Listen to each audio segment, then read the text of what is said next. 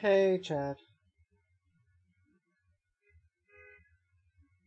I think I'm gonna go get some tea. If anybody wants to join, they can. But until somebody does, I'm gonna go get some tea.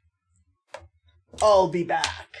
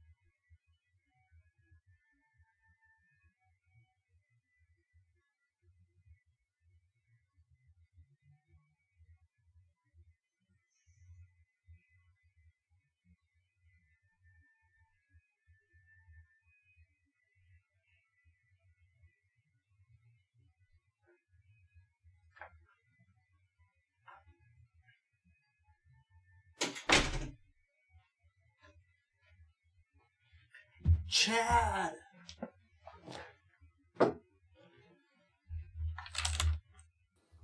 I can't hear you.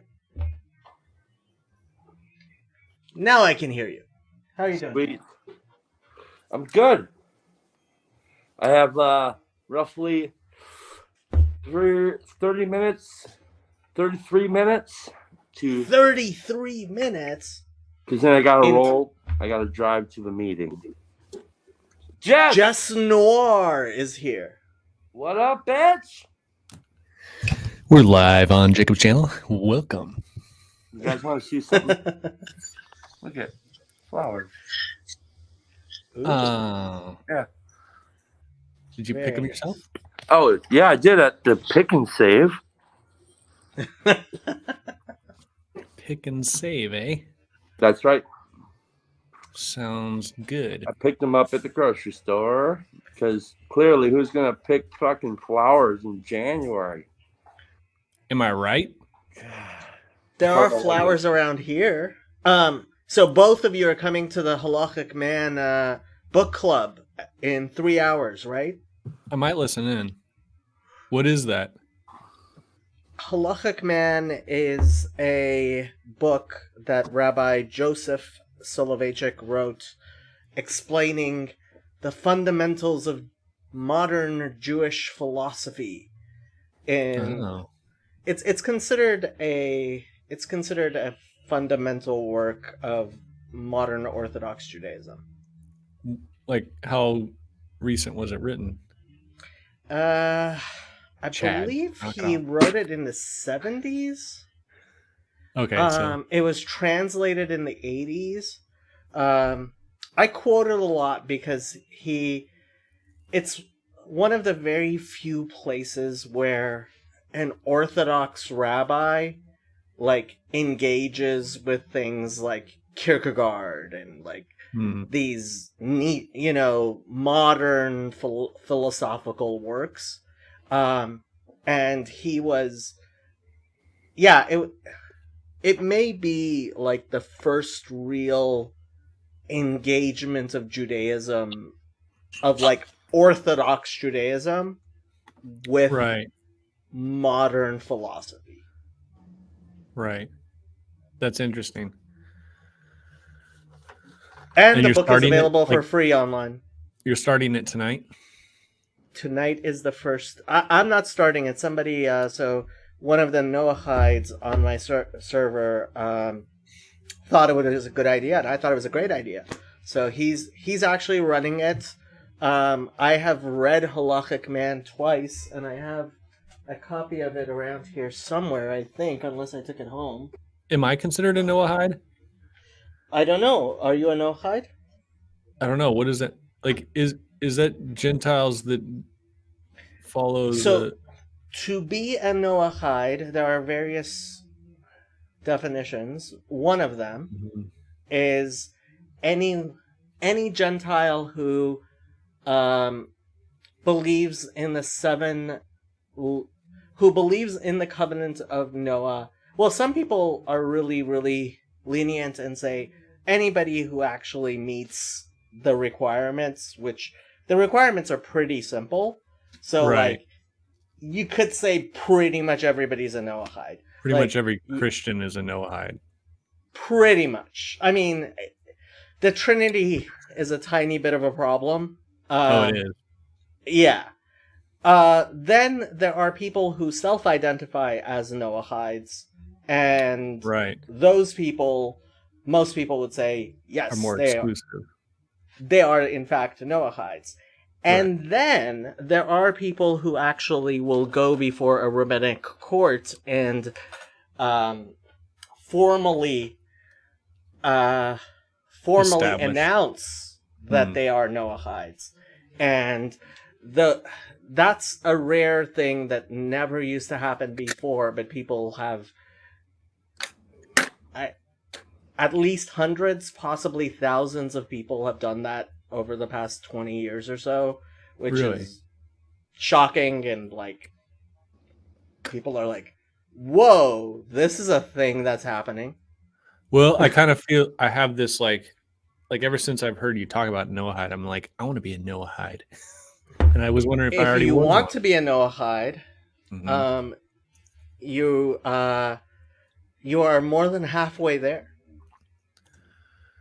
All right. I But have I not do like the spoken- Trinity. I have not spoken with Father Stephen directly about the Trinity, mostly because he, excuse me, mostly because Father Stephen outsources his beliefs on the Trinity to Bo Branson, who knows the Trinity a lot better than he does. And Bo Branson's conception of the Trinity is far more I could argue that is permissible to Gentiles within Judaism in ways that I basically could not about the egalitarian Trinity. Like, the egalitarian Trinity is a problem. The monarchical Trinity is something that arguably is a Noahide is allowed. What to would believe. be what's the distinction? So in the monarchical Trinity, the idea is the monarchy of the God the Father, Right. being that God the Father is God, and God the Son and God the Holy Spirit are aspirated God from true God. So when you talk true God, you're talking about God the Father, whereas when you're talking about God the Son and God the Holy Spirit, they are not ase. Ase being a Latin term meaning self-generated and uncaused. So only God the Father is an uncaused cause. Right. If you could see right now, my eyes are glazing over, but I can see that. Yes, I can in fact see that. I can't, and I don't care. I know. You can just put up with it for a bit, Chad, because I find this interesting. Hey, I know. I just Okay, so I think it was Hezi, Yes. or was it Yosef? One of them. It was maybe Yosef. posted this video. I put it in the private chat, but it's what is it? A Kabbalah concept of the Zimzum. I don't know how to pronounce Tzimtzum, it. yes. Zimzum, and so like the first part of the video, I had been working on an animation, doing a visual representation of the Trinity, and the first part of this Zimzum video looks exactly like what I was depicting for the Trinity. So this is part of the problem.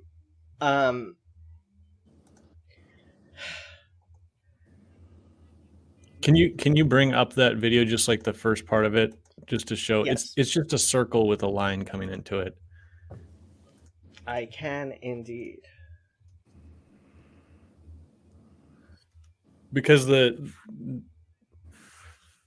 I was trying, because sometimes you see healthier, you've got to get things that like symbols that represent the Trinity or whatever, and it's like the Trinity knot or this weird triangle thing.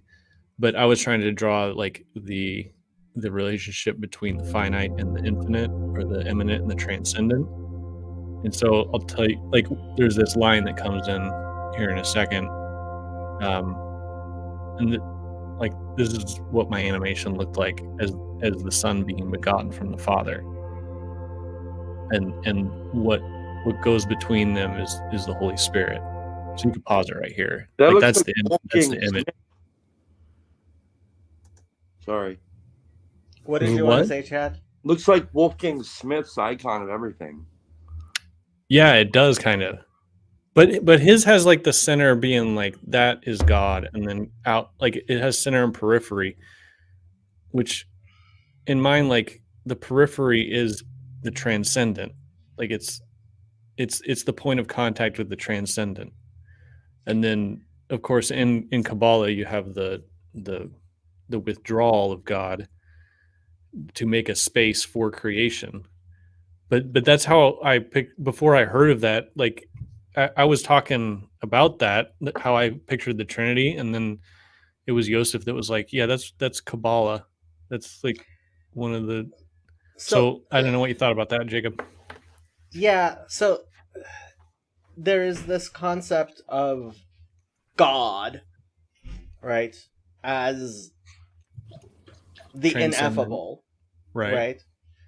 And then representations of God in ways that we as finite beings can relate to.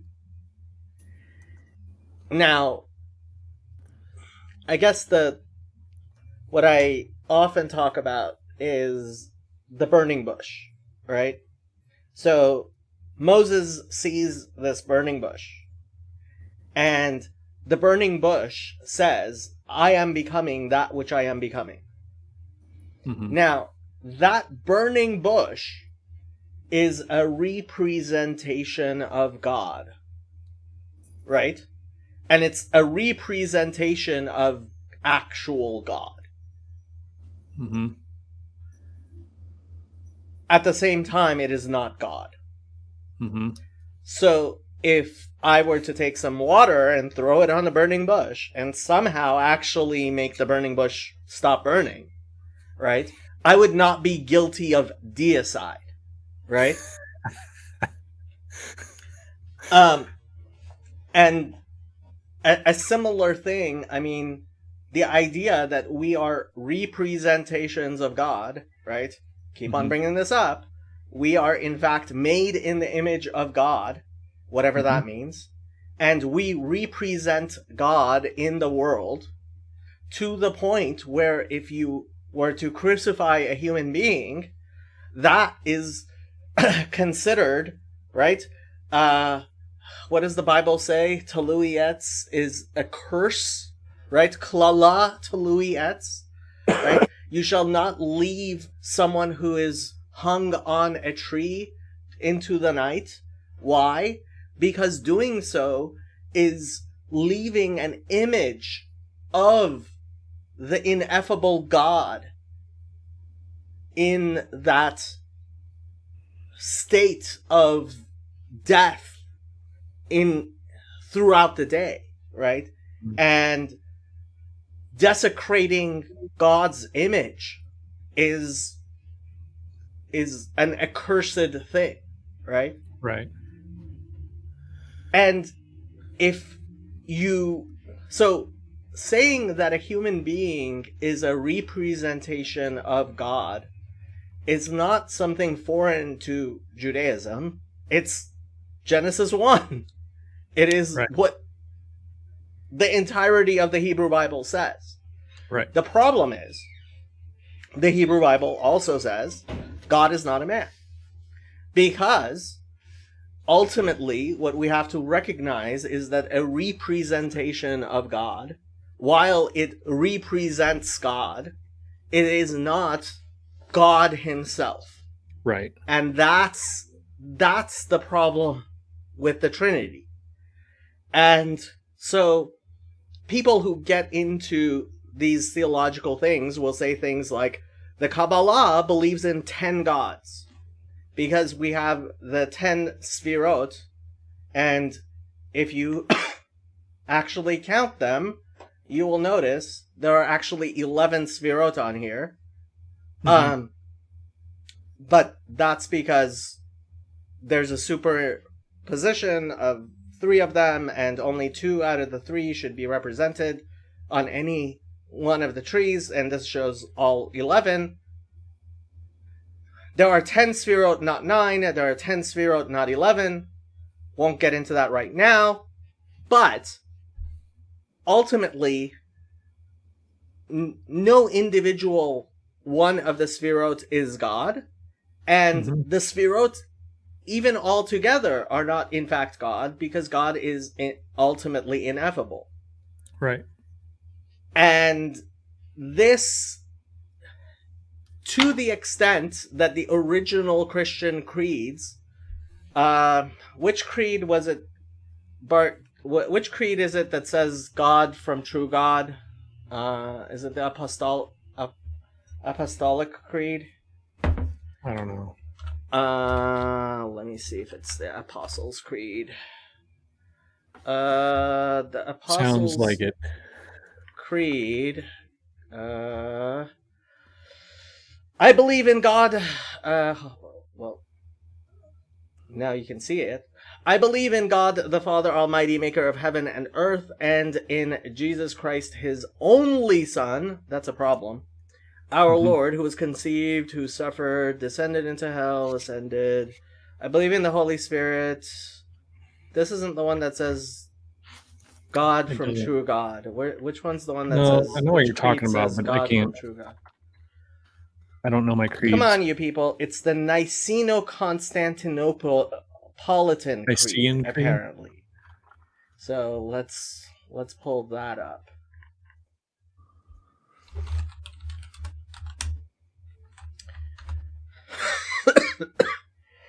Excuse me. Niceno-Constantinopolitan Creed. And we believe in the Holy Ghost, the Lord and giver of life, who proceedeth from the Father, who with the Father and Son together is worshipped and glorified, who spake to the prophets, and believe in one holy apostolic. I don't see. We believe in one God, the Father Almighty, maker of all things visible and invisible, and in one Lord Jesus Christ, the Son of God, begotten of the Father, the only begotten, that is, of the essence of the Father, God of God, light of light, very God of very God, begotten, not made, consubstantial with the Father, consubstantial, and in the Holy Ghost, who proceedeth from the Father, who with the Father and Son together is worshipped and glorified. So this idea of God the Father, I am so lost. You know, Father Eric, you could click on the link and come up. Yeah, and the filioque is a problem. So the split between the Eastern Church and the Western Church was largely over the filioque. Is that the procession of the Holy Spirit? Yes. So the Yeah. question is, does the Holy Spirit proceed from the Father or From the proceed Father and from the the Son. Father and the Son? What do you think, Chad? Do you think the Holy Spirit proceeds from the Father or the Father and the Son? I don't know if it matters. Like, what's your gut feeling on that? Like, if you had to, My make Well, It probably doesn't matter. the Christian Church first split into two 1,000 Over the- years ago over this question, Chad. And it still probably doesn't matter.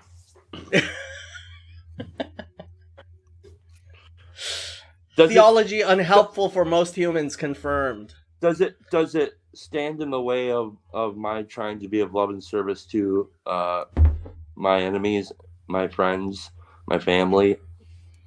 I think so. Well, I guess I'm just a postmodern idiot. Go back to the image of the. Do you still have that up? You don't have to pull it up. Of if you the which The image circle. of the In the circle. Because all right, so I just want to say, because like when I was picturing the Trinity, there is both the Trinity is dynamic, like contains it. Because what does the infinite lack? The infinite lacks finitude. The other. Yeah.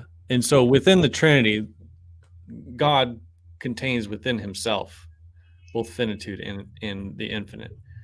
And See, this is the problem. You have your narcissistic Trinity where God's love is only for himself.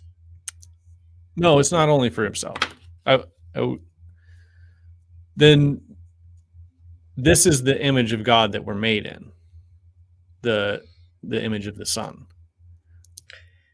Jacob's not having it. We are made in the image of God.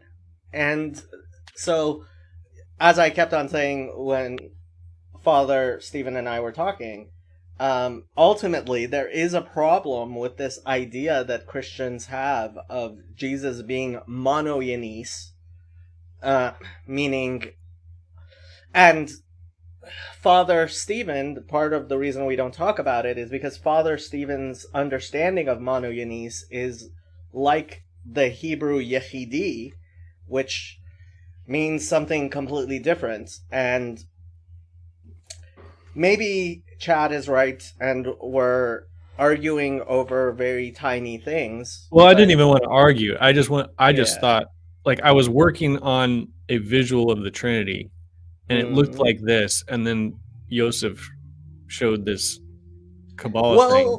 Like, after a conversation, I had talked about the withdrawal of God in order, but I mean, that was something I was just talking about, and I felt a connection with the Kabbalah.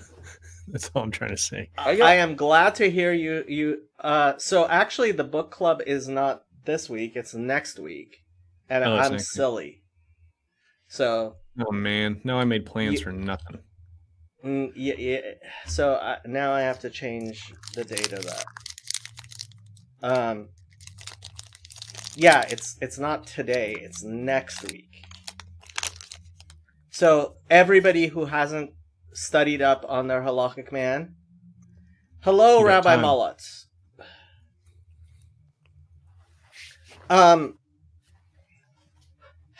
Yeah. So. I mean, what can I say? To me, it matters because halakhically, according to Jewish law, there is a fundamental and important difference between somebody who believes in an egalitarian trinity and somebody who believes in a monarchical trinity. And what the hell do I know? But I don't even know, like, so what... I don't really want to get into it because I'm like, well, I don't know what any of that means. So does that qualify or disqualify my so-called belief? Do you believe in one God, Chad? Yes. I'm glad to hear it. You're in Ohio. We can move. We don't have to talk about this anymore. No, I'm not offended at all. I sit here and I think, man, I just thought it was cool. well, That's all. I was just trying to share something with my friends. Yeah, I'm not trying to be offensive to you at all. I'm really not, Justin. No, you're not offensive. I think I'm offended. I am so offended, Chad. I don't know why I have you on my channel. And I don't think you guys are actually arguing. I'm sitting here kind of like it's one of those things where like sometimes I feel like in certain areas of my life I'm envious of people who are really, really, really simple and like who don't get bothered by things, and I think, man, I wish I had that quality, right? And then I sit here and I think, wow, this is kind of one of those areas where like I kind of got what I asked for. Like I really don't know what they're talking about, and maybe that's for the best. You are the simple one, Chad. You are the one you admire. Oh my God, you've achieved it. And Father Eric is the snarky Catholic priest in the comments. Why is the priest encouraging us to fight? That's what priests do. You didn't know that? I got an idea about the Trinity. How about this? Okay. Here's the icon of the Trinity. Left brain, right brain, body. Ah. I don't like the privileging of the number 3 for no good reason. Josh Liska. Hello, Josh Liska. Have I met you before? How's it going? Good. I got 12 minutes. Josh froze on us. He's frozen. I gotta go in 8 minutes.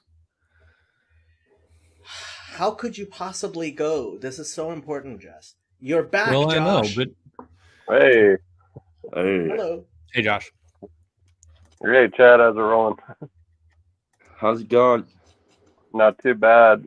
Last I heard, you guys were talking about. Sorry, I just hopped over from the YouTube. I was looking at the stream. You guys talking about the Trinity, correct? We were, in fact, trying to talk about the Trinity. Not very well. Gotcha. It's a hot topic in these parts. Jake, you had mentioned God, or one view leads to a narcissistic view of God, meaning his love is only for him. Is that right?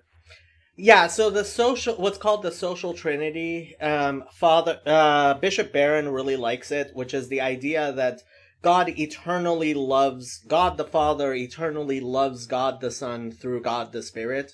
And that shows, I have a video called Is the Trinity Loving? Because that, in that idea, God is love because he, within himself, he eternally loves himself. But that's narcissism. Love of yourself.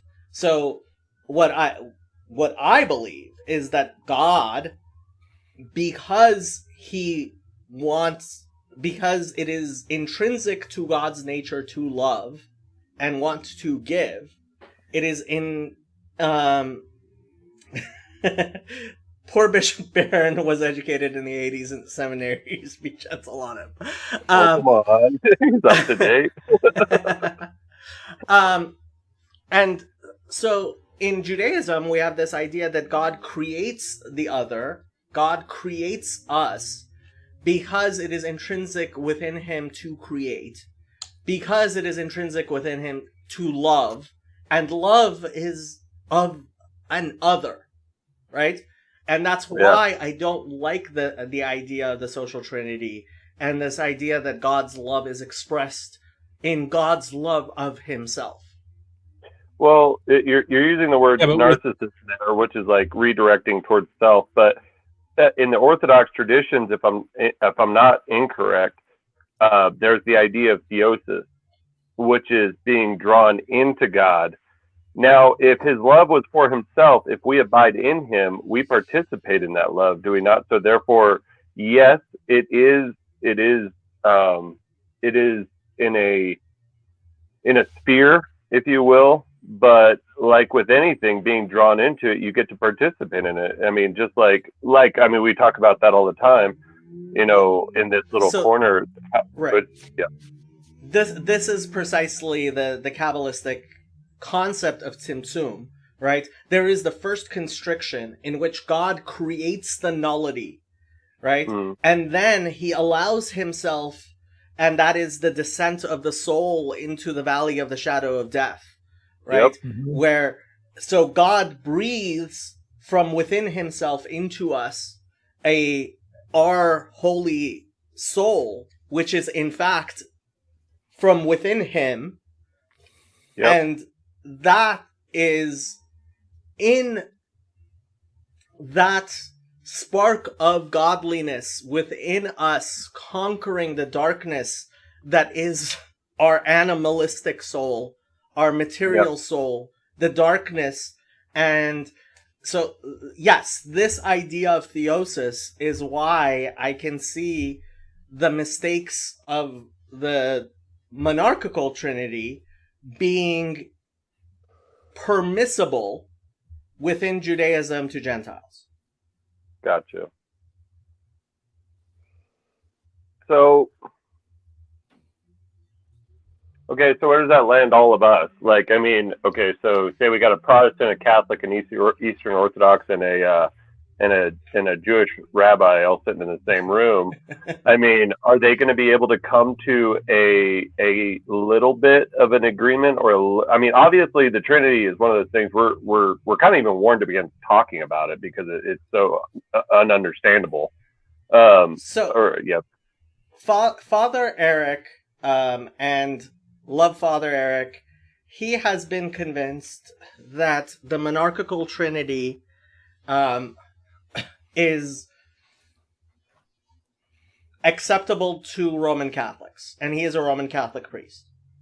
And from everything I'm aware of, and Rabbi Mullet can disagree because he's a rabbi and I'm not, the monarchical trinity is that concept of what's called shituf in Judaism, which we would say is acceptable for Gentiles to believe in.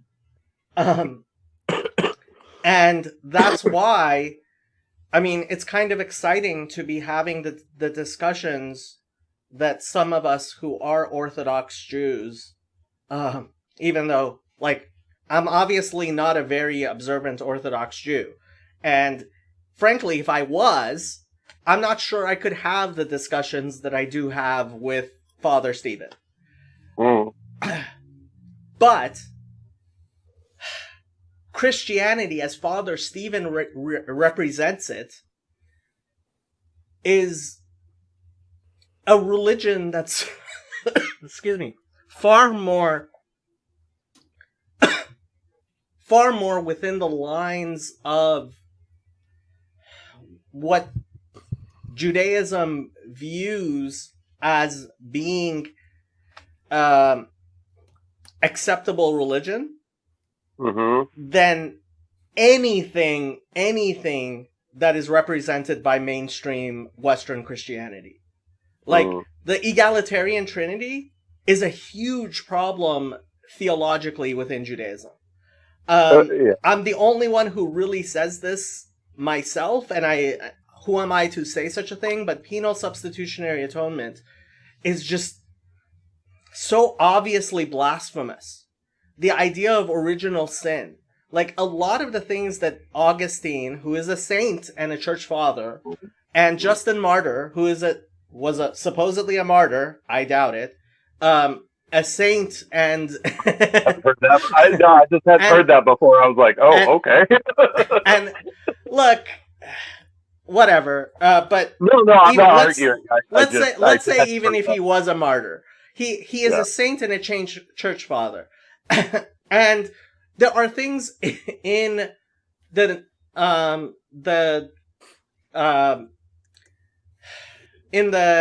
what are they called? The papers that are produced by a church council in the canons of Nicaea, right? Which are incredibly like objectionable from a Jewish theological point of view. And Father Stephen says, oh no, I mean, this is a lot of misunderstandings, and ultimately, what he represents as Christianity is incredibly consonant with Judaism in ways I never imagined. Mhm. But Father Stephen is one person, and you have 2 billion Christians who, like, listen to Father Stephen and they're like, who is this guy? Is he even Christian? Right? Yeah. The egalitarian trinity is something that vast majority of Christians just assume. That and when you say the egalitarian trinity, just that Father, Son, and Holy Spirit are all equal. Yeah. And the entirety of the Western Church, I mean, the reason why the Filioque caused the division between East and West, right, was because the egalitarian Trinitarians were like, well, no, there isn't this monarchy of the Father and aseity of the Father, which is incredibly important. So, like, the East-West schism of 1,000 years ago, like, I keep on saying to Father Stephen, like, go ahead and like convince the other Christians. I'll be very happy if the Catholic Church and the Eastern Orthodox Church put the Filioque behind them and agree to the monarchical trinity. I don't see that happening.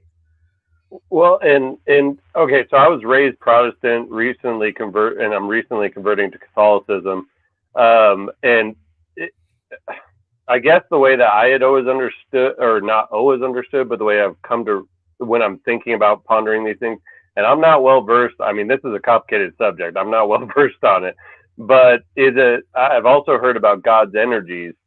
Sometimes when I am trying to figure something out, I will think of a reduced form of it. So, something like, let's take a father and let's take a spirit, maybe spirit of anger. My father's actually been angry with me on many occasions, so I can use that example. So, is that something that we can maybe look at this as, like, the spirit is the way that the Father connects to the Son, and is the way that he connects to us as we are all brothers and sisters in Christ? I think the real question becomes a question of what's called aseity, right? Okay. So, something is ase if it is not dependent on anything else. Yep. And so the idea that the Father aspirates, whatever that means, Mm-hmm. the Spirit, and he begat the Son, right? That means that the Spirit and the Son are not ase. They are not things which are independent of any other thing. Okay? Now, in Judaism, we would say, if something is not ase, then it is not truly God. Mm-hmm. And the reason I pointed to the Niceno-Constantinopolitan Creed is ultimately it infers that when a Christian talks about God, they are talking about God the Father, and when they talk about God the Holy Spirit and God the Son, they are talking about things which represent God. Also spoken about as hypostases of God. Correct, yeah. And if you have that concept that even when we refer to God the Father, we are in fact talking about a representation of God, and God himself is actually ineffable, right? Yeah. In that sense, which is not how basically almost anybody would even come close to describing the Trinity. Like, maybe Bo Branson description of the Trinity is that, then you are talking about a conception which is similar to Jewish ideas of God the ineffable and his hypostases and his representations in the world, to the point where in the Hebrew Bible, for example, there are places where the word Elohim, which means God, refers to human beings. And it usually gets translated as judges. Yeah, I think I've heard that before. Okay, I'm tracking. Right? So if you are referring to Jesus as God in a similar manner as within Judaism, the Bible itself refers to rabbis who are rabbinic judges as God, right? Then there's nothing I can say wrong about that, right? If you're just telling me Jesus is another rabbi, I have no problem with Jesus being another rabbi. He was until, okay, just coming from the Christian perspective, yeah, I guess if you're reviewing it in the timeline, he is up until he sacrifices himself. That's when he goes to hell and he becomes, and then eventually ascends. And we see him in Revelation then transformed from a man into a judge because he lived righteously, so he becomes the standard setter. At least in my that's theosification. And if you believe that this is something that human beings, and so Father Stephen would say that when Christians say monogenes, when they say that Jesus is only begotten, they mean unique in the same way that the Hebrew word yechidi is used throughout the Hebrew Bible. For example, Isaac is called Abraham's only son, Yechidecha, okay, right? And that means set apart in a specific way. Obviously, okay, Ishmael is also, and in fact, Abraham had other sons as well with Keturah, right? So if you're using monogenes in that manner of Yechidi, which is what Father Stephen would like me to say, and like, I can't say that that Christianity can't be interpreted that way, but I have to tell you, this is not something the vast majority of Christians believe. Well, yeah, and I think that, obviously when we're coming from Orthodoxy, okay, so just for instance, like, Christianity is busted up. It's busted up, like, bottom line. Like, you go back and you realize there's two churches. It's like a tree trunk that's split.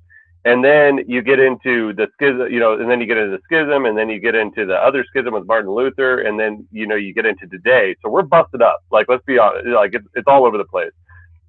But, and the theology, in my opinion, in all of the groups is, you can argue it, but, somebody else is going to be able to tear it apart in this way and that way. But bottom line is, as we're coming into this new age, as the YouTube dialogues are happening, as we're crossing, aisles of orthodoxy and saying, because now we got Bishop Barron and Father Tenenbaum or something like that.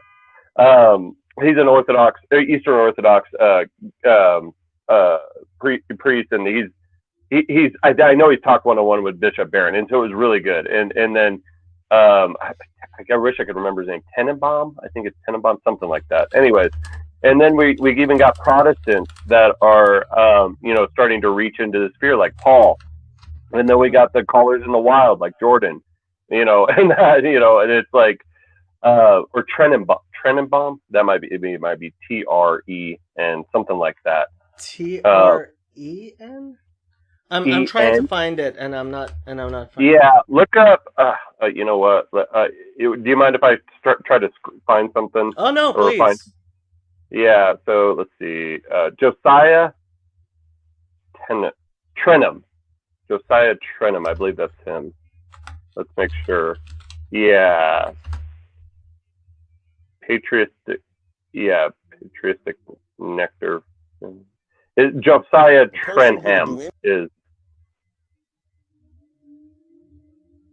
Oh, sorry, did I freeze again? Love Hopefully is not love. Patristic Nectar Films. Is this it? Yeah, that's going to be a little bit of a connection to him. Okay, so that guy's hardcore Eastern Orthodox, well versed, all that, and I believe he even I can't remember his whole story, but he may have come out of Protestantism originally. But anyways, we're busted up, we're all over the place. But as YouTube is happening, as a Protestant now converted to Catholicism, is interacting with Paul, is interacting with you, the resolution is getting clearer. Like, I mean, we had a lot of people back in the day that said, I believe this is the right man. I'm trying to, wow, he's in Los Angeles. I believe so. Cool. As far, and some of the guys that he sat under in that, I even recognize from the Protestant sphere in that. In one of his things, I think he even mentioned like R.C. Sproul and a couple of other Protestant thinkers and talkers. Obviously, Sproul's passed now, but anyways, so these discussions are happening now, and they're not resulting in people killing each other. Yay! Yeah. No, that's a real good thing. I mean, when we can actually dialogue about this stuff, now we can get somewhere. Without somebody being like, oh, you got to be responsible for your tongue off at the head, or something like that, in that. So we have to be able to talk about these things if we're going to get anywhere. But obviously this stuff was warned to be careful with talking about it, is that you guys can end up off in the middle of nowhere, out in the middle of, God knows where. But I think philosophy can be helpful in this sphere, in that we can look at, because we have revelation. We know, as a Christian, we know where Christ, paints himself as the Lamb on the throne at the end, and he sits, and when we introduce to him in Revelation, he's transformed. He's not on the cross anymore. He's not, he's a judge now, and he, and so what's left is the Spirit. And I know there's been a little bit of talk about this: is the Spirit, is the Holy Spirit feminine? Is it the Holy, divine femininity? All these kinds of things. But I mean, the more we talk about this, the more guys like me are gonna start get our resolution. That we're gonna start seeing. Oh, I never asked myself that question. Oh, I never asked myself that question. We're getting exposed to this way, way deeper stuff. Guys like me I'm a working man in that, and I try to keep up on YouTube and that, but reading a, 1,000-page book about the Trinity, it's going to be a hard thing for me to accomplish, and I'll do my best, but, until, like you said, your hang up a little bit is the vast majority of people don't think like this. As they shouldn't, because they're taking what was said way, way, way, way back when, and God love them for that, because at least they're picking a position that is not at this point heretical, in that, but it's going to evolve, it's going to change, it's going to become clearer as time goes on, as we keep having these conversations, because a guy like me interacting with a guy like you who's highly educated in these types of things, my resolution is going to get clear, and then you will start to see that, what you're doing right here is very, very good, because it's going to disseminate from this little conversation into the vast majority eventually, kind of, thinking about all their Orthodox views or non-Orthodox views in a clear resolution. Is that your hope, or is it just that we all pick a side and that's where we sit? Well, I have to tell you, I am often on the verge of actually deleting my channel. Wow, bro. No, don't do that. Like I'm not joking. Like 2 days ago, I was like, I was right there, like, just delete the whole thing. And it's when people say things like what you say, right? So the question becomes, from a Jewish standpoint, like from my standpoint, right? We don't evangelize. It is against my religion to evangelize, because we believe that would be a lack of faith on my part. God does not need me to come to you to tell you what your relationship with God should be. Okay? Right. And so And There's do a they believe that? Do they believe that you're attractive and that will draw people towards you? You act right. You are masculine. You present a righteous man in yourself, and that is attractive, or not righteous, but a well-conducted man, and that is attractive. So therefore, I will try to imitate you. I will try to interact with you, and that is how some. What the Bible says and what we believe is that Israel is supposed to be a light unto the nations. And what does it mean to be a light unto the nations? It means that if I am living my life how I should, then other people can, if they wish, look and see, hey, look, that's somebody who's living his life in a godly manner, and hopefully that would have a positive effect on other people. Now, I am not a very godly man. It just same here, bro. Same here. I'm a demon. And I'm not like one of these false humility type people. Like, I haven't murdered anybody. I am not the worst of sinners. I'm actually a pretty good person. I'm middling, right? Yeah. But I'm not a godly man. There are very, very godly people who are much more godly than I can ever hope to be. Like, there are sins I have to my name to this day that I'm going to burn for. I have no doubt I am going to burn for, right? And so it is. Do you think there's a way around that? I don't look. Sometimes I like to pretend to myself that maybe God needs somebody who's just an insurance broker like me, who's not, because if I were a rabbi, if I were an actual, like, if I were living the holy life, right?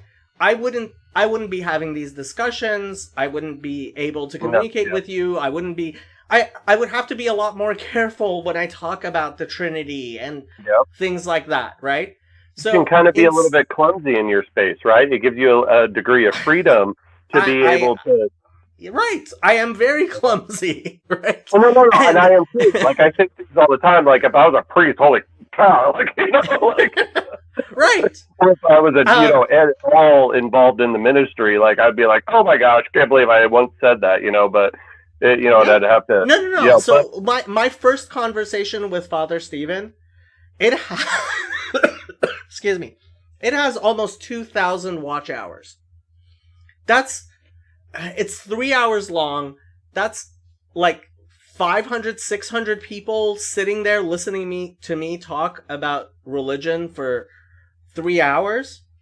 That's like, and I went to my rabbi and I'm like, Am I doing the wrong thing? And he told me, just as long as you're not representing yourself as some sort of authority in Judaism, I think it's fine.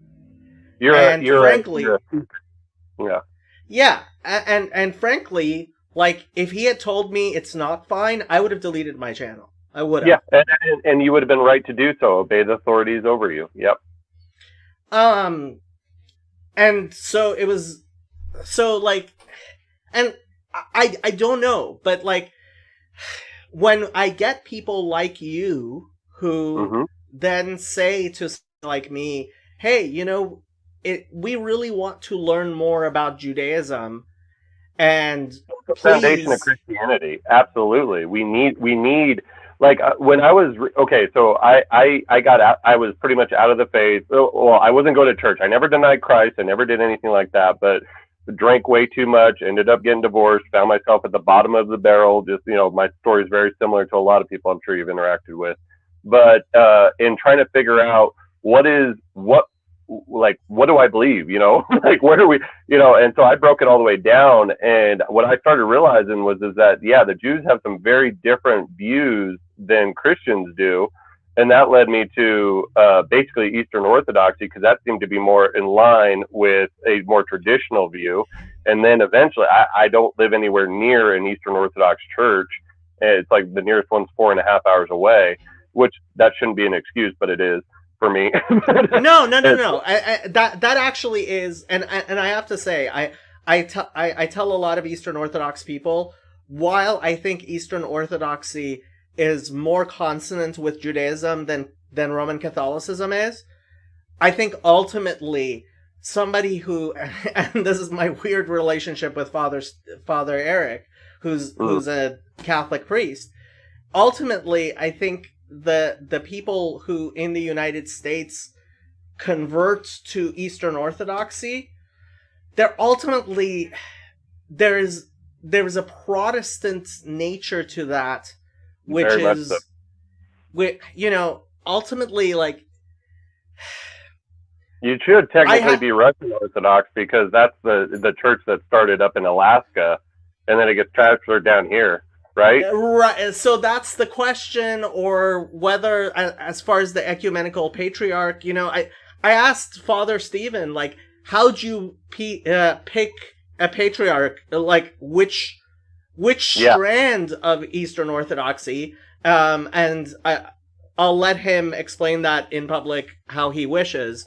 But I mean, that's a real question, and ultimately, I think, like, people do ask me, like, okay, what do you think I should do as, like, okay, from your knowledge of Judaism, what should I as a Gentile do? And the first question is, well, don't you think I should convert to Judaism? And the answer to that is plainly no, because the book of Ruth very clearly makes it clear that that's not the answer that we give to Gentiles, is, oh, you need to become Jewish. And then people say, so what should I do in my spiritual life? And the first obvious answer is to be a Noahide, but we as Jews have failed, I believe, in our obligation to actually provide the infrastructure for Noahides. And the life of a Noahide, honestly, is more difficult than the life of an Orthodox Jew, and the life of an Orthodox Jew is not easy. And then the question becomes, like, well, Islam is definitely Noahide as far as Judaism is concerned, but, like, which mosque can I actually honestly recommend to you? None. Yeah.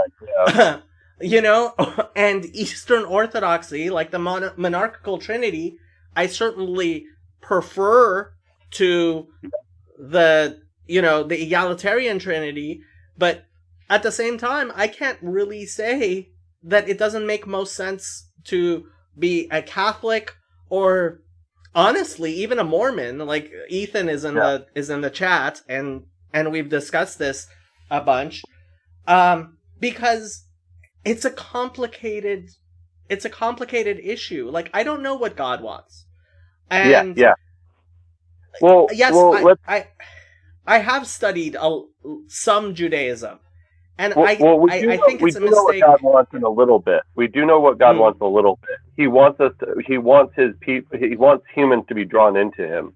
Is that? I mean, is that a fair statement? So we know his motivation. We know his what his draw, what he's trying to accomplish, or so. So if we use it, in the Bible and even in the Old Testament, we get a lot of references to trees. I'm an arborist, so so I see my world kind of like that a little bit. So let's say that maybe these strands that lead to God are different roots, and that now the roots, the main roots, the big roots, they disseminate into smaller roots, and those are actually the fine absorbing roots. Those are draw in the most amount of nutrients for the trees, but they're not the biggest roots. They're very, very, very small. And so, is it possible these are all on ramps to getting into the deeper, thicker roots? So, my favorite story I tell all the time. You probably haven't heard it, so I'm going to subject everybody who's heard it a billion times to it. No problem. But Here. my favorite story is a young man hears about a fruit that tastes unlike anything else he's ever tasted. And he decides to go on a quest for that fruit. And he goes to wise men, and he goes to monks, and he goes to hermits, and he travels oceans and rivers and across deserts and mountains, and he spends his entire life until he's an old man looking for this fruit. And finally he gets to the tree, and he finds that the tree, and it has a fruit on it, and he takes the fruit and he tastes it, and it tastes like nothing else he's ever tasted, and he feels that that entire journey has been worth it. And while he's standing there, a child walks up to the tree and takes a fruit and starts eating it. And he turns to the child and he says, "It took my entire life to get here. How'd you get here?" And the child says, "I was born here." Now, the question is, does that fruit taste as sweet to that child as it does to that man who spent his whole life on that journey? And what is the journey that that child has to go on in order to actually have his life's journey, since he was born at the foot of that tree, right? Well, and I meet people all the time that are Christian that seem to be able to behave well and not really get themselves involved with the things that I've gotten myself involved in my journey. They don't have the knowledge that I do, why you shouldn't do these other things. But, and so for me, that fruit is sweet because I've tasted a lot of really nasty fruit, and so now with your story, that man who originally tasted that fruit, he was drawn to it for the rest of his life. So the boy tasting the fruit now at his young life, he tastes it, but as soon as he goes anywhere else, it's not as good. It's not going to be as good. And so they both stay with the fruit, even though to what degree they savor it. To me, when I'm sitting in Mass, I'm praying, Lord have mercy on me, or Lord have mercy on me a sinner. Lord have mercy on me a sinner, because I recognize how wretched I really am in comparison to the image that's before me of a sacrificial lamb, that I'm not there. I'm way far away. Now I look over the aisle, and there may be a young boy who's just kind of, there at Mass, doing his little thing and, kind of maybe playing it. But that's okay. That's good. We're all like I said, I get back to the roots, and that we're all going to draw nutrients into the roots. That's our job. We're here to participate. We're here. And to what degree we don't participate is the degree which our fruit starts tasting nasty. You know what I mean? And so if we're, okay, so in the way it works with a tree is you have most deciduous trees, an evergreen tree tends to have a central leader, a central trunk. But in the deciduous tree, there's multiple leads, there's multiple stems in that, and those stems tie directly into a root at somewhere. Sometimes a trunk twists, sometimes it will, do these things, but the wood that is in those leaders is directly connected in some way, through the matrix of the tree into the root system. So whatever the root is that's feeding those leaders, if those roots begin to get diseased, if they get cut off because somebody, put a sidewalk in there, we see that all the time. Somebody puts a sidewalk in and that whole side of the tree dies. It's like, we'll figure that out, and Christ tells us, I will prune you. I will prune this tree. It is my tree. I will prune it. Whenever you don't produce good fruit, I cut you off. You know what I mean? And so if we do have a section of the Orthodox that goes totally awry, that is not right, it will be cut off at some point. It will, and we're kind of starting to see that in the Protestant world. We're starting to see some big parts of the Protestant world just go bye-bye because they haven't produced good fruit. There, you see a lot of Protestant churches that have no generational, they're not multi-generational. Like for me, I got one generation into Protestant. Well, I guess two generations. My grandfather was a preacher, My father is an elder, and then I'm converting to Catholicism. And so like, and I told my father, he said, well, we got a lot of things that we disagree about when it comes to the Catholicism. And I said, okay, but I said, when do we stop protesting? I was like, we're protesting. When do we stop protesting? Those issues are gone. They're not there anymore. Why are we still protesting? We need to go home. You know what I mean? It's like we've gotten too far out here. We need to go home. We need orthodoxy. We need that standard. We need that tradition, or we get overextended. We get too far out, and we will reach ground in our roots that is unsuitable. We will seek ground that is unsuitable for our roots, and they will begin to singe off and die back from that area. If a root gets into an area where the water dries up, then that root will die. Not the whole tree, but that section of the root. It's the way it seeks. It's the way it finds new ground, and so, what you're doing, is great. It's great. It's absolutely great. It's drawing people like me, towards the tree. It's allowing me to go, okay, well, I need to think about that, and yes, I'll have, disagreements and everything. I heard in the Protestant, from a lot of preachers, they say when you're trying to find a church, don't go necessarily looking for the perfect church, just find a church and begin, and he said, if you find a perfect church, don't join it, you'll screw it up. And so and then I told the same Protestant pastor that, I'm actually in the process of converting to Catholicism. And he goes, well, I got a lot. I said, well, if you find the perfect church, it may be a mess. I don't know, but I do know that I've lived in this town for a small town out in Southwest Colorado, Cortez, Colorado. And I've been walking up and down a small street in the middle of my town for a long time, and I've never visited my local Catholic church. I start going to mass, and I start seeing all sorts of people in my community that I had no idea believed in God, that I may have known that they were good people, but I didn't know they were practicing Christians, because I went over here in my little, dinky, Protestant church, every Sunday, and they're talking about evangelism and trying to revival. That was a big thing back in the 90s, 2000s, and even, a little on in that. And I never saw it. I never saw this revival that's supposed to happen, but yeah, I go into a Catholic church, pews are packed, everybody's there. Well, we're in a process. So this is something.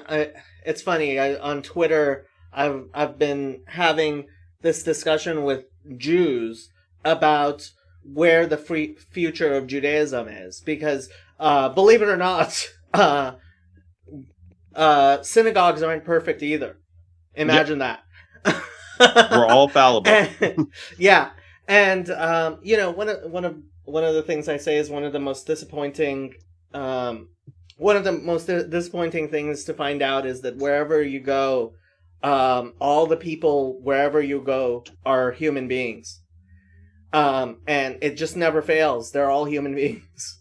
Oh no. Yeah. And that's the thing is like, I've heard Protestant pastors say things that looking back on it now, I'm like, whoa, I've heard, I'm sure that there's been Catholic priests at times that have said things and you'd have to go, oh my Lord, or I'm sure you maybe have heard something out of a rabbi, and there are checks and there's, people that will come and, correct them and things like that. But sometimes it doesn't happen. Sometimes somebody will hear something.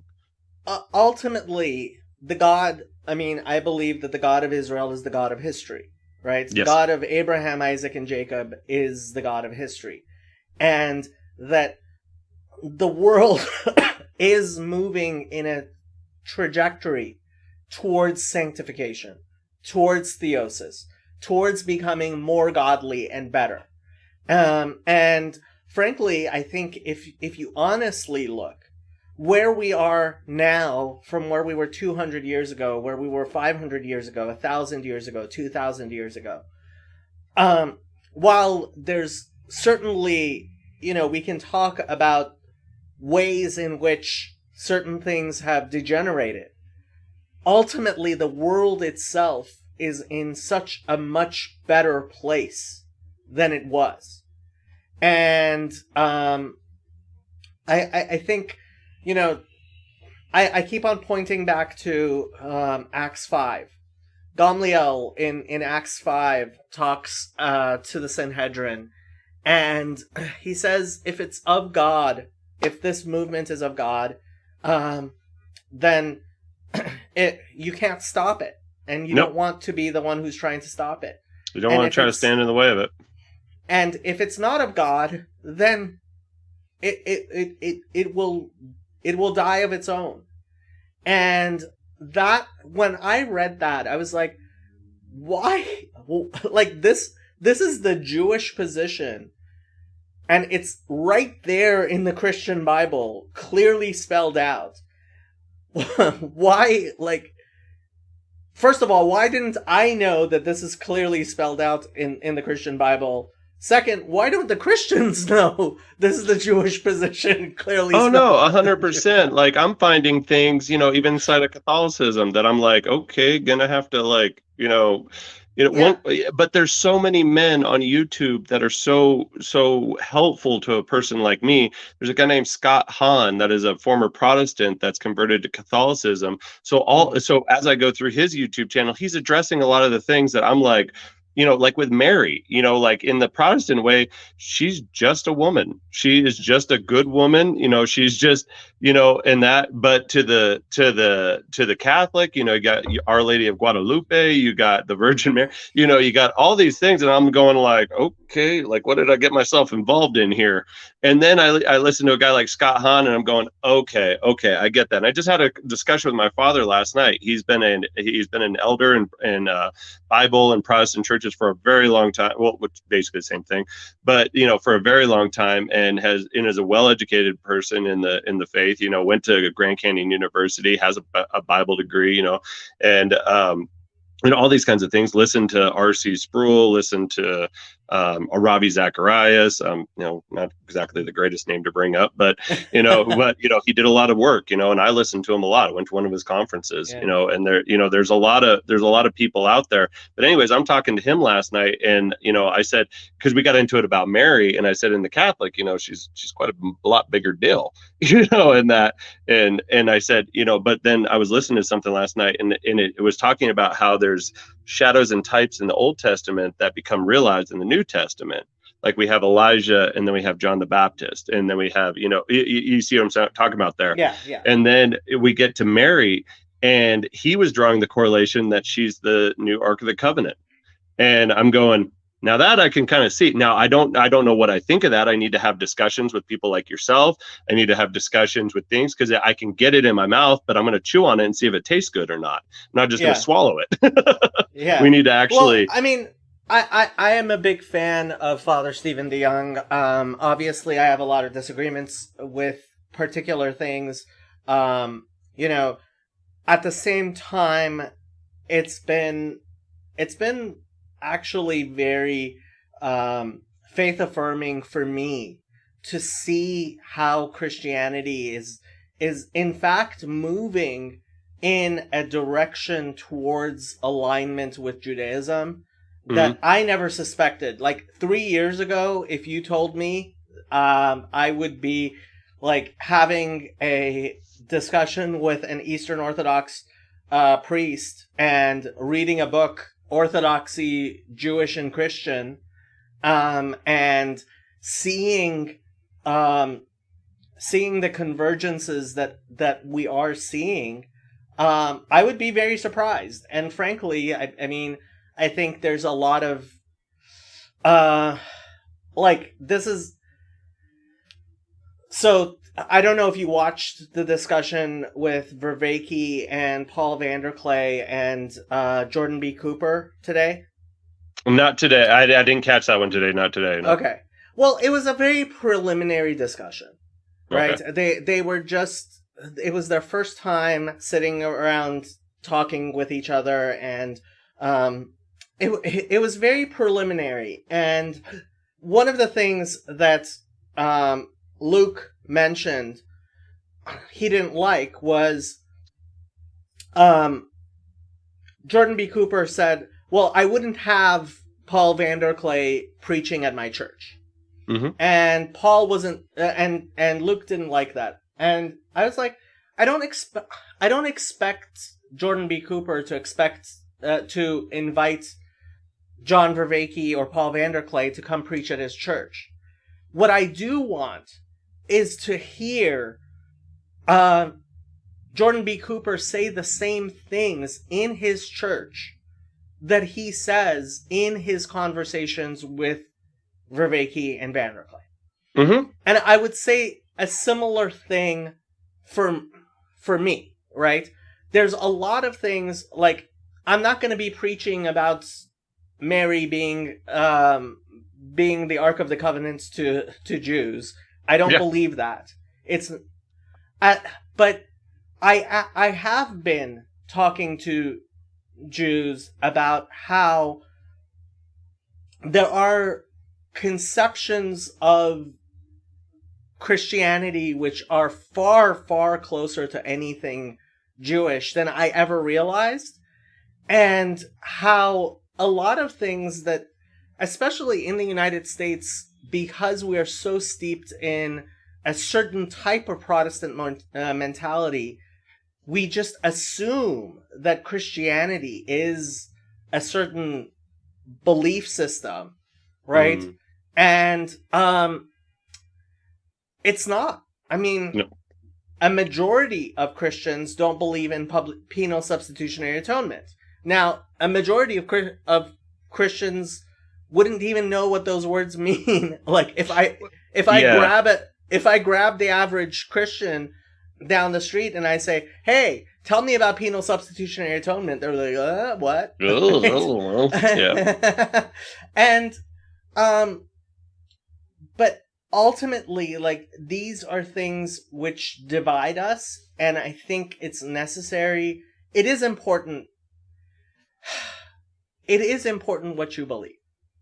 What you believe is really important, and it affects you in ways that you may not be able to see the direct relationship between, for example, how a monarchical trinity versus an egalitarian trinity affects your belief system, who you are, how you live your life.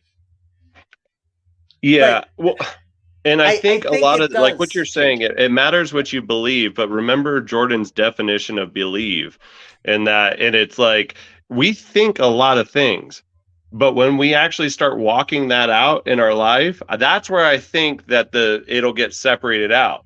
Because when you start actually acting these things out and getting out in the real world, and like not just getting in your thinky, and actually, no, let's go practice this way. Let's have the balls to actually do what we say we're gonna, what we say we think we do, and that's a scary thing. And when you start doing that, I think these other things fall off. I think the non-true things begin to wear off, and that I don't think that you'll walk, if you're really seeking, not just thinking, not just picking a position and going with it, but being open to, if you're confident that you are led by God, which I believe in the Jewish belief system, you still believe that you are led by God.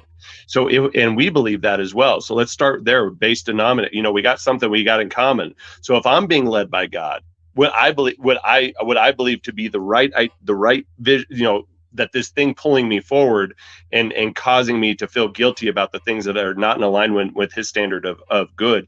And you believe that as well. When we start walking, we're going to find ourselves walking in the same direction, and that, I hope so.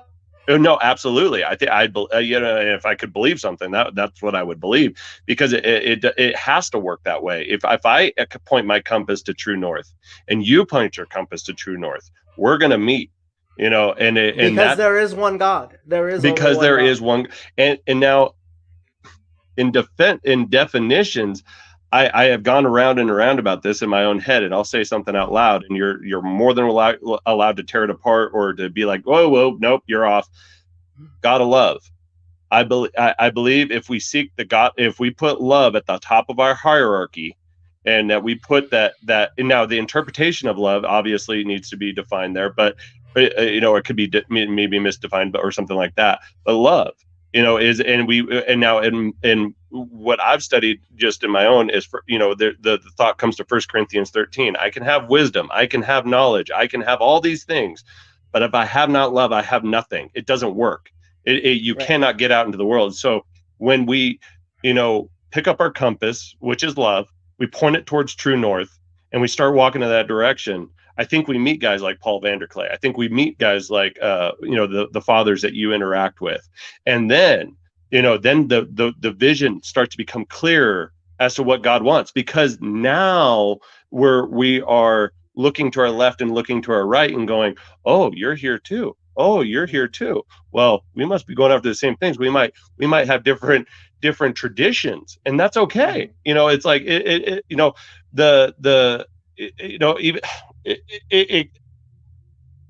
we have to use the information yesterday to interpret tomorrow. And that, and I don't know where this is all going, and I don't think anybody does. And I think it'd be wrong to try to predict God's path, because you don't know where north is going until you get there. You know what I mean? And, right. And so we just got to dial our compasses in and keep on the faith. And if I could encourage you to anything, it would be, if you started this work and you were being led by God, don't abandon it. It will get hard. The path will get unclear. It will get difficult. It will get strenuous. You will get fatigued. You will have moments where you're like, oh my gosh, it's been so long since I've seen a sign and I just don't know if I'm on the right path anymore. It's okay to keep going. It's okay to keep pushing, and I pray for guys like you. I pray for Paul, in that, because I see you guys doing something here in this little corner of the internet that is, which needs to get trademarked or something, or put on a t-shirt or something, but you guys are doing something here that I've been banging around in a lot of church, not banging around, but, just popping around in a lot of churches and that. And I haven't seen stuff like this. I haven't seen guys like Chad the alcoholic interacting with guys like you, or Grizz, or whoever else. And I know you guys got on each other's nerves. I know there's a lot of like, oh my gosh, can't believe you said, and this and that. But that's okay. It's messy. It's supposed to be. Tree roots, if you ever there's a way that we think that they look underground, where they're all separate and they're all going their own ways. It's all beautiful. Nah, take the dirt off. They're overlapping. They're choking each other off. They're stealing nutrients from each other. They're in competition with themselves, and yet they belong to the same organism. Right. It's messy. It's a tangled rat's nest of a maze. But yeah, it is something that can be navigated. It is, and that's putting love at the highest. Pointing your compass towards God. I essentially agree with you, and I almost don't want to put a fine point on this, but I kind of do have to put a point. Let's do on it. This. Yeah. God is love. God is truth. God is justice. God is mercy. There are many attributes of God. But ultimately, we can never say love is God, truth is God, justice is God, because God is ultimately ineffable. Mm-hmm. And when we put God even above truth and love and any other thing, and we say that infinite, ineffable thing that is beyond anything I can imagine.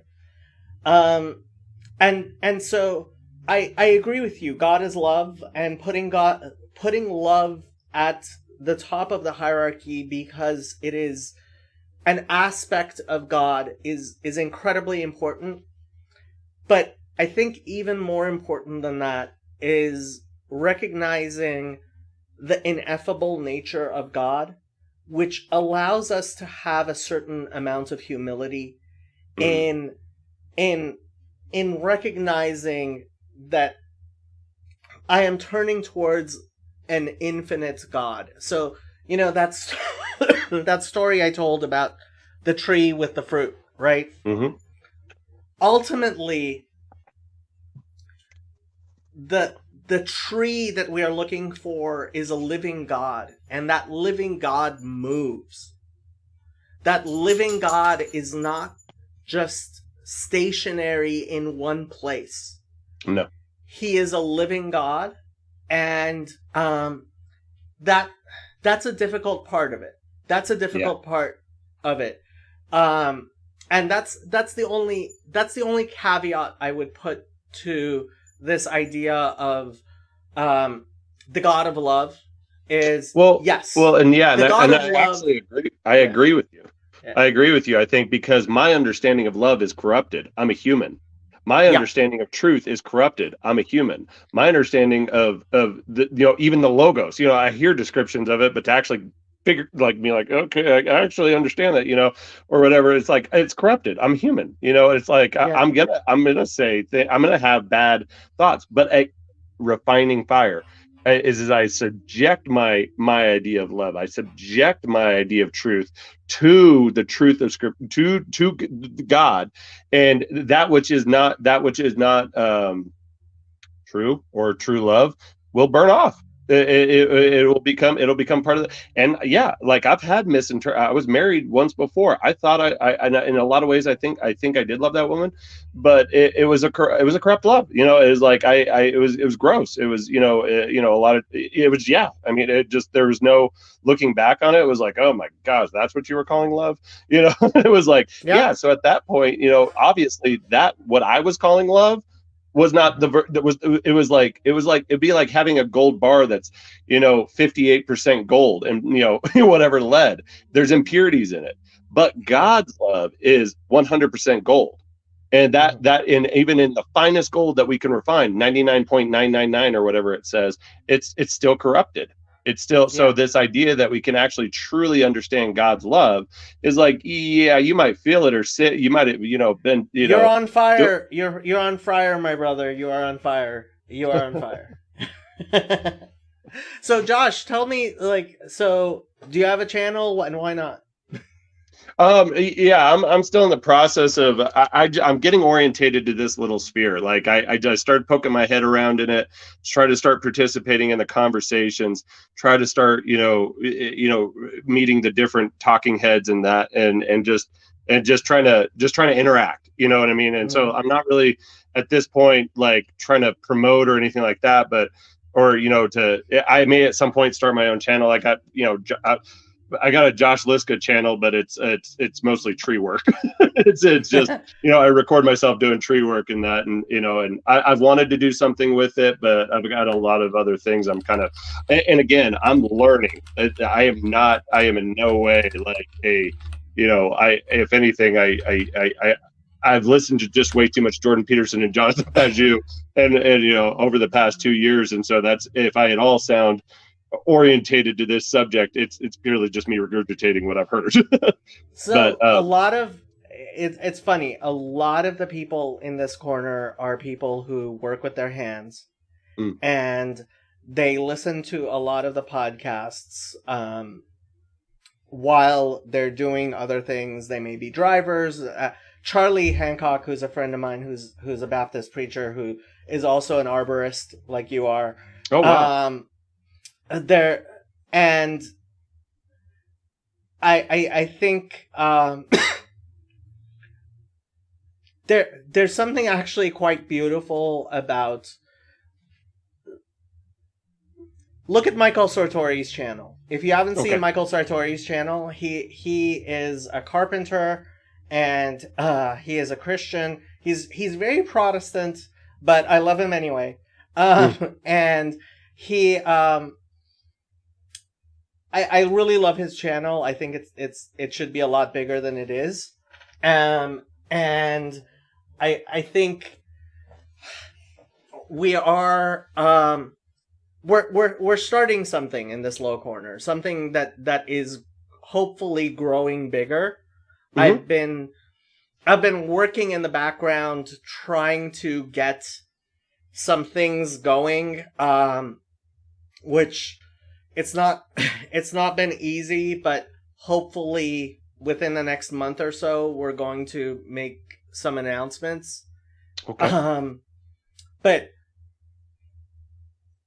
yeah, I mean, there's something exciting going on. There's something real going on that I think is catching fire. Oh yeah.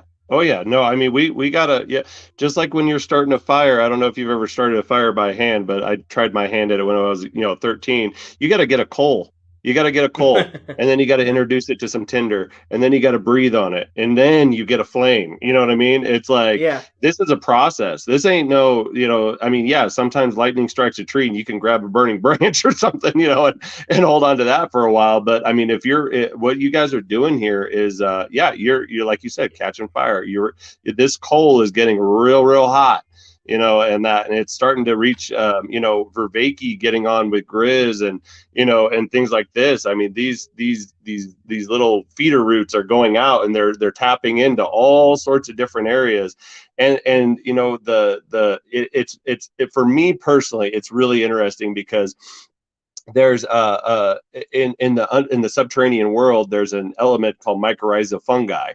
And it's actually the way that trees and roots communicate with each other, things like that. And it exists like in this little tiny sliver of a sphere right around a root cap. And it's also, present in the rest of the soil, but that's how it interacts with the tree.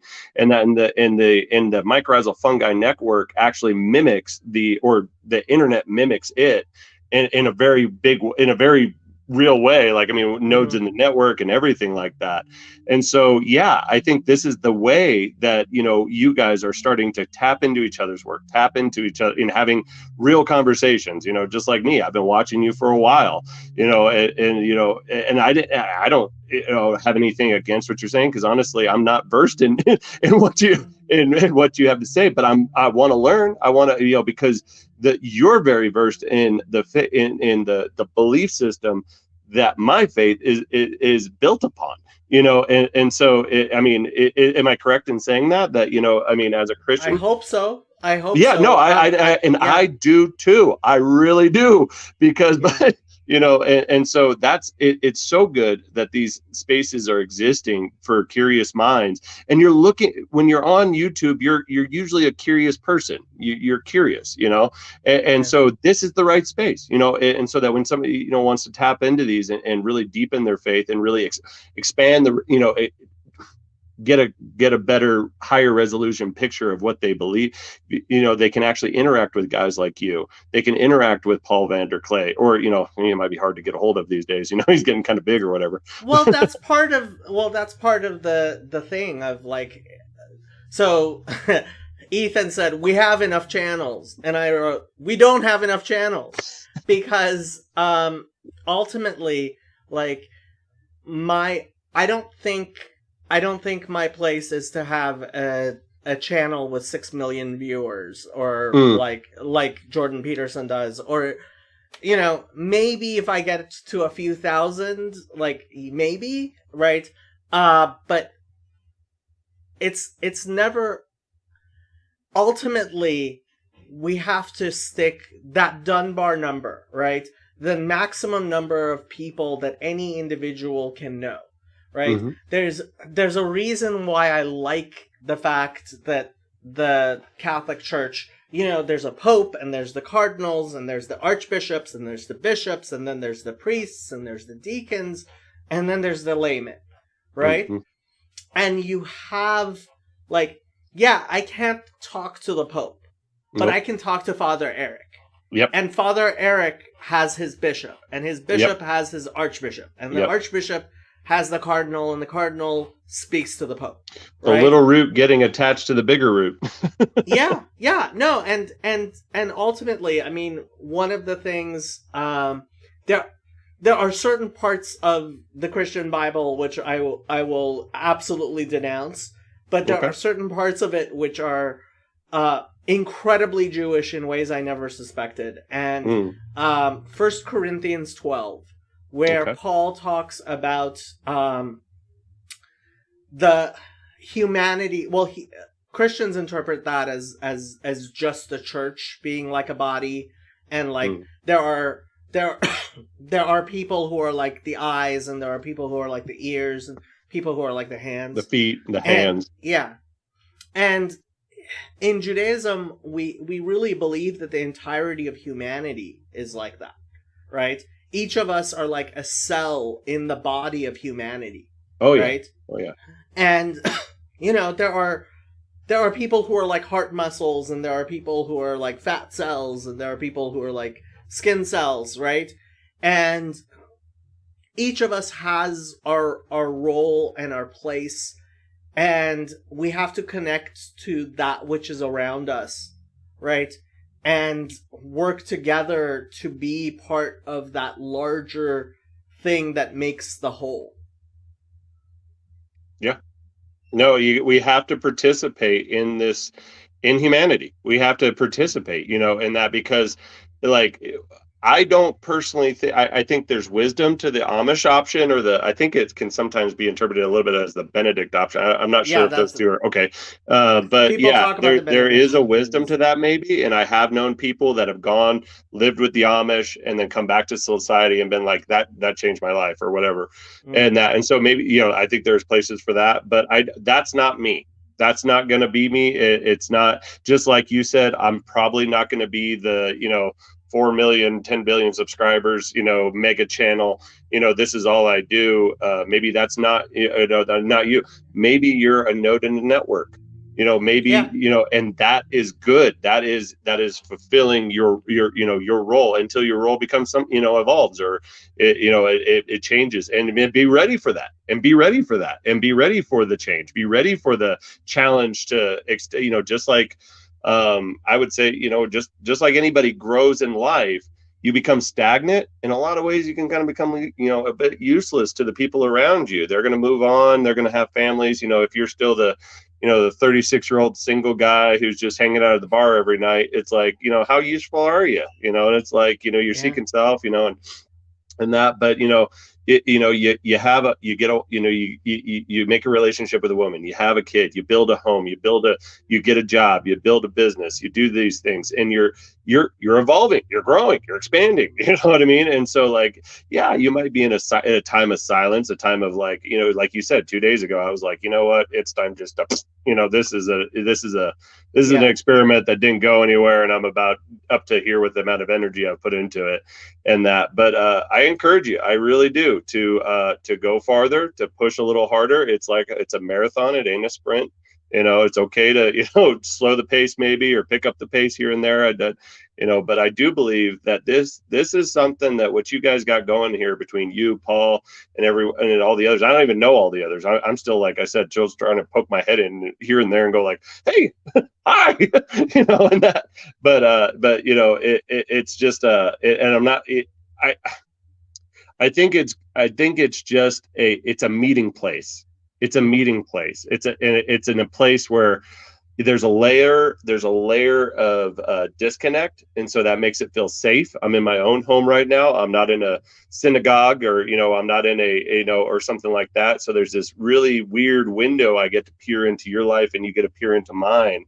We can be real, but we're still unreal in some ways. We have an idea of each other, and and that. But it's a meeting place. It's a virtual meeting place, and that's great. It really is, because this conversation, if it happens in reality, there's a really good chance that it won't have the same magic, because it will be real. You know what I mean? It'll be, we'll read each other's body language different. We won't have our layer of protection between us. That's the screen, and that, and so it changes. And maybe this is, the way that we're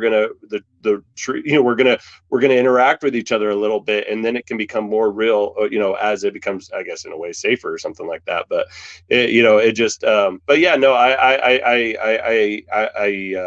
I got to go here in just a minute or so. Dinner's almost ready. But I encourage you, Jacob. I really do, that you're on a, and if I could think or believe a thing, I think you're headed north, and that's a real, I want to be there.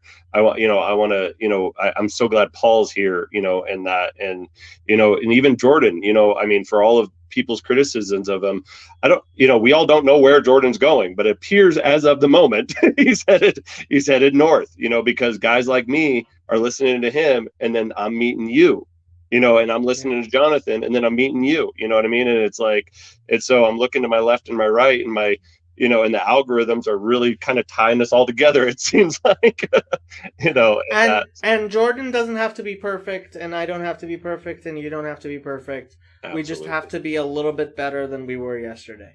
Absolutely. Absolutely. Absolutely. I agree with that. So, hey, I'm going to get out of here, but thank you so much for letting me join you in conversation, brother. I really appreciate it. It was great meeting you. You're always welcome. Adios, brother, and have a good night and God bless, okay? God bless. Bye.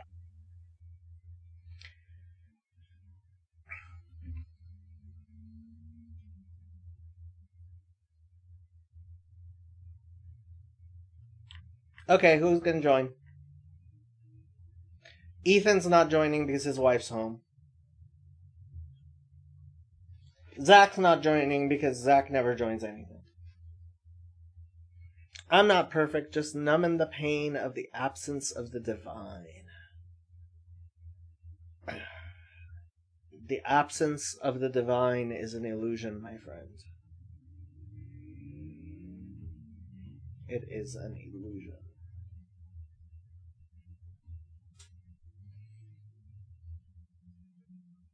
Okay, I am going to go get more tea. And actually, I'm going to restart my computer. I will be back. You guys hang around here. Here, I'll make you watch a countdown.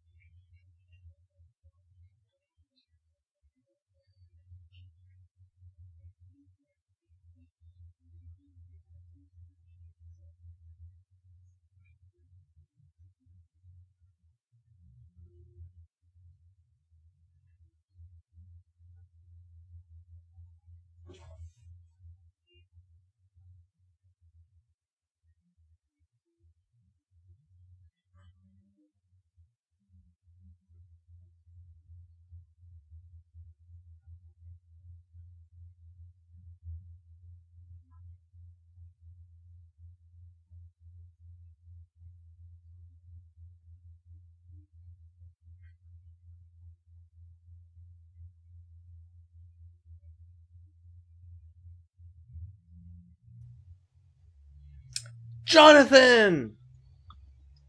What's up? Let me pause my YouTube. All right. Can you hear me? I can hear you.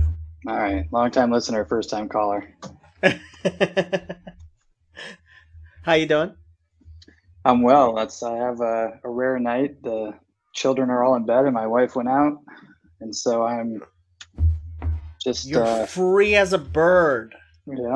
So I'm just hanging out with just chatting. You've been reading Maimonides, I hear. Yes. Yeah. That's been my reading list lately. I need some new guidance, Rabbi. The wrong guy. Rabbi Putz. Rabbi Putz, yes. So yeah, you went through Maimonides quick. Have you done Shemona Parakim, the 8 chapters, and Perek Chelek? The first one, I'm not sure if I read that. 8 chapters. So, so both the 8 chapters and the introduction to Perek Chelek, they're parts of his Maimonides' introduction to the Mishnah. So he has a commentary on the Mishnah, which he wrote at the ripe age of 25. And he there's 2 particular parts of the Mishnah that he wrote lengthy introductions to. What's called the 8 chapters, Shmona Parakim, is his introduction to his commentary on the Mishnah Avot, the sayings of the fathers. So here, let me show you on Sefaria how you can get to those.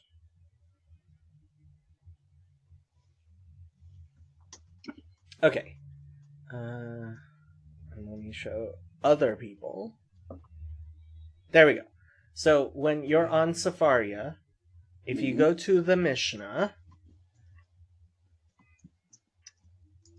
and so Pirkei Avot is here. It is. So when you click on the first Mishnah and you go to the commentaries, there's the commentaries of Maimonides, and you can open that up.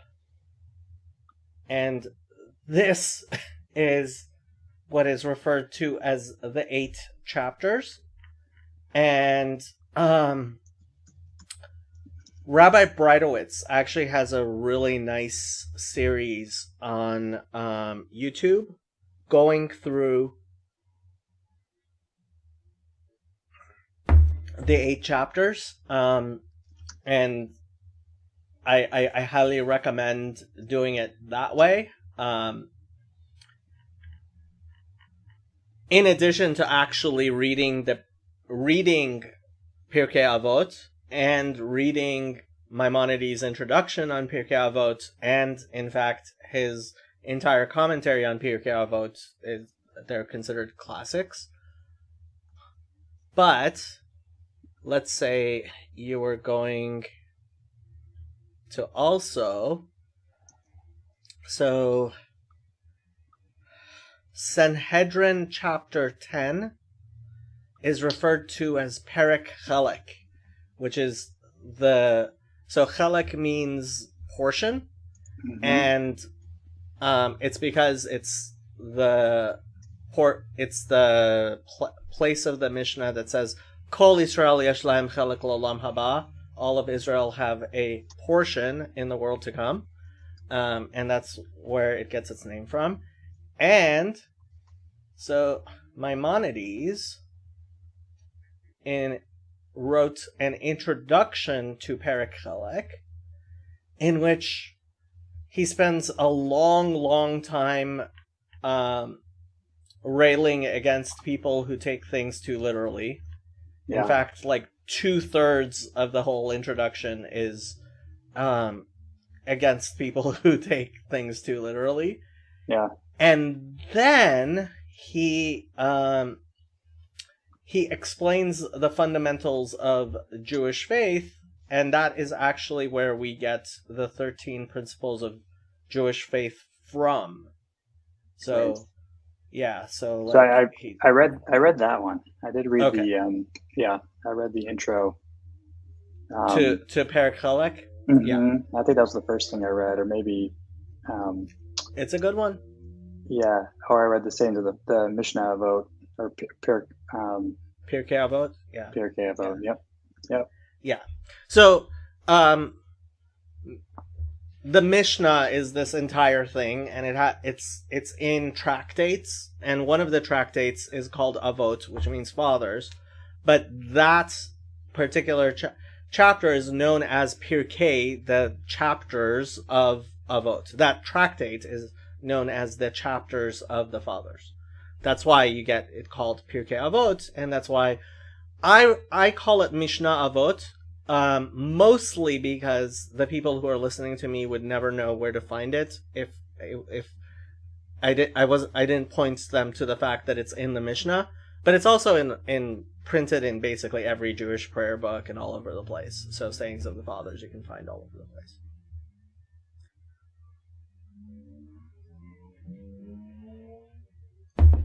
And in case people were wondering who this Jonathan guy is, he's one of our resident Noahides. So,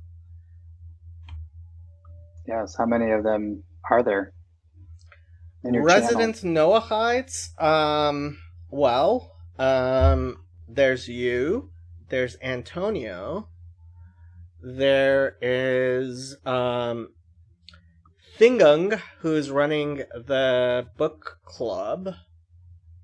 Do you have a channel in your Discord specifically for like Noah? I don't. Maybe I should. I should probably create one. I considered. I actually asked Gavin to help me. There are these bots where you can. People can react to messages and choose roles for themselves, because, like, so you, Thingung, and Antonio, all three of you self-identify as Noahides, and so I feel comfortable being like, these guys are Noahides, because you can say, I am a Noahide. And as far as everybody else, it's like, do I tell other people that they are Noahides? They aren't Noahides? So I had this idea of having that that bot, which would let people self-identify as Noahides, and then I wouldn't feel so weird going, that person's a Noahide. Sure. Well, and a lot of people wouldn't know what you were talking about anyways. Maybe in your in your world, in this world, maybe, but not in the general world. Mark doesn't like the idea of self-identification. What could possibly go wrong? Well, yeah, at least as far as Noahide goes, I don't mind so much. I've actually, Rabbi Mollitz was around, and I actually want to ask him what he thinks of the idea of, like, somebody who's a Noahide, when they're talking to somebody who has no idea what a Noahide is. I'm coming around specifically because of that Talmud in Megillah that, here, I'll pull it up. It is Talmud Megillah. Well, why don't I show people that I'm looking it up? So Talmud Megillah 13a, I believe it was at. It says, Rabbi Yochanan said a different explanation of the verse. Actually, Mordechai came from the tribe of Benjamin. Why then was he referred to as Yehudi, Jew, on account of the fact that he repudiated idol worship. For anyone who repudiates idolatry is called Yehudi. Now, initially, Mordechai is a person, is a Jew, so that doesn't seem so weird. It is understood here in the sense of Yehudi, one who declares the oneness of God, as it is written, there are certain Jews, Yehudain, and where is that? I don't even know where that verse is from. Daniel 3:12.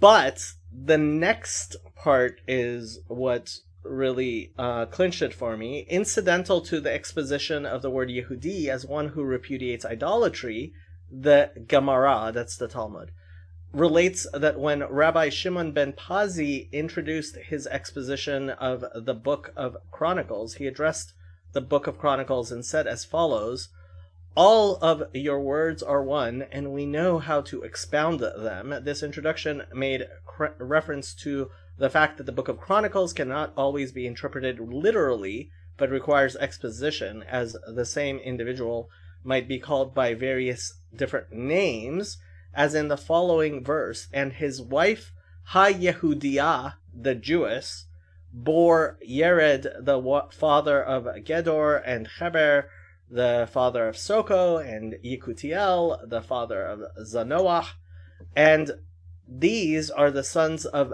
Bitya, the daughter of Pharaoh, whom Mered took. Why is she, we are told at the end of the verse was Pharaoh's daughter Bitya, referred to as Yehudiah, as a Jewess, because she repudiated idol worship, as it is written, and the daughter of Pharaoh came down to wash herself in the river, and Rabbi Yochanan said, she went down to wash and purify herself from the idols of her father's house.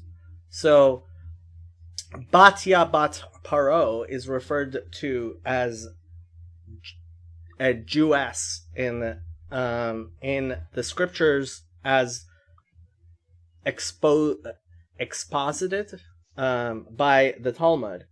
And therefore, it seems to me that it makes a lot of sense that if someone is asking a Noahide what their religion is, they can comfortably just say, I'm Jewish. And then, if necessary, within a Jewish context, they're not Kohen Levi Israel, and then the question becomes whether or not you would even say Goy. But a Ben Noah. I'm a Jewish Goy. You're a Jewish Goy. You are, in fact, a Jewish Goy. So in Mishnah Torah, Kings and Wars 8, yes. It says here, I think it's number 10, or I guess, I don't know if these are the paragraph 10.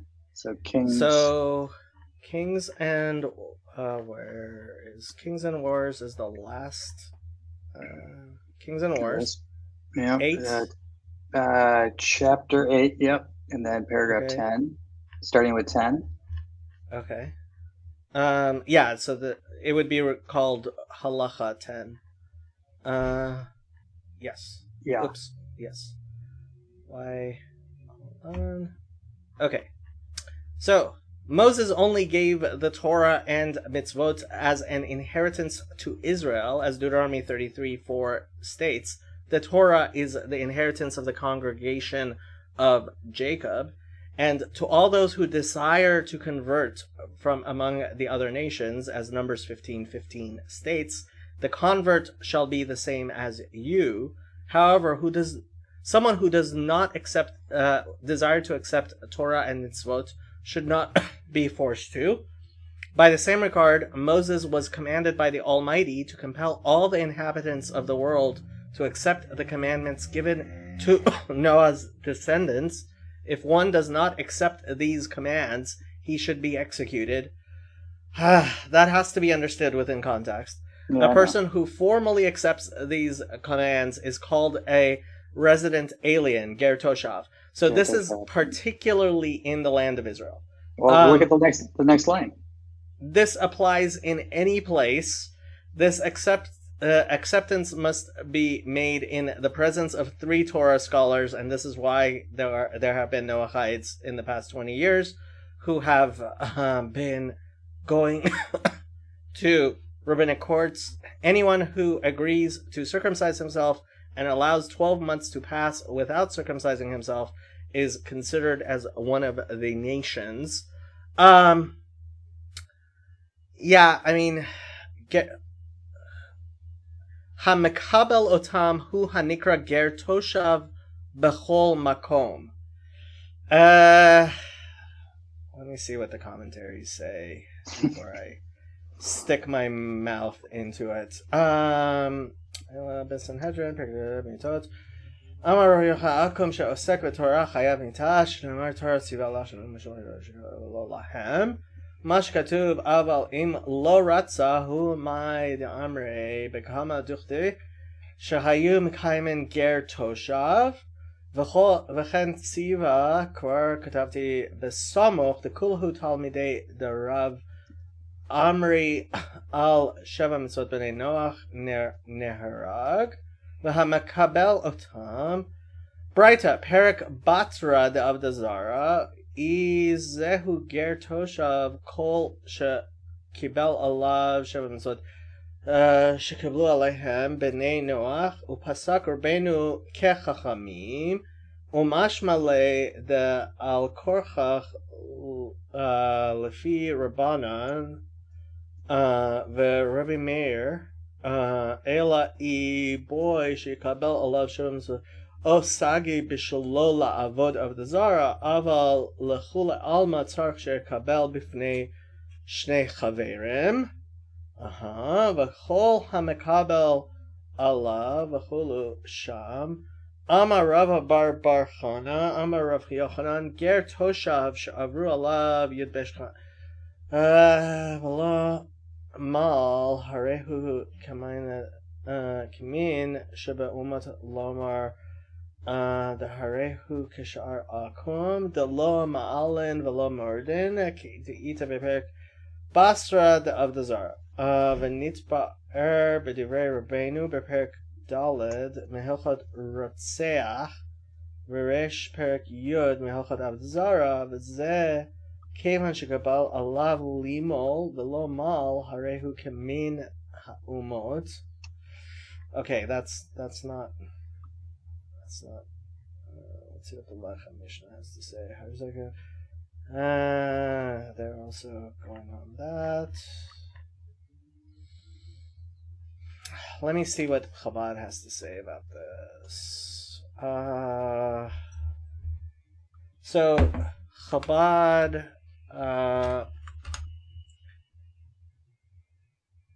Their translation of the Mishnah Torah has more notes on it. Mishnah Torah.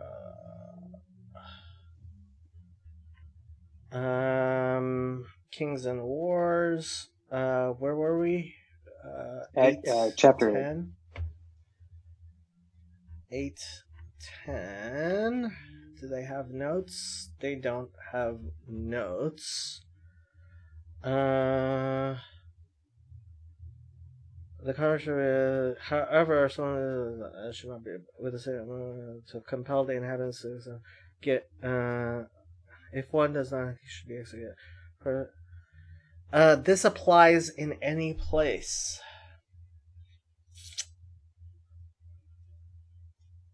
Bechol makom. That's interesting. Don't know what to tell you. It's the okay. thing with the status of a Ger Toshav is Right.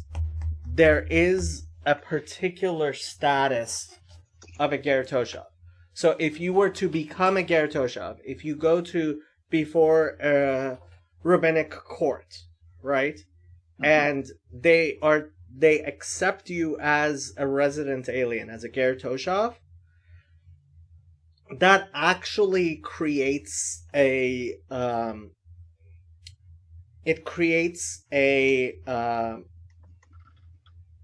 chiyuv, an obligation of that court and that community, if God forbid something were to happen to you, to take care of you. You become part of the community. And so most people, and again, these are not laws that have been clearly delineated, and there are arguments, and this is the first time in a very long time that these arguments have actually been real. There are people who make real distinctions with a ger toshav and just being a Noachide. In order to be a ger toshav, you would have to go before a rabbinic court. And many rabbis, including Tovia Singer, I actually asked Tovia Singer this question once during one of his call-ins. He seemed to be of the opinion that it is not necessary for a Noachide, and in fact, I think also the rabbinic court that was established by the Sanhedrin, for the very short amount of time there were people trying to create a Sanhedrin, also similarly said that someone who declares themselves a Noachide is considered a Noachide, not a ger toshav, and doesn't necessarily need to go before a rabbinic court. And if they do go before a rabbinic court, then yeah, they do become a they gain the status of a ger toshav. And yeah, I mean, honestly, don't know what to tell you.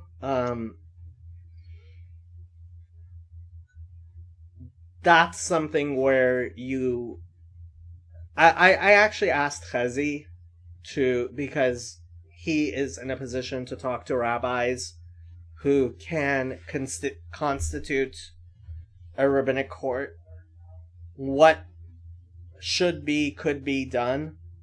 And I jokingly announced when he said he'll ask, okay, Chazi's going to take care of it. Anybody who wants to go before a rabbinic court can email Chazi. But yeah, ultimately, honestly, this is something Chazi, I'm gonna throw off onto Chazi's broad shoulders. It seems to me that it is possible that there might even be a possibility of forming some sort of rabbinic court that would... So this is actually a very interesting question. If a rabbinic court does accept you as a ger toshav, does that mean that the state of Israel has to offer you citizenship if you were to claim it under the law of return in Israel? And I think you could make a very good argument that they actually would. That'd be kind of ironic. Why? Right? Isn't it kind of tough for Jews to make aliyah, like especially religious ones? Well, no. I mean... No? I guess it depends on who you ask. I mean, is it tough? It used to be a lot more financially difficult than it is now. Moving to any country is difficult. But as a Jew, generally, I have a right to return. Under Israeli law, I can claim Israeli citizenship and all I need is to prove that I am in fact Jewish. and that I have not converted to a different religion. That's actually the places where it's gotten sticky, has been especially because of Christians and Jews who converted to Christianity, who wanted to go back, who wanted to immigrate to Israel. I don't think it would be particularly hard for me. There have been all kinds of controversies because of people who claimed they were Jewish, and the chief rabbinate of Israel doesn't accept them as being Jewish, and that's where the political thing is, because the religious parties don't want people claiming under the political right of return to go to Israel and then be considered Jewish under the chief rabbinate, and that's where you probably heard this stuff. But yeah, I mean, it's a weird situation. Like, if you go before a rabbinic court and the rabbinic court actually accepts you as a ger toshav, I actually don't see why the religious parties would be opposed to you claiming a right to return. That's kind of funny. The other paragraph, I actually, number 11, right after number 10, if you want to go back to Kings and Wars, was another one that I had highlighted. So let's. Yeah, that one works too. I think that's anyone who accepts upon himself the fulfillment of these 7 mitzvot and it is precise in their observance is considered one of the pious among the Gentiles and will merit a share in the world to come. This applies only when he accepts them and fulfills them, because the Holy One, blessed be he, commanded them in the Torah and informed us through Moses, our teacher, that Noah's descendants had been commanded to fulfill them previously. However, if he fulfills them out of intellectual conviction, he is not a resident alien, nor one of the pious among the Gentiles, nor of their wise men. This is his basic belief that ultimately,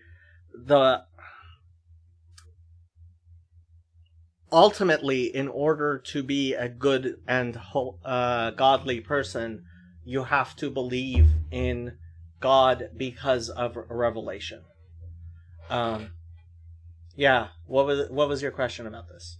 Oh, just that, like, specifically says, like, you have to do it almost in order for it to be legit. It's got to be because of Moses. Yeah, this is actually somewhat controversial, although I think generally a lot of the people who have discussed it generally agree with him that ultimately, just the fact that you intellectually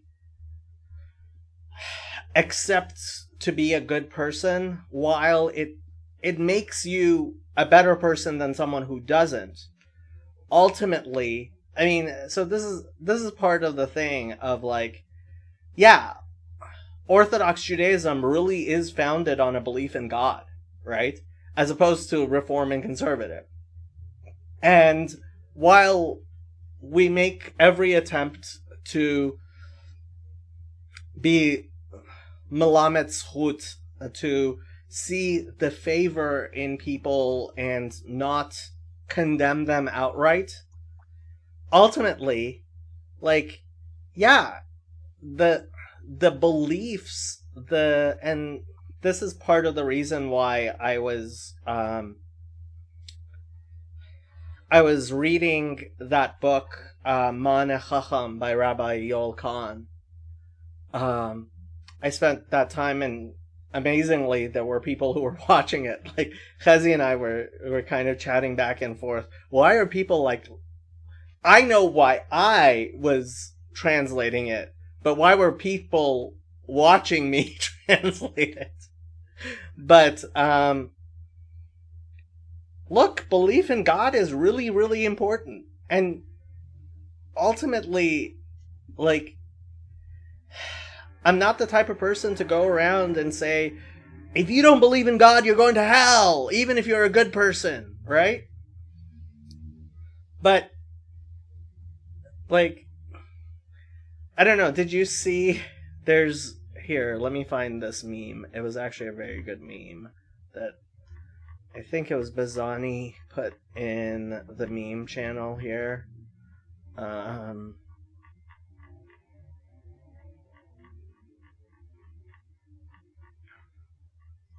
Where'd that go?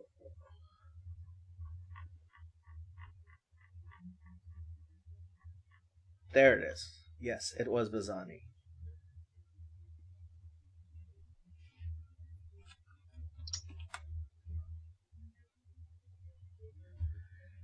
Right? You can be a good person and be an atheist. What is good? And it just, boom. Right? Like, ultimately, the idea of good is based on God. Right. Right? Like, what is good? Right? And so, yeah, Judaism is founded on the belief in God. And you can't be a good Jew and an atheist. There, you said it. I did. And, like, you can, yeah, it's fundamental. This idea that there is a God, there is a creator, there is this fundamental reality and ineffable thing. So then it becomes interesting, right? Like, intellectual conviction alone is not sufficient, according to Rambam here. But, like, what's the nature of the belief in God? Like, do you have to believe that just that God exists? Do you have to believe that Moses gave, or God gave, the Torah to Moses at Sinai? Because it seems like there's it starts to push into, like, the same kind of level of confessional, like, supernatural faith kind of, where does this start to get into Christian-y ideas? So this is known as the famous disagreement between Nachmanides and Maimonides. And if I remember correctly, it is Maimonides who counts as one of the 613 mitzvot the belief in God, and Nachmanides does not. And Nachmanides says that it is not possible to count the belief in God as one of the 613 mitzvot, because that is fundamental to the concept of having a commandment whatsoever. Right? Yeah. In order to have a commandment from God, you have to first presuppose the existence of God. And Maimonides actually counts it as one of the 613, to believe in God. And in a very real sense, I mean, it's one of the 7, right, of B'nai Noach, to know that there is a God. And so at the beginning of the Mishneh Torah, let's go back to the actual beginning of the Mishneh Torah. Where were we?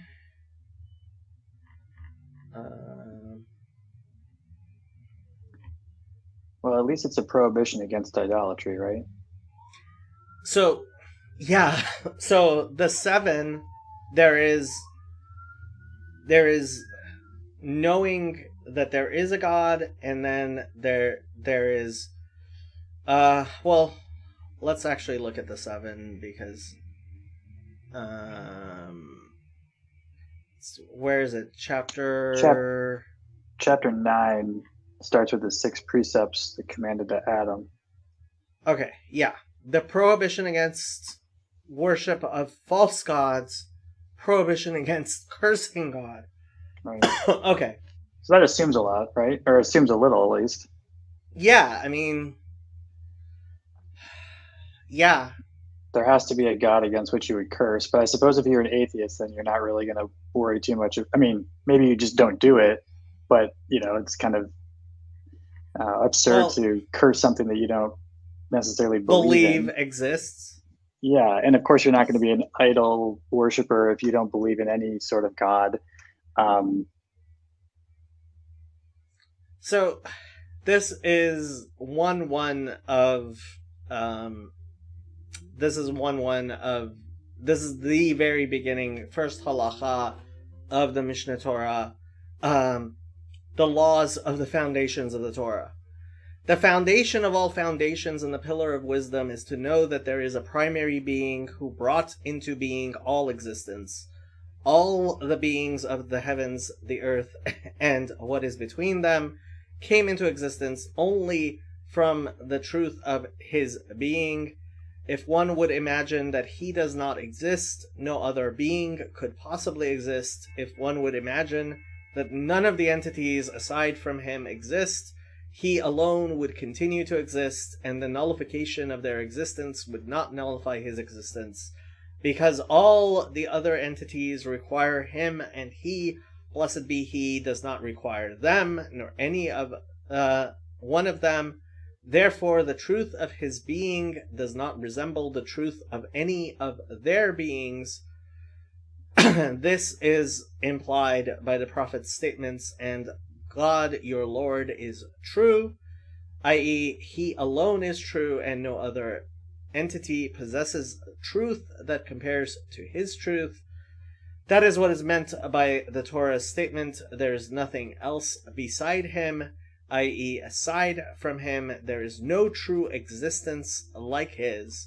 This entity is the God of the world and the Lord of the entire earth. He controls the sphere with infinite and unbounded power. This power continues without interruption, because the sphere is constantly revolving, and it is impossible for it to revolve without someone causing it to revolve. That one is he, blessed be he, who causes it to revolve without a hand or any other corporeal dimension.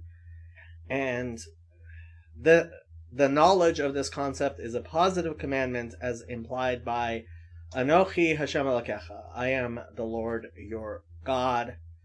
And so, I mean, and yeah, anyone who presumes there is another God transgresses a negative commandment, as Exodus 20:3 states, you shall have no other gods before me, which is the one that he brings as one of the seven. Yeah, I mean, ultimately, it's fundamental. It's really, really fundamental. And it's so fundamental, like, I don't know if you've been listening to all the discussions I've been having about, is penal substitutionary atonement something that's prohibited to Gentiles? And there's nowhere that I can find in any of the halachic texts which says that it's prohibited to Gentiles. But it's just so blasphemous. This idea that God is a unjust God. Well, there's your prohibition, right? Like if it contradicts, the God of the Torah, then it's some level of wrong or misguided or straight up or blasphemy, I guess. Like, I mean, that's, yeah, you don't hear that a lot. In essence, I mean, you're saying what Maimonides says, like, ultimately a Noahide has to believe, because this is what the Torah, which Moses gave us, has revealed, right? So, yeah, it's really nice that you're not a murderer and you're not a rapist and you're not a, thief and you're not a bad person in all those different ways. But ultimately, that which is most important is actually a relationship with God, with the God of the universe who created the universe and who is a reality, who is actually existent. Right. But part of that relationship is choosing good and not evil. Yeah. I mean, But it's required for the relationship. You have to choose it. can I link the lectures of Rabbi Breitowitz on the 8 chapters? Of course Actually, I can. yeah, I think I have them. I think he's got God a bless you. playlist. He does.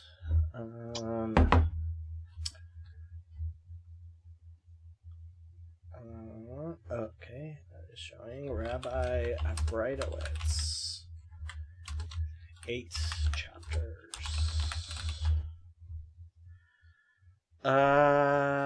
Where's the 8 chapters? 8 chapters. Is it okay. Oh, Shmona Parakim? Yeah, it's Shimona probably Parakim. in Hebrew. There's Yeah. 20. No, it's in English.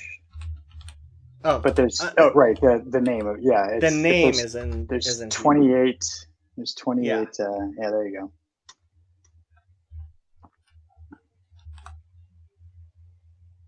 I could listen to that guy all day. He's amazing. He was a law professor for many years. And so he's also an amazing person. I got to meet him a couple of times. Just an incredibly nice guy. And he is one of Shmona Parakim. Sorry about that. I wasn't even sure.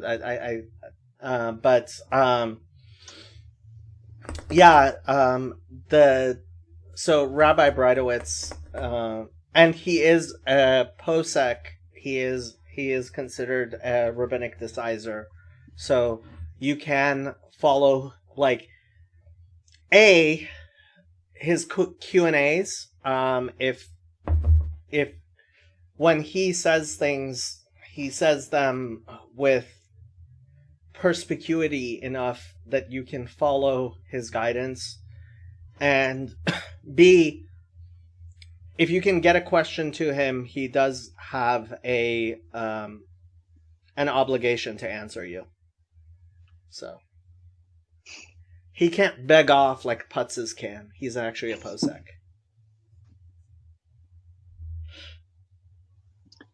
So I think that when it comes to substitutionary penal atonement, Yeah. I think that's a unique doctrine to Calvinism, or at least there's a take on it. But when you were ranting the other day about, or somebody was, if not you, it was somebody else who was talking about God who chooses, you're going to hell, you're going to heaven, very specifically. So Yeah. a Calvinist would probably tell you that's hyper Calvinism, right? So there's degrees, and hyper Calvinists would be the ones that would maybe claim that, whereas Calvinists kind of sneak around out the back door and say, well, he kind of even the hyper Calvinists, they pay lip service to that. But if you actually believed that you contribute nothing to your salvation but the sin that makes it necessary, you wouldn't get out of bed in the morning. Well, here's the thing: you can't know, right? And so you just have to look in retrospect and sort of compare your life. But it's a constant state of anxiety. It's beyond that. Look, Jonathan, I don't know about you, but I know my life and I know my sins. And if I genuinely did not believe that God looks at my broken life and my broken self and looks at my pitiful attempts at repentance with kindness, there's that verse which I love, which says, what is it? Va'avor alayich ve'erech mitbosses bedamayich. Let me find it.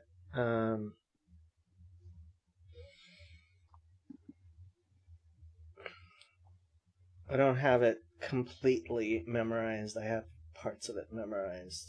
The parts that I like, I have memorized.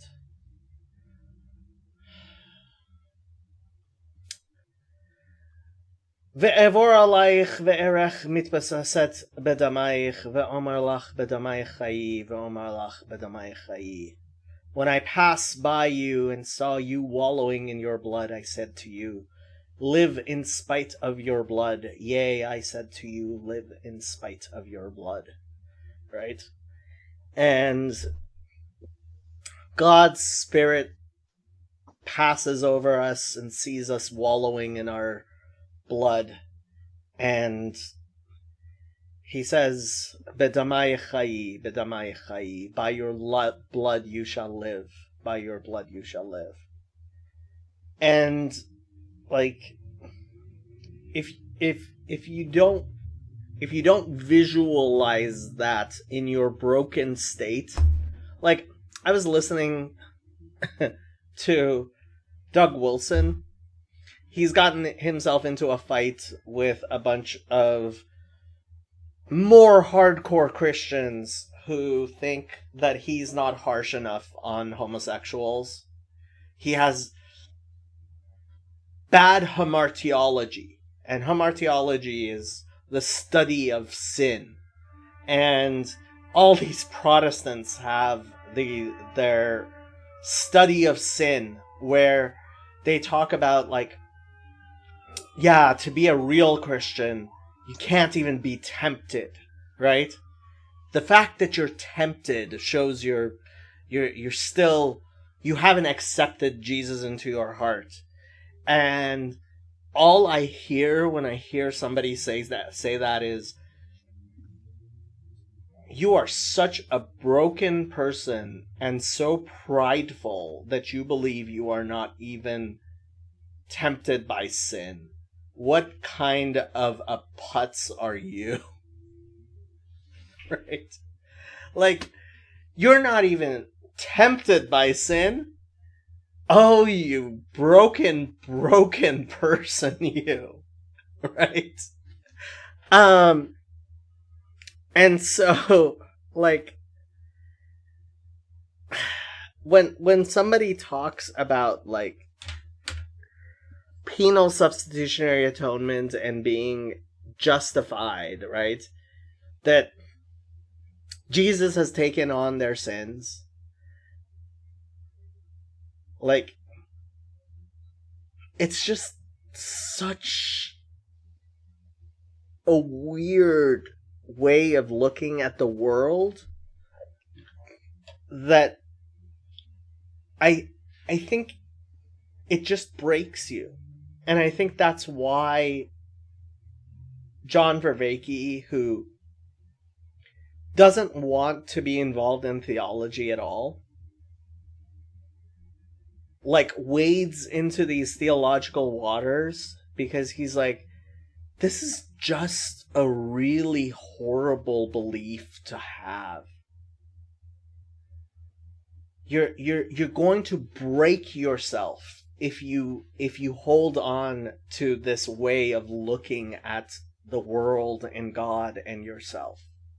Either you have to be this weird narcissistic,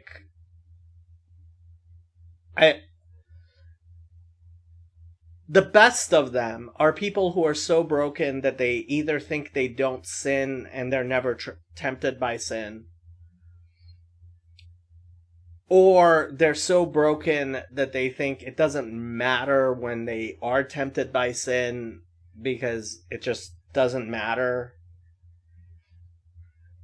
And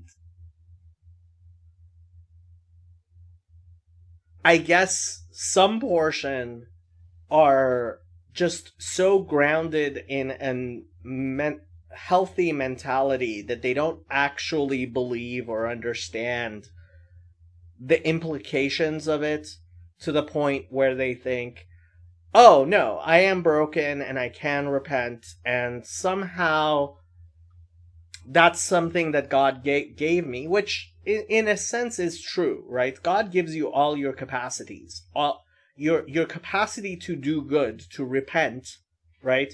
when God sees us wallowing in our blood, right? The strength to even wallow, right? That is a grace and a gift from God, but that's merely to say that your very existence is a grace and a gift from God. Right? The fact that you are is a grace and gift from God. Anyway, did I rant enough about how much I hate Protestant theology?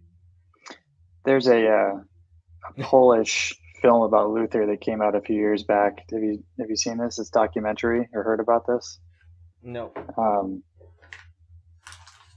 Yeah, if you wanted to feel good about dunking on Luther or Martin Luther, this would be that's a pretty polemic documentary. Well, he was a pretty horrible person.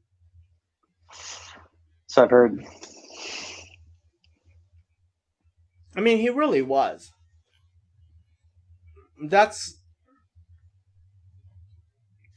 Did you watch the discussion that Jordan B. Cooper and Vervaeke had with Paul Vanderklay today?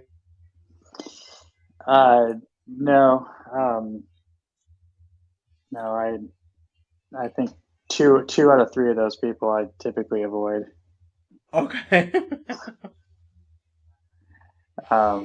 Yeah, I don't expect to get a whole lot out of those conversations, frankly, but that's just me. Honestly, I mean, it wasn't. Now I'm wondering which two. Because I like Vervaeke and Vanderklay. So I watched the is it Escaping 2 or From the Meaning Crisis or whatever his 50-part series of. So yeah. I listened to that. It's been about a year, and it was like, okay, like philosophy, psychology overview, but I guess my interests have gone kind of in a different direction. So like it's more of just a lack of.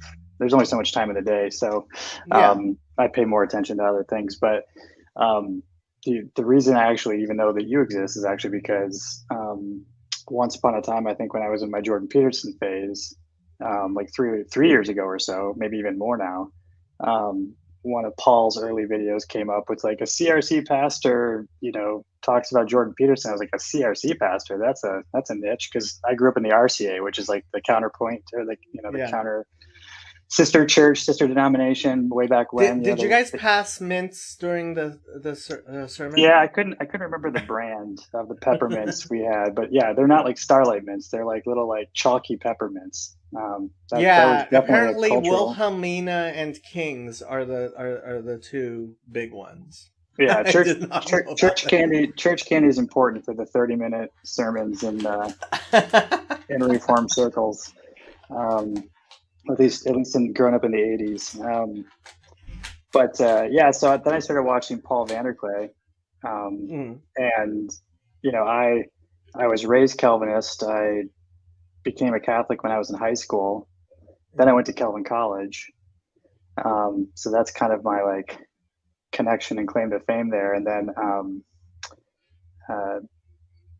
so I was interested to hear what he had to say about, Jordan Peterson, and then next thing I know, he's talking about this guy. You froze up on us. Oh, are you back? I can hear you. I don't see you. Yeah, let me. You've frozen, but am I there back? You are. You are okay. Back. Yeah, so I mean, it was through the YouTube algorithm kind of bringing me through into this strange little corner, well, when we rename Calvin University Servetus University, I will try to get you a named chair. I'm not sure it'll last long enough, but we'll see. Yeah, that's right. It's Calvin University now. It was a Mayer College back when I was a undergrad. Now I guess you can get like a teaching degree of some sort. I don't think they're doing PhDs in a whole lot. I think they basically just added some kind of a some kind of a doctorate program. I think in education. Let me just answer Fawad really quickly. So my wife is a Christian woman. I sometimes point out Ezekiel 18 to her, and it's so frustrating at times to see how difficult it is to get the idea of original sin out of her head when they can't replicate the same idea in real life's judiciary system. I don't know how they get their heads around the idea of an innocent human being, human dying for their sins. It's revolting. I love her, but it's been a super frustrating journey with her. Lol. Okay. So I will say 3 things. First, I would start with the 10 Commandments very clearly say that God will only visit the sins of those who hate him onto the 3rd and 4th generation. And so even the fact that our sins pollute those things that are around us, in the 10 Commandments, it very clearly says that that pollution is limited to 3 and 4 generations, as opposed to God's love, which is unto thousands of generations. And that I have found to be more convincing against this idea of original sin than Ezekiel 18. Second, I would point out to her that, in fact, a minority of Christians believe in that particular view of substitutionary atonement and Jesus's atonement and stuff. Because it's very hard to get somebody to move from A to Z without helping them move from A to B to C to D. And so you want to allow someone to move towards whatever you're trying to help bring them together to you with. And so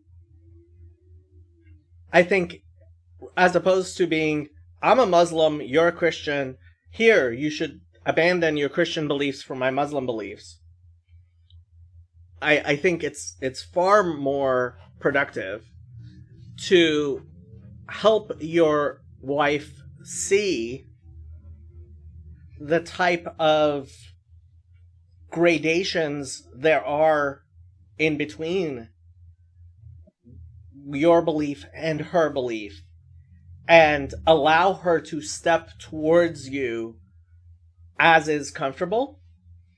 And third, I have to say, you're married. It's incredibly, incredibly important that your love and life with her, in practical terms, in practical living, is enhanced by your mutual turning towards God, and that you are brought together by your faiths as opposed to separated by them. Don't allow religion to be that which separates you from your wife. Allow God's love and grace and justice and wisdom and teaching to be that which binds you to your wife. And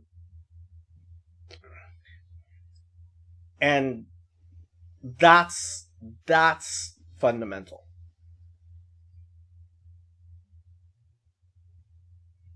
Did you want to add anything to that, Jonathan? No, I mean, I have a wife who also went to Calvin College, but she came from more of an evangelical background. Mm-hmm. And she was receptive to joining the Catholic Church. Never got around to it, and so it's a pickle. It's a pickle for me too. So I have been incredibly blessed in being completely alone and having nobody to share my life with. Thank God. And ultimately, there's a reason why I keep on going back to this image. Love of God and love of your fellow man is they're incredibly important and intertwined. I am glad to hear that. And frankly, I believe, it says God created Ezer Kenegdo, right? A helpmate that is against him, that is like unto him, but neged, right? That is opposed, right? And a female is a very, very different thing than a male. And there's a reason why you are incomplete as a human being.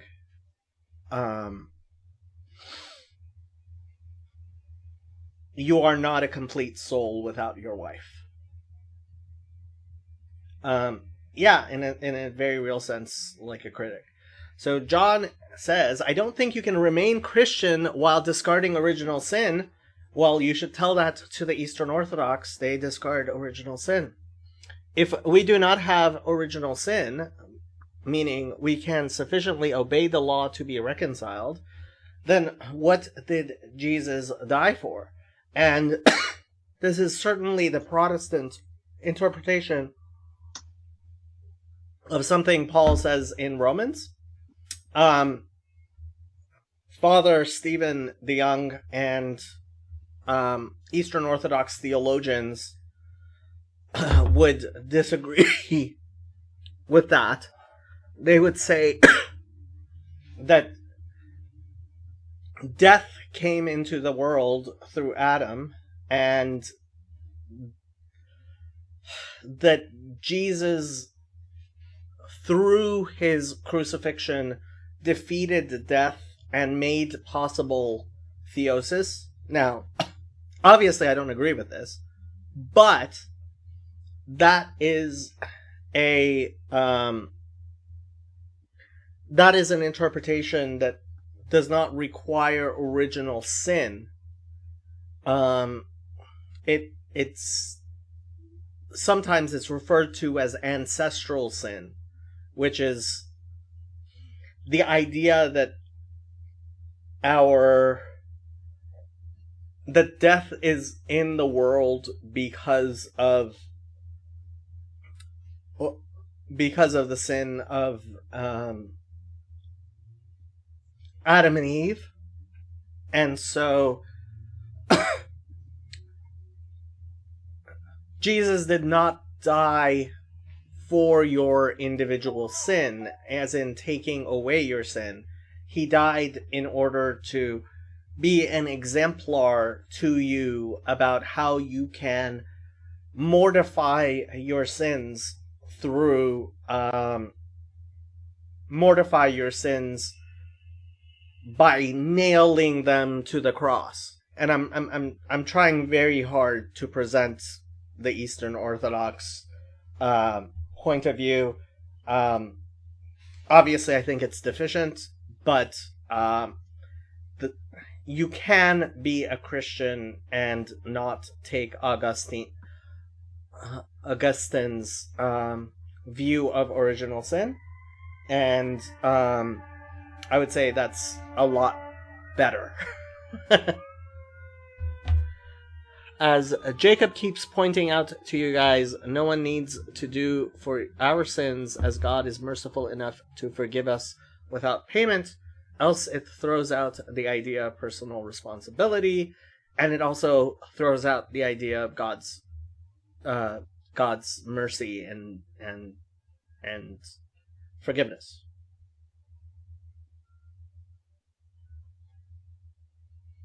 Seems like it. And I think it doesn't seem like Jesus was as focused about that as, say, like Paul was.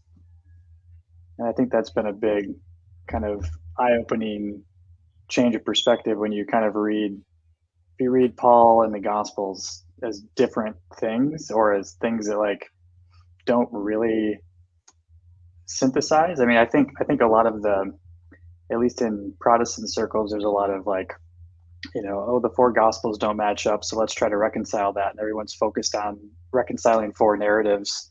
But no one's thought to pay attention to this guy named Paul who came around later and, was basically making things up. I mean, not necessarily like making up lies per se, but just like, it's just a very different story. This is one of my favorite clips. So if you want more details about Jesus fulfilling the law and how it impacts Gentiles, a lot of that stuff's going to come later because his ministry was not to the Gentiles. And this is a point I want to bring up a few scriptures to make. This is huge. When I'm reading Jesus' teachings in Matthew 5, he is not talking to Gentiles, he's talking to Jews. It's not after the new covenant, it's before the new covenant. It sets the stage for the new covenant. Remember when Jesus said in Matthew 15:24, I was sent only to the lost sheep of the house of Israel. So that when he heals this non-Israeli woman's concern, then he does so, her daughter needs to get healed. He does so as an exception to the rule that he only goes to the Jews and not the Gentiles. Remember when he sent his disciples out, Matthew 10:5? He tells them, not Matthew 5, Matthew 10:5. I read this one earlier for you, but he tells them, go nowhere among the Gentiles and enter. So you can watch the rest of that if you like to, but this is Mike Winger. Mike Winger, how many he has? 500,000 subscribers, right? Jesus wasn't talking to you.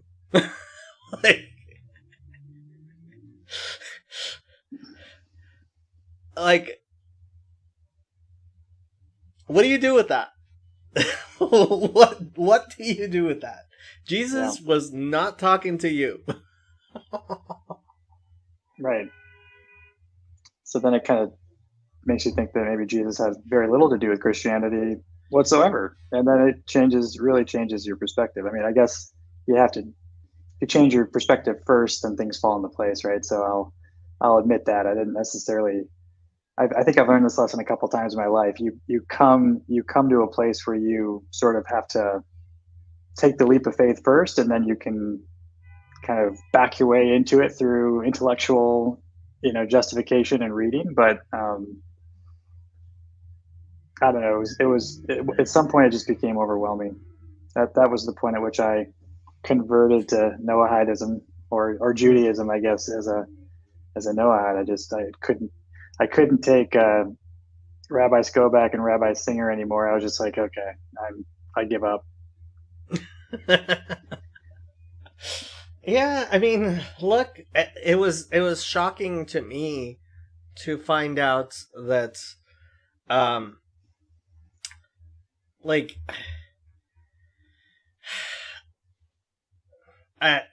sometimes say, Trinitarians don't believe Jesus is God.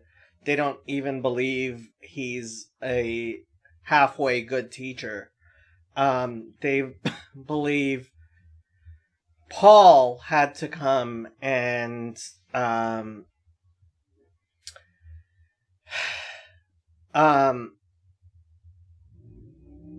teach all of the things that Jesus was too stupid to teach. Yeah, but it's hard to even synthesize in some cases. Like it's just it could have been anything. It was like almost disconnected entirely from, or at least just there was no evidence of the same teachings.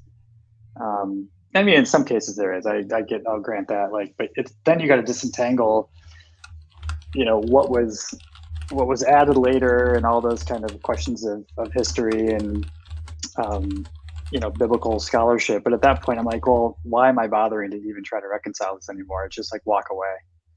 So, I kind of just, I take an academic interest in it now, I guess, because it was the water I was swimming in for a long time. But it just doesn't keep me up at night anymore.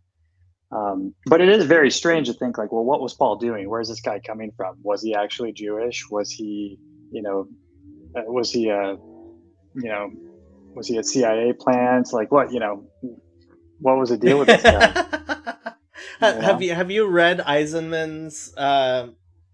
The problem with Eisenman is he rambles a lot, as opposed to like making his arguments well and carefully. So Chaim Maccabee wrote The Mythmaker, and Maccabee was a playwright.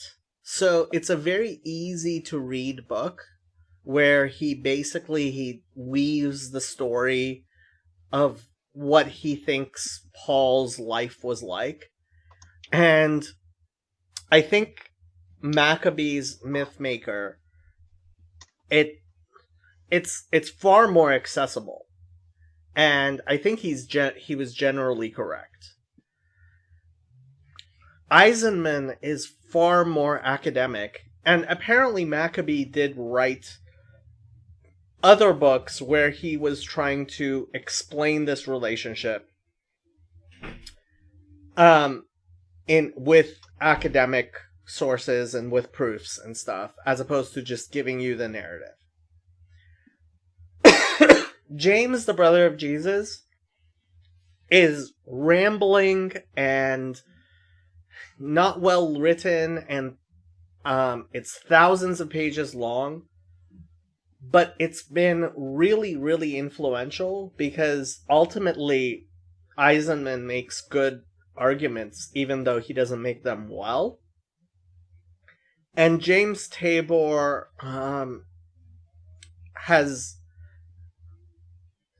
he's actually been carefully making similar arguments about Paul, although not being as offensive to Christians. Like, he basically says the same things as Eisenman and Maccabee, but in a much more careful and, like, he kind of hints at the idea that Paul hijacked Christianity from the Jesus dynasty, like actually Jesus and his students and his followers. And I think much of academia has kind of accepted this. And in response, people like N.T. Wright and Father Stephen have developed this Paul within Judaism, or new perspectives on Paul, which I wish they were persuasive. I don't find them persuasive. I don't think Paul is excuse me, saying the things that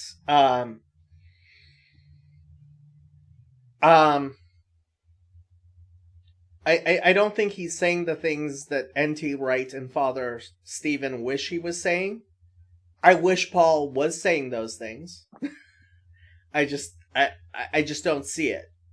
Does he cast doubt on Paul's biography as a former persecutor of the church, which had a change of heart? Kind of, sort of, not really. Eisenman's view is that Paul was, in fact, a persecutor of Jews who who may have had some sort of change of heart, but it was mostly a belief that he understood Jesus better than any of Jesus's actual disciples, and that he had a particular religion which became Christianity, which in no way reflects what Jesus himself taught and what the early Christians believed, and that this Pauline Christianity spread like wildfire among Gentiles because it was more acceptable to Gentiles than the teachings of Jesus. And yeah, I mean, look, there appears to be zero consonance between what Paul taught and what Jesus taught. Well, and I think go ahead. Yeah, when I read some of the Rambam and various Jewish sources over the last 2,000 years, they sound more like Jesus than Paul. Or there's a lot. There seems to be more thematic similarity between them, and I just I think I take it for granted, or just was under this assumption that like basically the Jews just stopped existing when Jesus came, right? This is kind of your I mean, pretty typical Christian, I think, assumption. Like you're not looking into you're not really paying attention to what happened since. And so I think that like it seems a lot more organic. And I mean, Christianity, at least in like the Catholic and Orthodox churches, right, have the idea of apostolic succession, development of doctrine, tradition, sacred tradition that's has the same status as written scripture, and so I think that there seems to be that kind of continuity in Judaism as well. But I think that it's just assumed that it just kind of either disappeared or it just took a left turn into some weird rabbinic Judaism, quote unquote, whatever that means, hand wavy thing. But I never thought to look under that rock. Yeah, I mean, and ultimately that's kind of the discussion where I am having with Father Stephen. And ultimately, I think when, like, I considered making a video actually, like, attacking Father Stephen's position, because ultimately I think he's wrong, but I almost wish he were right. That's the thing. And Dominic, like I have said many, many times, we love Maimonides here, but we love Maimonides in his commentary to the Mishnah and in his Mishneh Torah here. His Guide to the Perplexed, not so much. That's what the modern Orthodox like. How would this function with regard to his claim of apostleship and the other disciples' apparent acceptance of it? Does he claim this is a revision that bled in over the centuries or some such? So, Father Stephen said in our last conversation that he doesn't think that Paul even viewed himself as on the same level of being an apostle, of being a disciple of Jesus, as the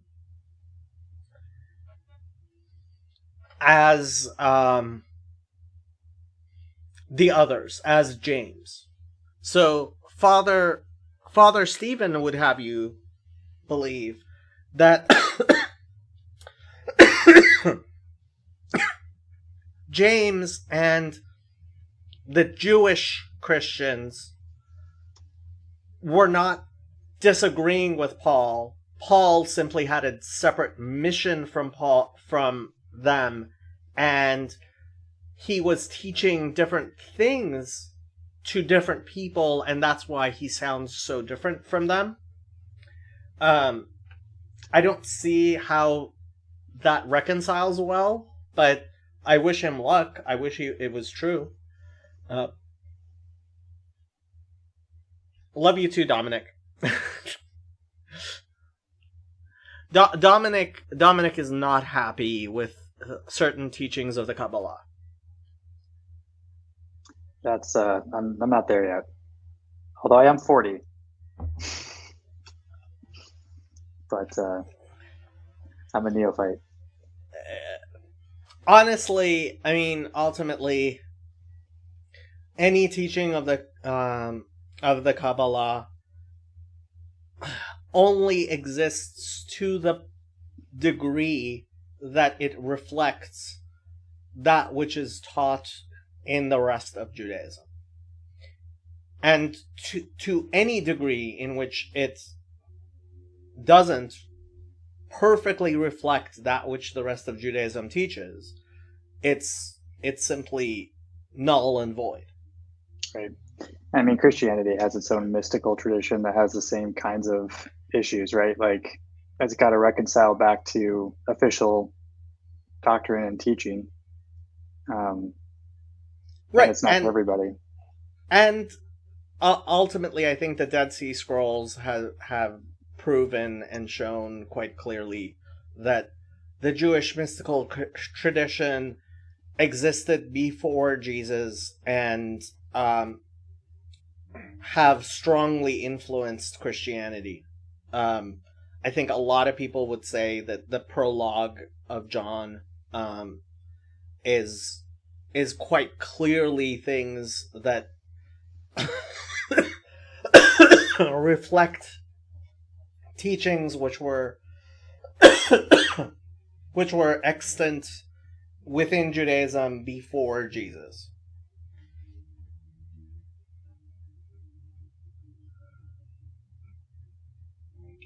Yeah, I was thinking about, like, are there Jewish sources that talk about the sort of transition from that sort of early Jewish sectarian movement of Jesus, to the Pauline kind of Christianity? Like, is there, like, after like Josephus or like that kind of era of like the destruction of the temple, is there, over the first 500 years of the Common Era or something, are there sources that talk about like that phenomenon of Christianity?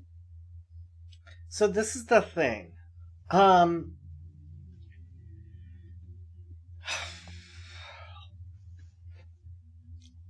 From the way I understood the Mishnah, which is obviously something that was mostly codified after Jesus, and it doesn't pretend to be codified before like even around the time of Jesus, right? So it's definitely after Jesus. I thought that at least some of it was anachronistic, was people projecting things back in time. And when I read what's called 4Q MMT, which it was found in the fourth cave at Qumran, and it's called MMT Mikatzat Maaseh HaTorah. It's not modern monetary theory. No. I was very, very shocked to see how Mishnaic earlier Judaisms were, because the only Judaism that really survived after the destruction of the temple and the Second Jewish War and after 120 was Pharisaic Judaism. And because Pharisaic Judaism portrayed the Sadducees and Baitusim and other sects as being so close to the Pharisees, I just imagined that it was putting their beliefs in the terms of Pharisaic Judaism. And what 4QMMT convinced me is that even the Sadducees were in fact so close to the Pharisees that we would have imagined them to be a sect of the Pharisees. And what I thought was anachronistic projection of the Mishnah onto the Sadducees actually was not. Which, you know, in a sense, it's like, wow. But in a different sense, it's like, well, why am I so surprised that something that was recorded less than 200 years later is actually very, very accurate? And that's why ultimately, like,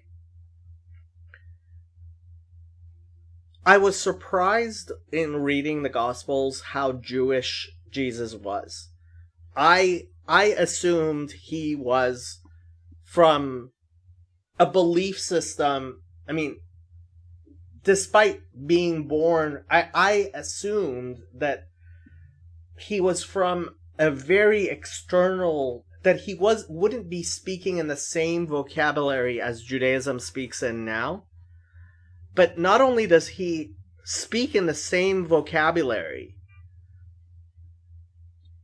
part of what was so surprising, and I guess, you know, you don't have to take a miraculous view of it. You can say that possibly because of the influence of Christianity, later Judaism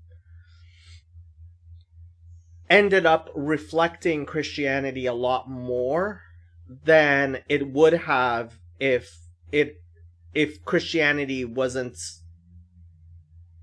enveloping Judaism. But how Judaism has developed in the past 2,000 years is in fact a lot closer to what Jesus was advocating in the Gospels than it necessarily might have been. He almost seems prophetic in those things which he argues, which were arguments within Judaism.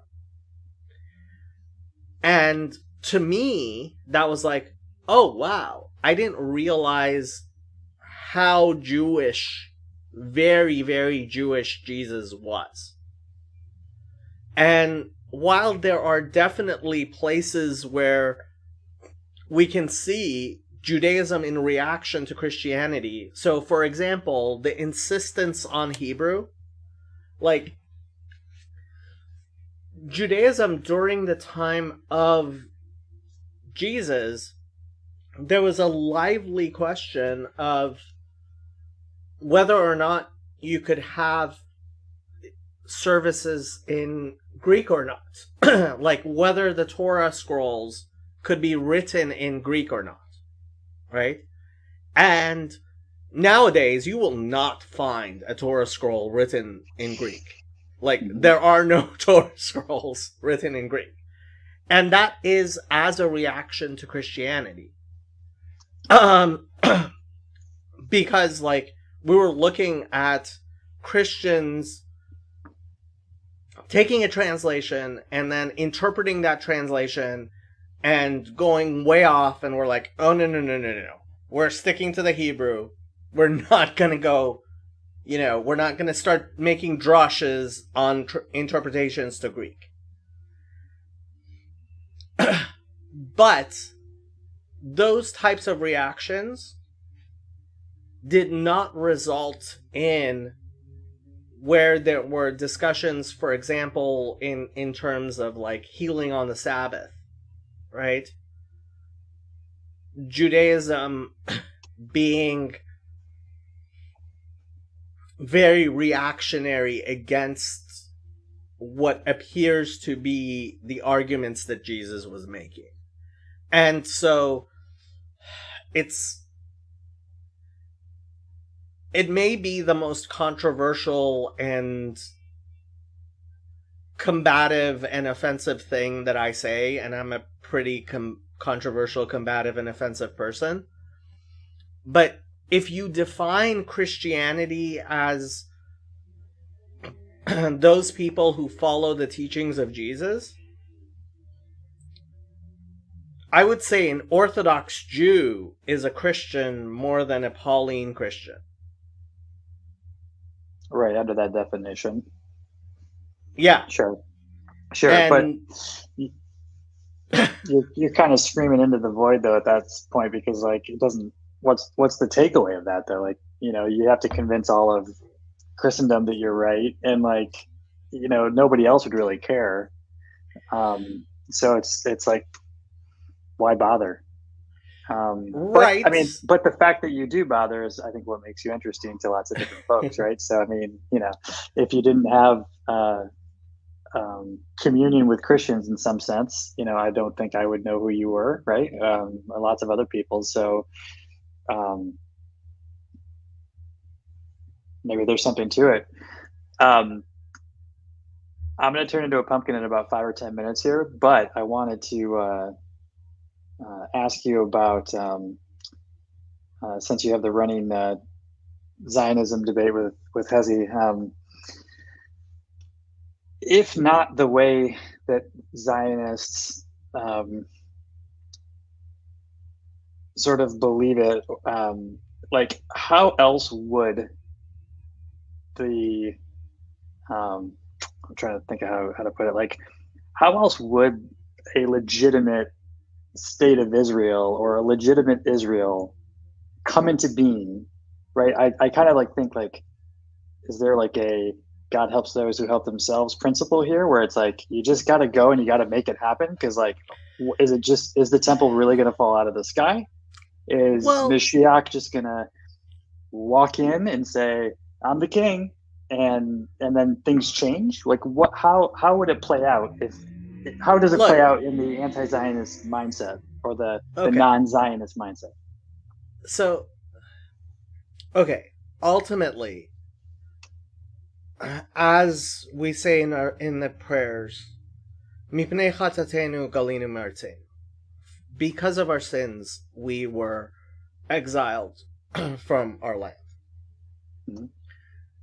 The reason for the exile is our sins. Yep. And the way of remedying exile is through repentance. Now, Chezi's point, and it's a strong point, is that now in Israel, Jews are learning Torah like we certainly never did. I mean, some 100,000 Jews are doing Daf Yomi, which means like every 10 years, 100,000 Jews are finishing the entirety of the Talmud. I don't think before 50 years ago, 100,000 Jews total ever finished the entirety of the Talmud. Right? And it's a beautiful and incredible thing. And there has been a strengthening and a revival of Jewish commitment to the Torah and Torah observance that is absolutely miraculous and lovely and beautiful. But the non-Zionist view of it is that our capacity to live in the land of Israel and keep mitzvot and study Torah is a reflection of our turning towards God, not a reflection of us turning and saying God does for those who do for themselves. Yes, we have to do for ourselves. But what am I, right? If I'm dealing with my sin, right? Am I first saying, okay, I need to deal with my relationship with God, with my turning towards God, my acting according to God's will? Or am I thinking we need more tanks and airplanes and, right? It's not the tanks and the airplanes. That's not what allows the refinement and sanctification of the Jewish people, which will result in the coming of the Messiah. And I guess, I mean, I'm going to continue Ma'aneh Chacham, that those letters by Rabbi Yoel Kahn.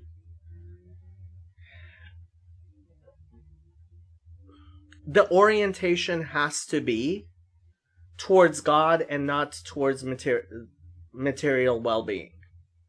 Material well-being is important. And look, I went shooting a couple of weeks ago with a friend, and that's because I believe that part of Torah is learning to defend yourself against evil people. But ultimately, you have to have your priorities correct. And if your priorities lead you to idolizing the IDF, the Israeli Defense Forces, over Rabbi Broidowitz, if that picture of Moshe Dayan walking in, you know, the famous picture of, like, with his eye patch and his fatigues, right? If it's the person in the fatigues that is bringing about the Messiah for you, then your entire orientation is wrong. Right. Your orientation has to be godliness and holiness and goodness. And that's why this is such... And ultimately, you might want to read Perfidy by Ben Hecht to see where Zionism went horribly, horribly wrong during World War II. It was heartbreaking when I read that book. And that's when I stopped thinking of myself as a political Zionist. When I said, yeah, our orientation has to be first towards God and only second towards practical views. Because the practical view can lead you to do all kinds of horrible things. because you're being pragmatic, and it's the wrong orientation. But there's a grassroots movement, at least, of Torah study. I mean, it's happening in Israel right now. And so you'll have to forgive me too, because I'll have my Old Testament, or my Tanakh and my Christianity mixed up. But like, is there a concept of like the remnant in Judaism? Is that where Christianity gets it? So like, even though the Israeli government is not oriented towards religion, or I guess maybe it kind of is now, or could be on its way, right? It could still be happening sort of under the surface, right? And that superficial Zionism is maybe going to disintegrate, right? Right. Like, if the right ships come in, it's happening, right? It is. Look, the coming of the Messiah is going to happen, no matter how we try to F it up. Right. Right. But we could make it happen sooner, right? But how do we make that happen sooner? Do we make it happen sooner by buying tanks or by buying Torah scrolls? Torah scrolls. That's. And so, is it? Okay, so would Hezi disagree with you on that front? Let's take. Well, the funny thing is that Hezi wouldn't, but that's part of the reason why Hezi is actually finding himself a little bit. Hezi is finding himself a little bit outside of the nationalist camp, national religious camp, Right. because we have people who are currently talking about, God forbid, trying to rebuild the temple themselves, Right. and bringing Passover offerings, and you have people like Itamar Ben Gvir, who is a member of the Knesset, walking onto the Temple Mount. Right. And that's definitely the wrong way. And then it leads to teenagers desecrating churches because they want to get rid of the idolatry. And it's like, I think I just read about that though in the Mishnah. Yes. And this is the problem within the Jewish community that seriously bothers me, and why. Look, I'm not the type of anti-Zionist who goes and drapes himself in Palestinian flags and like that type of stupidity. Yeah. But within the Jewish community, I have to stand very strongly against putting Israeli flags in our sanctuaries. And there are synagogues with Israeli flags in the sanctuary. And that's not acceptable. It can't be acceptable. Do we have American flags do Orthodox Jews have American flags in their synagogues? The ones that have Israeli flags do. Okay. And the ones... There are very few that have American flags and not Israeli flags. The ones that have Israeli flags will have American flags. But Chabad's don't have any flags. Right. And that's why I go to Chabad. Sure. Yeah. That strikes me as nice kosher. And another thing is, on Israeli Independence Day, there are people who will say Hallel. And not only will they say Hallel, they will make the bracha on the Hallel. And that is a huge red line. And I hate to say it, but I think Hezi goes to synagogues where people do such things. God have mercy on our souls. Yeah. But then, so like, is there in the non-Zionist Orthodox Jewish world, is there a shared vision of what the coming of Mashiach looks like then? Like, is it ineffable? Well, look, to one degree, when you read the Laws of Kings and War, chapter 12, where Maimonides says quite clearly that we don't know the details, and we don't know the details. Right. The Yep. important thing is repentance, and that's what we have to focus on. And to the degree that people focus on the state of Israel and the Temple Mount as opposed to repentance, right? That the Temple Mount is not, and you see it. Like, why did Ben Shapiro take Jordan Peterson onto the Temple Mount? He did. Yeah. He should know better, right? He's quite affected by the Zionist wing of Judaism. But isn't that a no-go zone for non-Jews?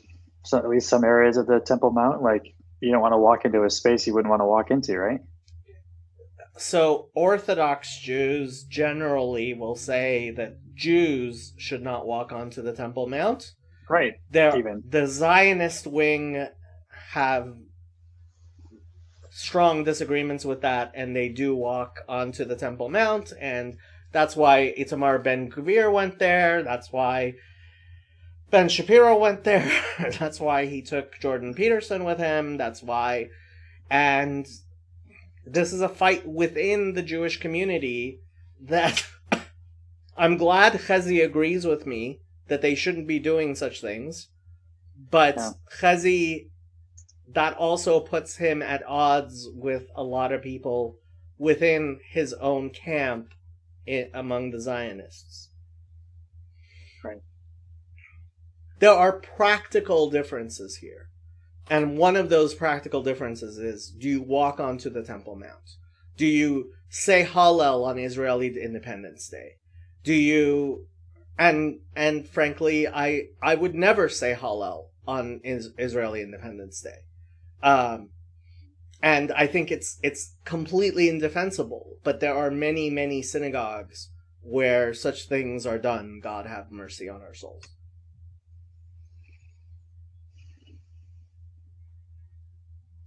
Well, Jacob, it's been nice chatting. Be well. Okay. I will catch you next time. Okay. See ya. And I'll talk to you later. Okay, so what do the writers of Acts and the Epistles sound like to you in contrast? Shane! I'll talk How you doing? Oh, good. Okay, so turn off your YouTube. Yeah. I just did. I was like, yeah. So the writers of Acts and the Epistles sound to me like ignoramuses. I tend to call that the crayon, and I have to say that even the authors of the Gospels themselves sound pretty ignorant to me. A lot of times, unlike Jesus. I see, and James Tabor gave this analogy. You can see the words, the teachings of Jesus through the Gospels the same way that you see pebbles under the water of a river, of a stream. And I would call the teachings of Paul, which have permeated Acts, the Epistles, and the Gospels, as that water that is obscuring the teachings of Jesus. Sorry, bro, I had to step away. I don't know where this, but just out of curiosity, how do you reconcile Paul taking the Nazirite vow if Jesus already died for sins? Right. Acts 21, big question, which a lot of people don't have good answers to. The defense that I've seen is that because there's no mention of him making any offering, he did not make an atonement and had modified the rite. Yeah, I'm sorry, it doesn't work. That's the point. Why would he need to make any offering if Jesus already fulfilled the law? Right. Honestly, the reading of Acts 21 is where a lot of this centers around, and frankly, I don't think most people have a satisfying answer to themselves Father Stephen believes in Paul within Judaism, which completely changes things. Why didn't Paul argue with James and the elders that no sacrifice needs to be made anymore after Jesus? Why did he agree with them and was on his way to shave his head and offer things? The argument is that it's amplified. He didn't make any offering. Where does it say that Paul agreed with James and the elders? Okay, you guys really need to read Acts 21 for yourselves and decide what happened there. How you doing, Shane? Good. I am just. Oh, I was gonna. Yeah, just felt like joining. Just felt like just chatting, I guess, or like definitely like the.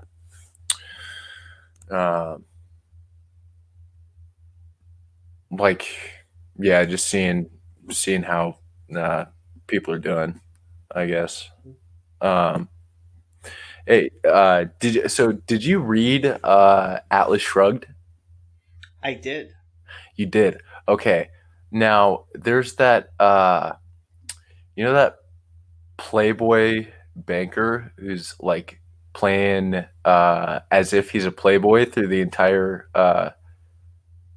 I remember, yeah. Oh, okay. Was he the one who was doing the pirate thing? Yes. No. That was somebody who was in the Navy, I think. Okay. Yeah. They're all. He was the one that was like in. Yeah. I don't know. Those characters just like. I don't know. They're one-sided, but I think they're. I heard some people down the street talking about how like, wouldn't it be great if like, basically paraphrasing, like only libertarians were in power. And I was like, yeah, I mean, I'm not of the opinion that would actually be very great. Yeah, but that's me. Yeah. I think it's not about like. It's like if I don't think people realize just it's like the absolute horror it would be if any one side, if any one person, if every person in power was of one political party, it would be either suicide or genocide. Like, well, I mean, a one-party state is just not gonna work. Yeah. Oh, yeah. That's what I mean. Like, I don't know. Like, I think everybody's like there's a part of everybody that's like, if one person, if people believe that the people in power are right, like, they're gonna do what they want. And if you don't have dialogue, like, and argument about like, or like discussion, if you don't have discussion, then people are just like people in power that literally, have the power, and then like, people aren't acting right because they're acting on the whims of, I don't know. I mean, that maybe, I mean, if you have a good person and like a monarchy, but like with like somebody who's okay. Honestly, like, I think if you're serious about monarchy, you should take a good look at Prince Harry and then change your mind. Yeah. But you could argue that's because it's Prince Harry and not like, But yeah, I mean, that's because it's not. This is what happens with monarchy, right? It's a crapshoot, Yeah. Man. But I thought the guy who in Atlas Shrugged, who was like the playboy who's pretending to be like a playboy and pretending to be dumb, like, or pretending to be like disinterested the entire time. I was like, to me, that's Jacob. That's Jacob. Like her pretending to be, I don't know. I'm not pretending. I'm just, oh yeah, disinterested, bro. And it's like, it's.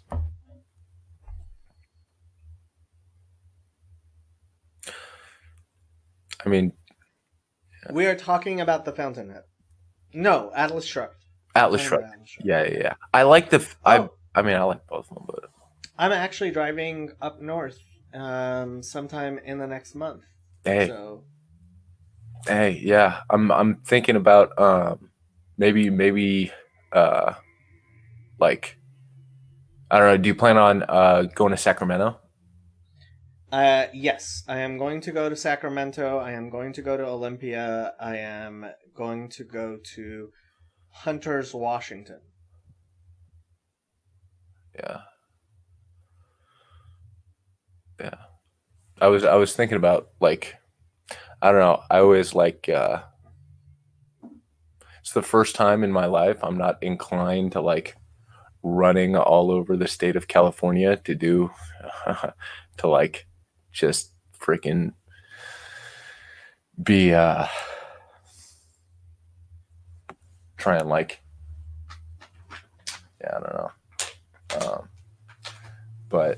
But yeah, if like finances and if I feel morally okay, like I'll probably get down to Sacramento at some point. Yeah. Or spiritually, but yeah. Does Jacob own a leather jacket? Jacob does not own a leather jacket. When am I going to Washington? You mean Washington State? I am going to Washington State sometime in February. I haven't figured out exactly when in February. I'm probably going to wait towards the latter half of February just because I'm hoping to miss the big storms.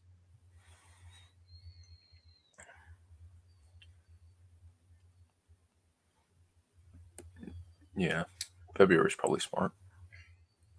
John, you should come on and we could talk about, we could totally rip you apart about Acts 21.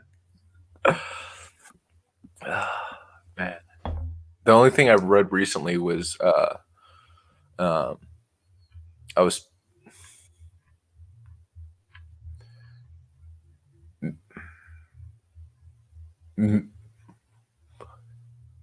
I conceded to reading, or I was made to read John 1 and 2. So those are the only two verses. John 1 and 2? And yeah. And 2. It was because when I read John 1, I was like, that's not enough. I don't know anything. And then John 2, I was like, oh, that's.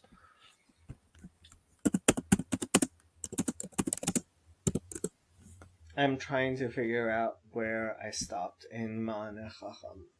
I stopped in Saif Hay. Yes. That is where I stopped. And so I am thinking I will start again in Saif Hay.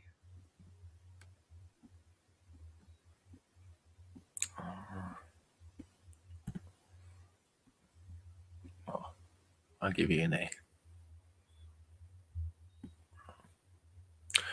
All right. Oh man. So So what does Jacob eat on a like? What's your favorite? And I know some people don't actually enjoy eating, but like, It's not that I don't enjoy eating. I don't enjoy having to worry about eating. yeah, And so I actually recently started. There's this meal delivery service, Clean Eats, and you can get like 30 meals for like $200. that's And dude. it's okay, and they're good meals, and they're almost healthy, and you can just zap them. Dude, And if you've got like the stuff going that you've got going, and you've got freaking like even not even just meals, like healthy meals, just keep doing what you're doing, bro. Like, I'm trying to lose weight. I'm down to 210 pounds. I was down to 205 pounds. I really want to get under 200 pounds. My target weight is 180, but I'm nowhere close to that. that was what I was when I was like when I started. It's not comfortable for me, but that was like what my But you're like buff and stuff. well, I mean, when I was boxing, that's what like I literally like That was your fighting weight? yeah. That's what they tried to keep me at. 175 was like I was so fast when I was once like at like just like punching at 175, dude. It was like, dude. So are you like around my height? What are you, 6 foot? I am what I got measured at years ago was 75 inches, so 6'3.5". Oh wow, you're Yeah. much taller than I am.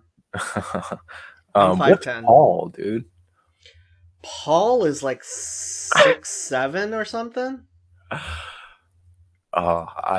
That's awesome. Yeah. Somebody Liftkind on my Discord server, like when he said how tall he was, I thought he must be he must have had the metric conversion wrong. Let me see if I can find how tall he was. Oh, Because he was like really, really tall. Why can't I find it?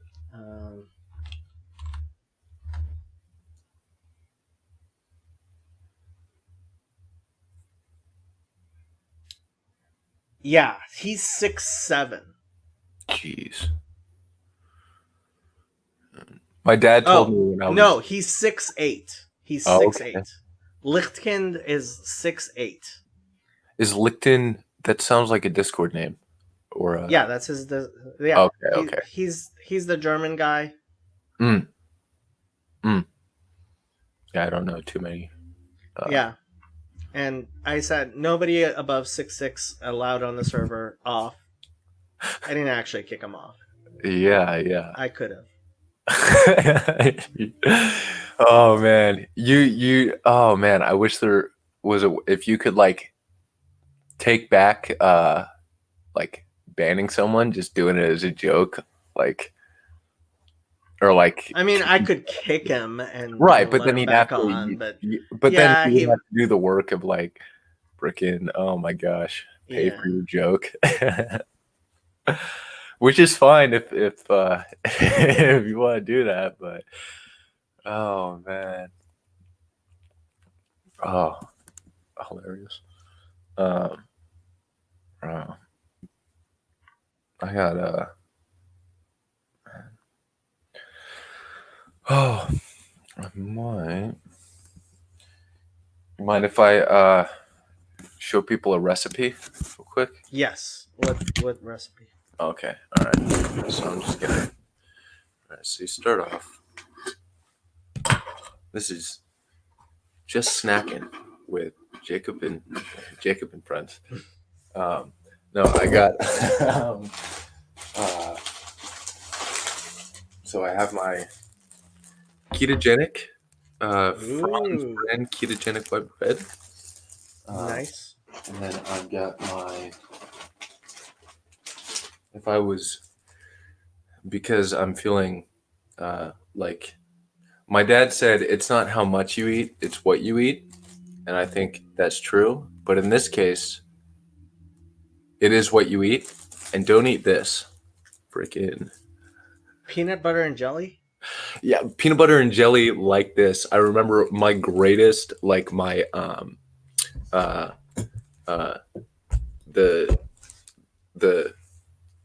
the girl, I freaking sat in her car and just ate an entire thing Of peanut butter and jelly? of this type of thing, except it was the Smuckers and like a loaf of bread. No, I just spooned it, and you talk about no experience in church measured up to like how I felt sitting there with her, dude, eating Smuckers peanut butter and jelly. Okay. But yeah, that is. I mean, I'll probably eat some right now. But and then we picked up Jif Extra. I usually get this stuff, Adams, because it doesn't have any. It has 2 grams of sugar, but no added sugar, and that's really boring. But I can at least Pretend you're not eating too horribly. Yeah, that's actually what it is. And I like when to think of it. But I wake up feeling better. Mm-hmm. Do you think like I was like, oh, I wake up feeling better. I feel like that's like I feel like clean, but not. It's like a moral, like, oh, I feel clean morally more than I think it is. Well, so this is the thing. Like, so Luke Thompson spends a lot of time making sure that, like, the food and a lot of people, like, they're really big into non-GMO, right, and stuff. And I think if you don't actually have rules about how you eat, you feel defiled personally. Mm-hmm. I think everybody has and needs them, and that's why, like, every culture ends up having them. And if you don't actually make rules, Right. people end up making their own rules, and they Yeah. end up with these weird rules. Yeah. No, I totally bought this with like, so I bought this and this because I was like, oh, that's good. This was the creeping in of the weird rule. So I'll probably just save this one for no, I'll probably have some of this and some of that, just like because Friday's the day you do that, for me at least. Aha! Yeah. You splurge on Fridays. I see. I try. I think so. Yeah.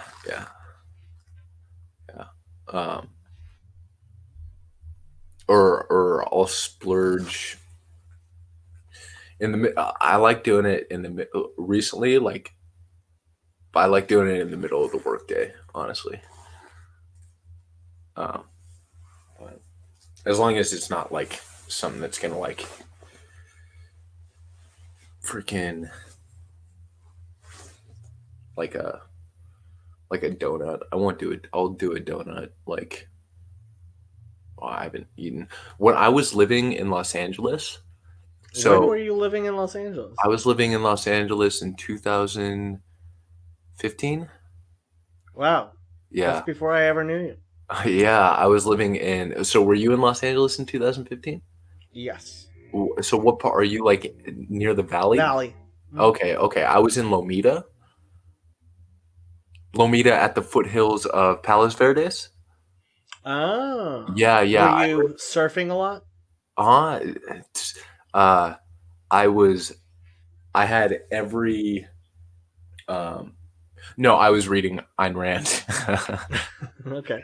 I was reading Ayn Rand. Yeah, I remember like just like after I read that, I like Ayn Rand was like the only person that like I like affectionately like felt towards. Cause like just like the first line, like I still there's sometimes it's like Jesus plus the line first line of the Fountainhead or Atlas Shrugged or Howard Warrock laughed. Okay. Yeah, yeah. That's the first line. But but during that time I was eating well and then it was my first time having my own place. Or I had my cousin, and I need to plug this computer in. But it was the first time that I could eat just what I wanted, and there's this little donut shop in Lomita, and I would sit there and eat massive amounts of donut holes and smoke and read Atlas Shrugged. That was read Atlas Shrugged and think and read Atlas Shrugged. Well, 1 out of 3 of those doesn't sound bad. Oh my gosh! Wait, what the reading? Well, reading the Atlas Shrugged, but like smoking and eating lots of donut holes, not good for you. Yeah, not good for you. I'm convinced that the first day I did that is where any health problems and all health problems I have started. Okay. That's like my but yeah, what's like you don't seem like you have any like vices like in a Are you like, joking? physicality? I just don't talk about my vices online. Yeah. I am a vice-filled person. Yeah. But I don't confess my sins online. Yeah, I feel like I've shown how much of a pig I am, and I'm just open to I'm like getting. If you scared. call that being a pig, I wish I was. Yeah, no. Yeah, there's a reason why I can't get my weight down to 200. Do you think Nathaniel Brandon? Do you think part of his issue was like from that like just people's problems with him? Because I know didn't he get like what's that dementia at the end of his life? I mean, I spoke to him back in 2000. I want to say 2009, 2010. No, it was probably closer to 2012 or 13. It had to be a good immediate reaction, though, right? Or did you feel like I don't know? I mean, he seemed like an okay person, but like when I found out about his life, like as a young man, he was basically sexually abused by Ayn Rand. And I think yeah, fuck. that I think that ultimately like really messed with a lot of things, and ultimately when you look at the scientific evidence of his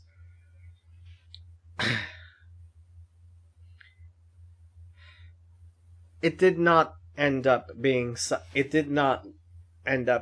scientifically validated. I think it was a spiritual, like a strictly almost like it was like he thought. I think it's like I don't consider like I think he's likes science, but I don't know that he was a psychologist, which isn't a scientist. Well, exactly. psychology is supposed to be scientific. That's the thing. It's Well, yeah. this is so It's not I just started school. Well, it's not a hard science, but it's supposed to. It tries to be scientific, and it Yeah. should be, and it would be. And unfortunately, his theories of mental health didn't end up showing like cognitive behavioral therapy, Mhm. like that has been shown to be scientifically effective, Measurable, yeah. which is important Yeah, and yes, good. that's extremely, maybe primarily. Oh, yeah, yeah. If and not only when you're talking about science, I think, but like as, huh, dude. Well, there's a whole life's worth of writing we've just opened up. Oh man, or just like freaking uh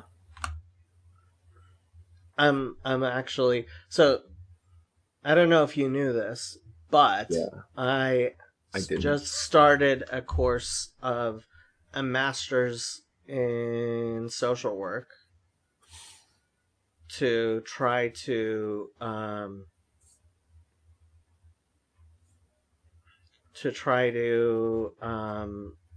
become a psychotherapist. And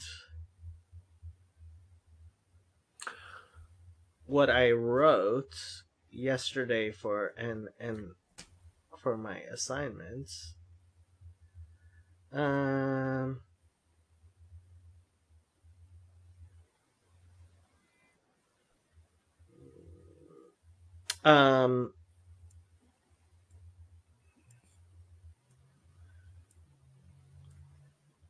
was it's really important to actually care about how they're done.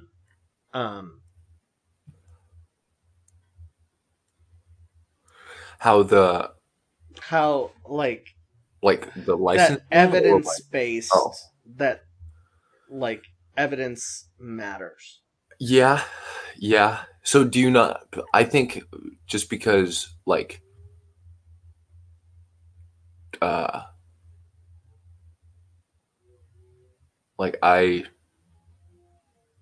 supremely trust people, and it's probably, but like self-reports, um, I I've never read something that used self-reports as like a basis to see like estimate the clinical value of something as anything but a valid way of like it is a valid way. Because people Self-reports, people aren't like- gonna report wrongly because it's their health, and But- if they're in something like this, you might assume that they're trying to get better and not gonna like knock themselves out of the race with lying.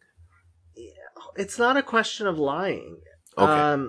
Fuck. Like, well, first of all, we lie to ourselves in that we deceive ourselves, and sometimes we say things that, despite trying to be truthful, we like, what do you know about yourself?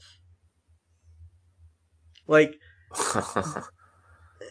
honestly, like, you make mistakes about who you are and what's going on, and that's why self-reporting can provide some information, but it needs to be validated.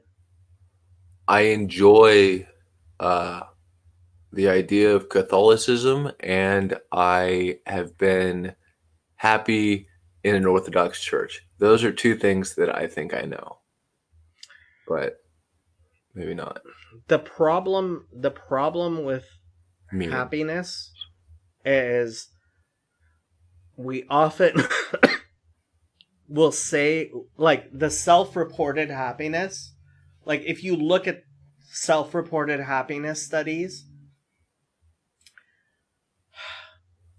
you can ask people what they think makes them happy, and it will be reliably wrong when you measure it against their reports of satisfaction at the minute.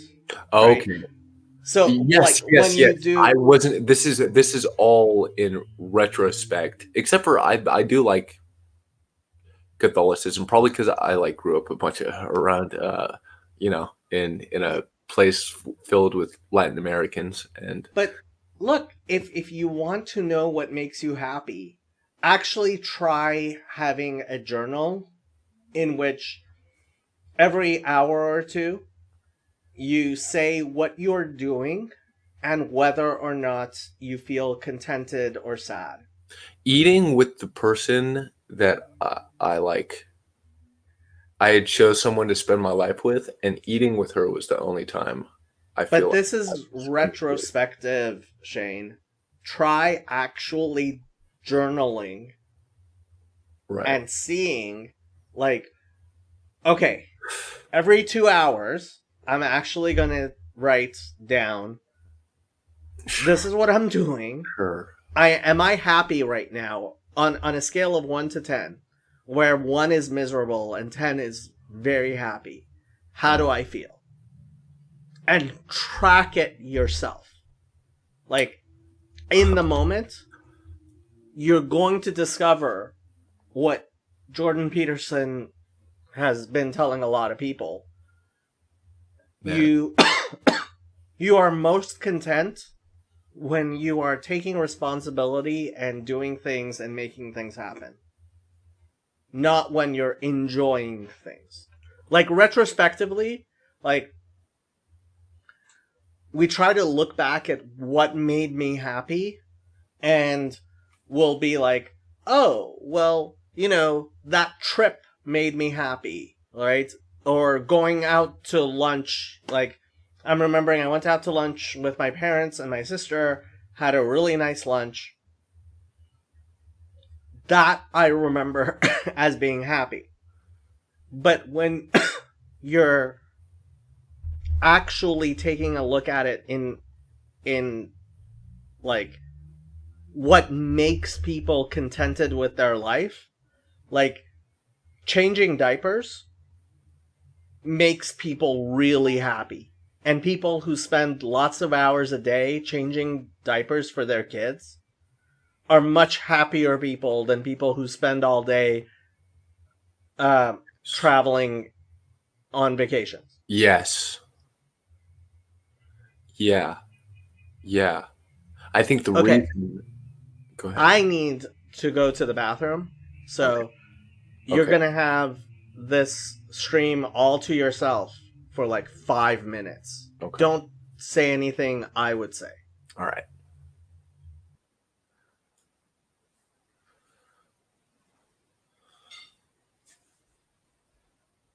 Would Jacob say this?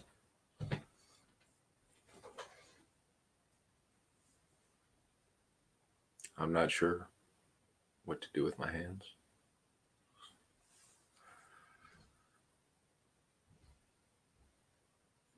One dark night, in the middle of the day, 2 dead boys came out to play. Back to back, they faced each other, drew their swords, and shot each other. A deaf policeman heard the noise and came and shot the 2 dead boys. If you don't believe me, ask the blind man. He saw everything.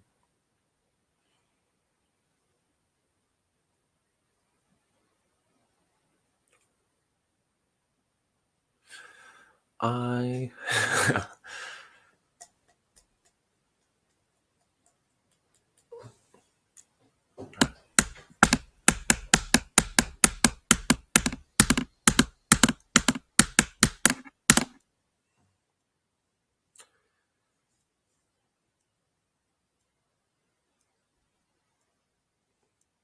this episode of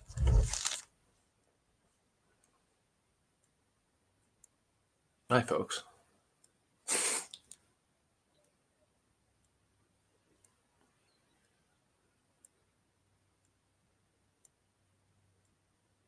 Do you like creamy stripes? Creamy stripes. This episode of Just Chatting has been brought to you by Creamy Stripe. They're stripes, and they sure are creamy. Oh, we're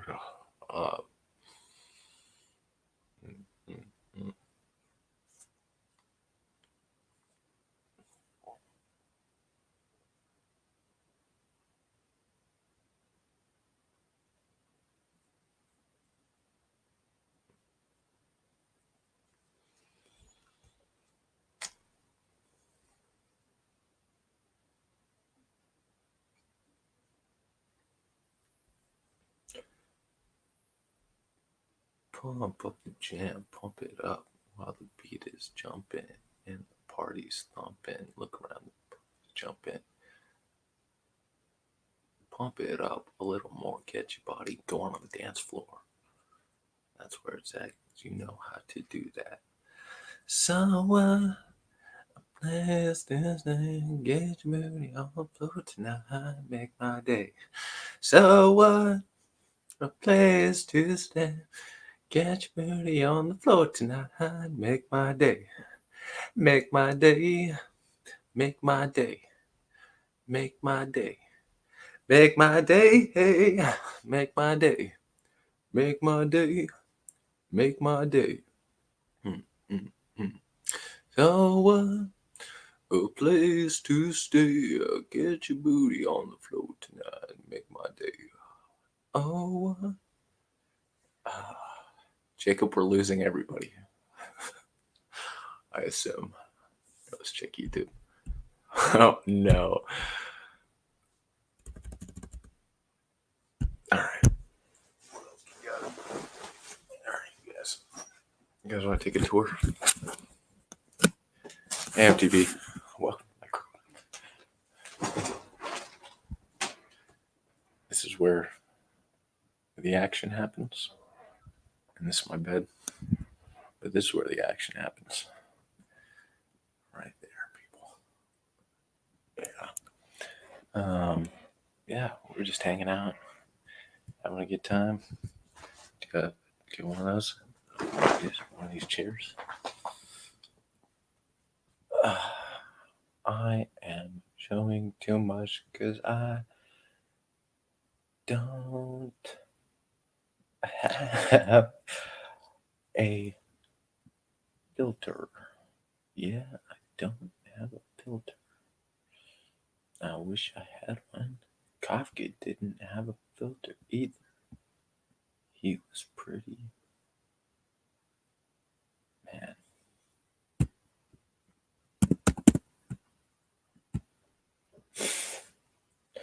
Oh. I should not have showed you my room because it is dirty and that doesn't look good on me. Here, do we got any questions in the chat? Oh no.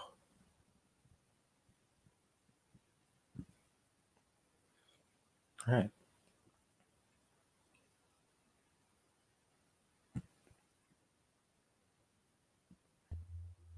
Did you destroy my channel? Huh? No.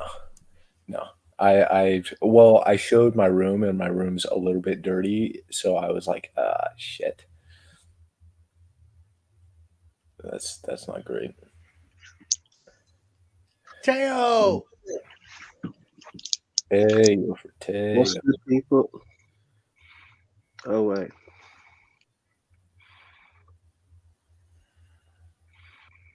Teo is a Britisher. Yes, sir. Dude, hey, if I've got to go eat. What you having? A peanut butter sandwich and a little bit of that Smucker's peanut butter and jelly stuff with the stripes. I'm not familiar, but I think I know what you're describing. Okay, so I'm having some of that and some peanut butter and bread, and maybe some grass-fed beef. Sounds good. Beef. Yeah, Beef sounds good. yeah, it's what's for dinner. No, and then I got these. Well, I'll stop advertising on your channel. I'll talk to you guys See you later. later. What's up, Teo? Hi, Jacob. Not much. I woke up not too long ago, and I saw that you were. What time is it in the British Isles? It's 4:13 in the morning. Why would you wake up at such an ungodly hour? Right. So, football. I'm a Chelsea Football Club fan, and we're currently having a torrid time of a season. And I was watching a match yesterday where we were losing with a red card, and I just thought, no, I'm just gonna stop watching this, take a nap, wake up later, do some writing. But then I woke up hours much later. So there we are. I will forgive you if you took a nap. So this actually happened to me when I was in high school. I used to have to get up at 6 a.m. to catch the bus. And I got home from school and I was really tired. So I went to take a nap. And I woke up and it was like twilight, and I looked at the clock and it said 6:15, so I was late for the bus. So I jumped into the shower and I ran out of the house, and I got to the bus stop, and instead of it getting lighter and lighter, it got darker and darker. And I was like, oh, wrong 6:15. And that's when I started using 24 hours military time for all my clocks. Yeah. Because I had a bunch of that. I mean, I think recently I had that as well, where I woke up, it's dark, and I mean, I think during the winter time, when at the start of winter, when you're still getting used to the shorter daylight, it gets tricky. But yeah, I had that when I was younger in Nigeria, living with my uncle. I just woke up from a nap, and like you said, it was getting darker but twilighty. So I was like, oh, it's time to I got ready, got in the shower, got dressed, and I got downstairs and I saw everyone just sitting around watching telly, and they all just busted out laughing. And I was like, oh, okay, right, wrong time. So what language do they speak in Nigeria? There were over 300 languages spoken in Nigeria. Are you serious? 300 languages? Yeah. Nigeria. I've only recently learned this as well. It's, as a country, it's like only held together by the Brits, and the Brits leaving has left it with a lot of problems, because it was just a lot of different tribes, with like 3 dominant tribes, but within the dominant tribes, a lot of fractures in that. And the north mostly speaks Hausa, which is the north is more Islam friendly than the south. But that's also where a lot of the wealth is, due to the oils and all of that. So a lot of like the political power has always been in the north, and military power actually. And yeah, there was a revolution. There was like a civil war, but like with the east trying to overtake the north. I think that was in the probably 80s, 90s, but that was very, very much unsuccessful. And it's a federal. It's a country by name only, because all of the fact that there are 300 languages, like, is a sign for all of the mini battles that's still being taken place. But Christianity helped a lot with that, and I think with the North, Islam did help with that, but it just made it a lot made the tribalism a lot more intense. Mm. But yeah, Wow. loads of different languages. I think that, but everyone, well, most people also speak English or a form of broken English. Mm. Yeah, So, what did you speak? I spoke Yoruba. I learnt English at school, and I spoke Pidgin English, broken English, like with my friends as well. Because I've Mm. got friends that don't speak Yoruba, and yeah, Uruba. Okay. yeah, which is actually it's got roots in Brazil, like all over the place. The languages, Really? it's traveled a fair bit. Huh. Mm. I had never heard of Uruba before. Or maybe I had, I just didn't know. Uruba. If you've met a Nigerian, chances are you've got 50% of being having met a Yoruba. So I have some Nigerian clients. Well, I mean, the Nigerians are the wealthiest immigrant class in the United States. So like Nigerians do really well.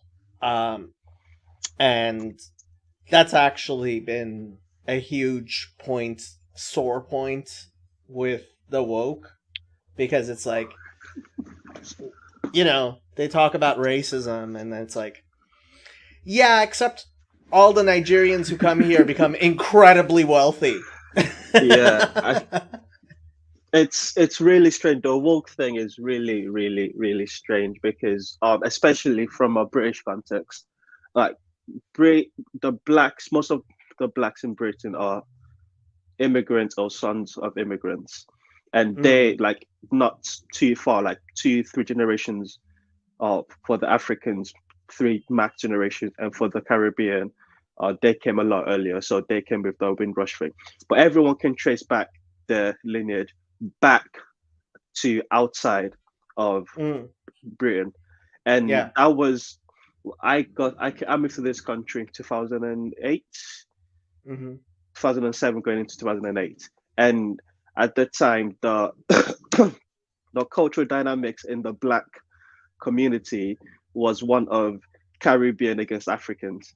You had the Caribbean had the social cachet, and like a lot of the slangs we use are Caribbean slang, but the Africans, like when I was in secondary school, you had African kids claiming to be Jamaican because that was the cool thing to be. So there wasn't this homogeneous black identity the way everyone was still claiming their country. But from like year 11, so me leaving, going into high school, college we call it, it's like there began to be like a little bit of a shift again, social media, all of these things, and around like the Mike Brown, all of the killings in America, then also the music, like just different thing culturally. But I watched it change. The dynamics went from everyone being Nigerian, Caribbean, from Barbados, to everyone just being black. Like just like we we took the black identity from across the shore, and it just became a thing. And that's been really strange because, like you mentioned, the oppression that your being black carries. Just look at your parents and ask them about what they've escaped and why they came here. Like, just I lived there, so I lived with true poverty. I saw what it looked like. I saw the mentality in Nigeria is not like outside of Nigeria. You've got a lot of Nigerians like claiming Nigeria. The mentality in Nigeria is this country is shit. Get me the fuck out of here. That's it. That's the mentality. So it's a very, very strange dynamic to watch the woke. So what do you think? What do you think of like the Lotus Eaters and Carl Benjamin and that whole crew? All right. I was on Bridges of Men in Discord yesterday, having like a similar conversation, but actually from a different way. And my comment was, I got like after getting sucked into this little corner mainly through Paul Vanderklay, the YouTube algorithm has just been feeding me just all of the anti-woke videos that YouTube that YouTube has to offer. And like my two comments, one is at some point it just feels like a bunch of white people complaining because it's just constant again and again and again and again, and that's the first unhelpful comment. The second one is probably a little bit more serious, which is how best to love the woke, because a lot of these people are like, these are my friends, they're my circle, and I listen to the Lotus Eater people, the trigonometry side, and the caricature of the woke that they're building doesn't exist probably outside of the academy and the okay, the I have LGBTQ. to tell you. Okay, see, this is the thing, Teo. So, in Los Angeles, because I spoke Spanish and I was always very involved in the Hispanic community and the Black community in Los Angeles. Like, when I talk to somebody in Los Angeles who's Black, and I start talking to them about the Black community in Los Angeles, they know that I'm somebody who knows where West Angeles Church is and where Harold and Bells is, right? And they're like, "Oh, you genuinely know the Black community. You're not just one of these white people who's like loves Black people, right?" Oh my god, that trend needs to stop. I don't love Black people because I know Black people. Some of them I love and some of them I don't, right? Right? Exactly. Right. And so what I have definitely seen is actual Black people. Like, if you go to West Angeles Church, or even if you go to like a Seventh-day Adventist, so Seventh-day Adventist churches tend to be Black churches, at least here in Los Angeles. In my experience also here in Manchester, at least. And like, you actually meet Black people. Like, the wokeness is definitely not the caricature wokeness, because the caricature wokes tend to be like Black grifters who are using the wokeness to like get money off of crazy white people. I think a good example is the Justin Smollett's right. Justin Smollett exactly. Juicy Smollett, right. Yeah. No. Yeah. And so like Paul Vanderklay, right? So he actually knows Black people. He grew up with Black people. Yeah. He has no love for the woke because he actually knows Black people, right? Yeah, exactly. The woke do exist. They tend to be clueless white people. And usually, although I've also encountered especially really privileged Black people, right? You know the Black people who are really, really rich and believe they're oppressed. You've met these people, I'm sure. Yeah. Right? And they're like, and for them, it's kind of like the Fresh Prince of Bel-Air type, oh, racism, right? And they think racism is the fact that when they go speed in their BMW, they get a ticket. Yep. And so, yeah, I mean, it is a caricature, but you see that caricature actually more as white people than you do as Black people.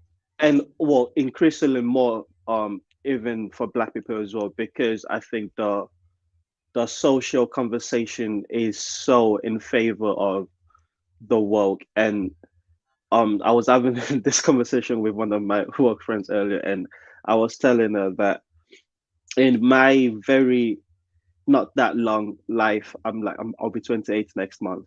I've seen it Happy go. birthday.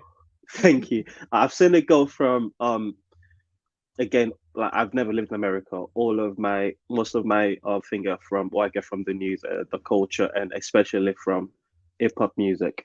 So I've seen it go from Black people are the most oppressed to Black people having so much privilege. But I'm like, when are we going to acknowledge the privilege that now exists, and like have the conversation of how best to use the privilege that now exists? Because there is a conversation that needs to be had about this. Oh, this victim talk needs to, at some point needs to stop. It does not mean there are not still bad things happening. Bad things will always happen. How much have you been listening to John McWhorter and Glenn Lowry? Quite, especially Glenn Lowry, quite a bit. And I've got my disagreements with them, but I think Glenn Lowry especially. And the unfortunate thing is, Black people need to have I say Black Americans especially, this is their problem, but it's now becoming my problem because it's so annoying how much America just invades everything, just every part. Like, even Blackness is not Americanized. But I think the conversation that needs to be had is the word coon and Uncle Tom. Those labels are so that's what in the woke Black community, Glenn Lowry will be called an Uncle Tom, because now it's just simply because it's conservative or Republican. That's now what it's come to. But that used to be showing not supporting the march for Black excellence, and if you're even looking like, okay, what about the others, and you're not looking solely for the benefit of Black people, then you're called an Uncle Tom. And it's beyond that. Ayanna Pressley famously, and she's done it several times and she continues to do it, she talks about not all skin folk are kinfolk, Yeah. And yeah, look, people like Ayanna Pressley and Maxine Waters, and Maxine Waters is a huge grifter. And really, I mean, she's actually like Uncle Tom. She is really like, and yeah, if anybody catches me saying that, I'm gonna get skinned alive. But when you look at who she is and what she's done, and like, I see it a lot in Los Angeles because I've been involved in the Black community. And people in the Black community know who the actual Uncle Toms are. And it's not Clarence Thomas, it's not Glenn Lowry, it's not Thomas Sowell. And this is why it's actually becoming more and more common. Like, the Black vote has never been as Republican as it is now. Like, we're talking 15 to 20%. That always gets ignored, just how Republican the Black vote is. And well, okay, when I was in undergrad, if the Republicans got 10% Black vote, that was considered huge. And now it's become kind of, especially with Trump. And the fact is, like, it's only the Trump vote. Like, the Black voters are not going to vote for Mitch McConnell. I don't even know if they're going to vote for DeSantis, but they're definitely not going to vote for Mitch McConnell. And that's why the midterms did so poorly, was because there's a lot of people, especially in the Hispanic, Black, and gay community. That's another thing. They did a poll of gay men. 50% of white gay men voted for Trump. That's a headline you would hear about on CNN. Can you imagine? And frankly, I would bet something like 80% of white lesbians voted for Donald Trump. Yeah, I think. Oh gosh. I think I jumped on your screen during the old Kanye's malarkey, and that's for all of his craziness and all of the wrong things that Kanye says, dangerous things at times. I think what first broke Kanye was when he wore the Omega hat, and what he was saying at the time was, if you guys know all of my friends that are afraid to say like they voted for Trump, you would be shocked. And Yeah. I don't plan to live under the same fear, so I'm gonna put on the hat and get kicked out of the black community for a couple months, and then get welcomed back and kicked out again. The cycle repeats. But yeah, I think that's why what was the channel that's just closed? This British channel, Rebel Wisdom existed. It's the narrative that's being painted. It doesn't match the reality on the ground, and that bridging that gap is, I think, what Substack, YouTube, all of this little other platforms afford opportunity for.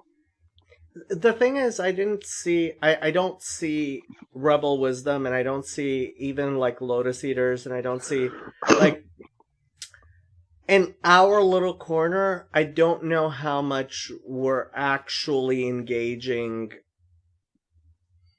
with, like, in this little corner. A lot of people don't actually recognize what percentage of the Black, Hispanic, and gay community, like, even like, so do you know Zach, Saint Zacharias? Probably by face. So he's the one who puts a lot of memes together, and he's really smart, and I love him. At the same time, I think even though he has his finger on the pulse of this little corner, I think he would be really, really shocked to find out what percentage of, like, Black people and gay people and lesbians and Hispanic people agree with him, and he doesn't even realize it. And I think that's true of a lot of people in this little corner who are white, and they're surrounded by white conservatives, and they just have no clue what it's like to be in Los Angeles, like I am. And my clients, like, I have very few clients who are WASPs, right? Vast majority of my clients are Black, Hispanic, gay, Jewish, all. And the biggest Trump supporters I know, like, they're all gay, Hispanic, Black, right? Mostly Hispanic. Like, the really strong Trump supporters here in Los Angeles, they're all immigrants. Yeah. Oh, the immigrants loved Trump. I mean, the legal immigrants, because they hate being like, I was offended. Some person on Facebook says to me, the only way you can claim refugee status in the United States is to come here illegally, and I was like, I got offended. We spent 8 months, right? 6 months in Turkey, 2 months in Italy, waiting for our refugee visas. And I have all of my family, like, we're refugees here in the United States, and we all had to wait for months, right? And then you're telling me that, oh no, illegal immigrants. It's like, all the people I know who want illegal immigrants deported, they're the people who came here legally, and they're like, F you cut in line, and they hate it. Yeah, because the wait is brutal. Yeah. Oh, the 6 months we were in Turkey, my mom only had the money we brought out with us, right? So when we left Iran, like she couldn't bring her jewelry, so she was able to bring a certain amount of money out, and it was me, my sister, and my mom. And my mom just had the money that she had with us. She had no way of working. And She had nowhere no idea how how long long it's gonna for. take. And so like she was counting every penny, right? Just stretching as Yeah. much as yeah. And I remember like my sister and I used to Okay. So the hotel we were staying in was across the street from a large park in Istanbul. And there were all these kids who were shoe shiners, right? And they would make money by shining the shoes of people who were walking through the park, right? And my sister and I, we had like a few toys, and we made money by renting our toys to the shoe kids who were shining shoes, right? Yeah. And that's how we would get. That's how, because we were renting our toys to the shoe How old were shine you? boys, right? I was 7. I was 6. My sister was 8. And the shoe shine boys were like our age, or maybe 10, maybe Yeah. 12, right? And they're sneaking money from their tips to like rent toys from us in order to play for a little bit, you know? And it's like, Americans have no effing clue what that experience is. None. I mean, I grew up with my it's really where my upbringing's quite strange, because I think my grandparents on my dad's side, they did quite well, I think. And the last 2 children, to set them up for their future, this is gonna go against the whole woke thing. They my grandparents gave birth to the last 2 kids, 3 kids actually. One passed away, unfortunately, in England, so that they could be British citizens, so that they could have an easier, because people don't, like, as a Nigerian, I understand the game with Nigeria is to get out of Nigeria. Like, it's either you try to be a good footballer so you can go sign to an academy, you're trying to make music so you can fly out and like get concerts, you're trying to just getting visas. It's like a year plus waiting period, because just people are applying constantly, just like try and study abroad, just like be good at school so you can have a scholarship in all of this different. That's the game. The game is, okay, it's either you've got a connection into the government or some big company that, you just have to get a degree and you're employed, or get out of Nigeria, because otherwise it's not, your votes mean nothing without the same 5 people running the country since before I was born. So it's, yeah, that's the game. And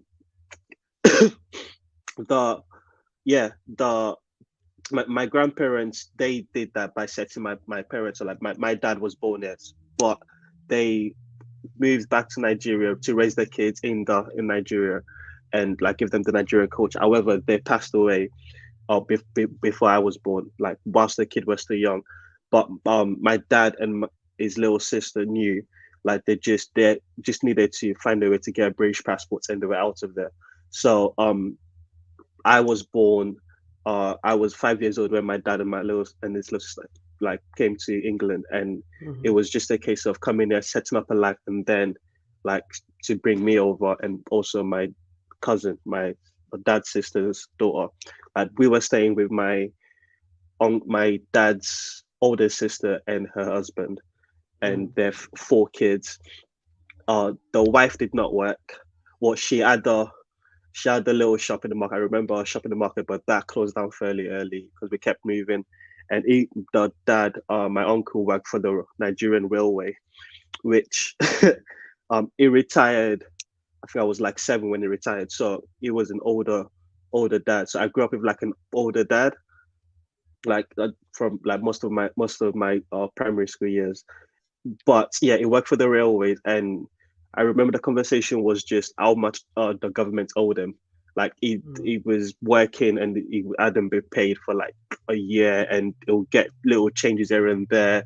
There's always threatening for strikes, just and so meaning money at some point was very, very tight, and it'll be a case of I was like as a kid, they loved me because I did not care. Like food was not my priority. My priority was, can I go out and play?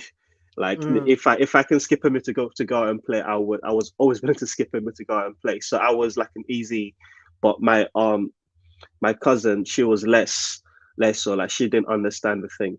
But I very young, I understood, okay, this was like everyone's like, it's just there's no money, there's no food. And at times I would just like I'll go out, and because there were just trees around, my friends and I would go climb trees, get mango trees, and collect that. And at some point, we just to collect it, eat, go around, play football. And as a kid, I don't know how old I was, probably 8, 7, around that. And I was like, oh wait, I can collect this and take it home and like maybe sell it, make some money. And I remember doing that and taking that money to my auntie, and she just busted out in tears. I thought I did something wrong, bless me, like bless young me.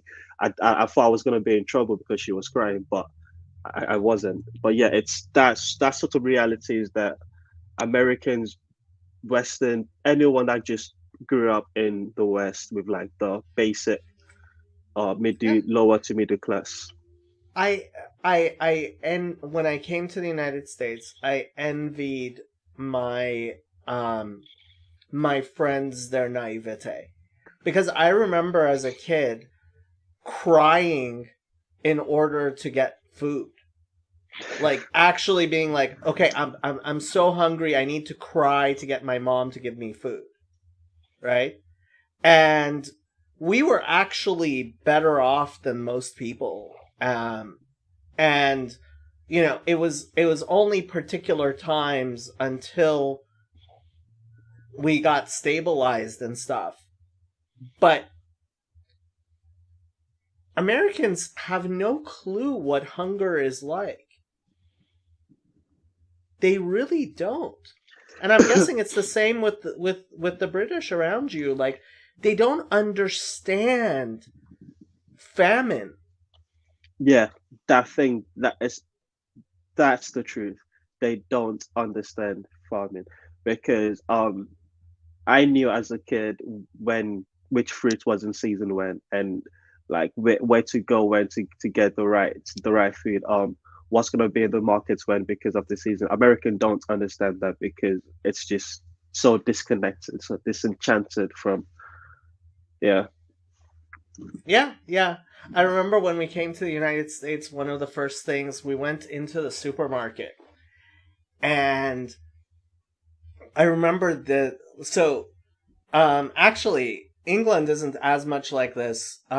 Maybe it is now, but like you guys, when I visited, and this was like 20 some years ago, I visited, but there are still greengrocers, right? But here we have supermarkets, and people don't go to greengrocers, they just go to supermarkets. And like, I remember walking into the supermarket, and the supermarkets here, like, all the oranges are all the exact same size and completely like washed clean, right? And all stacked, and people individually take them, right? And the apples are all straight up, right?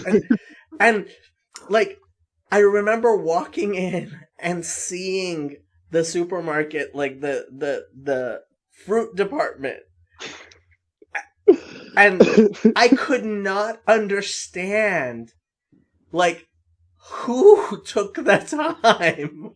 Like, why would you take the time to stack the fruit that pretty?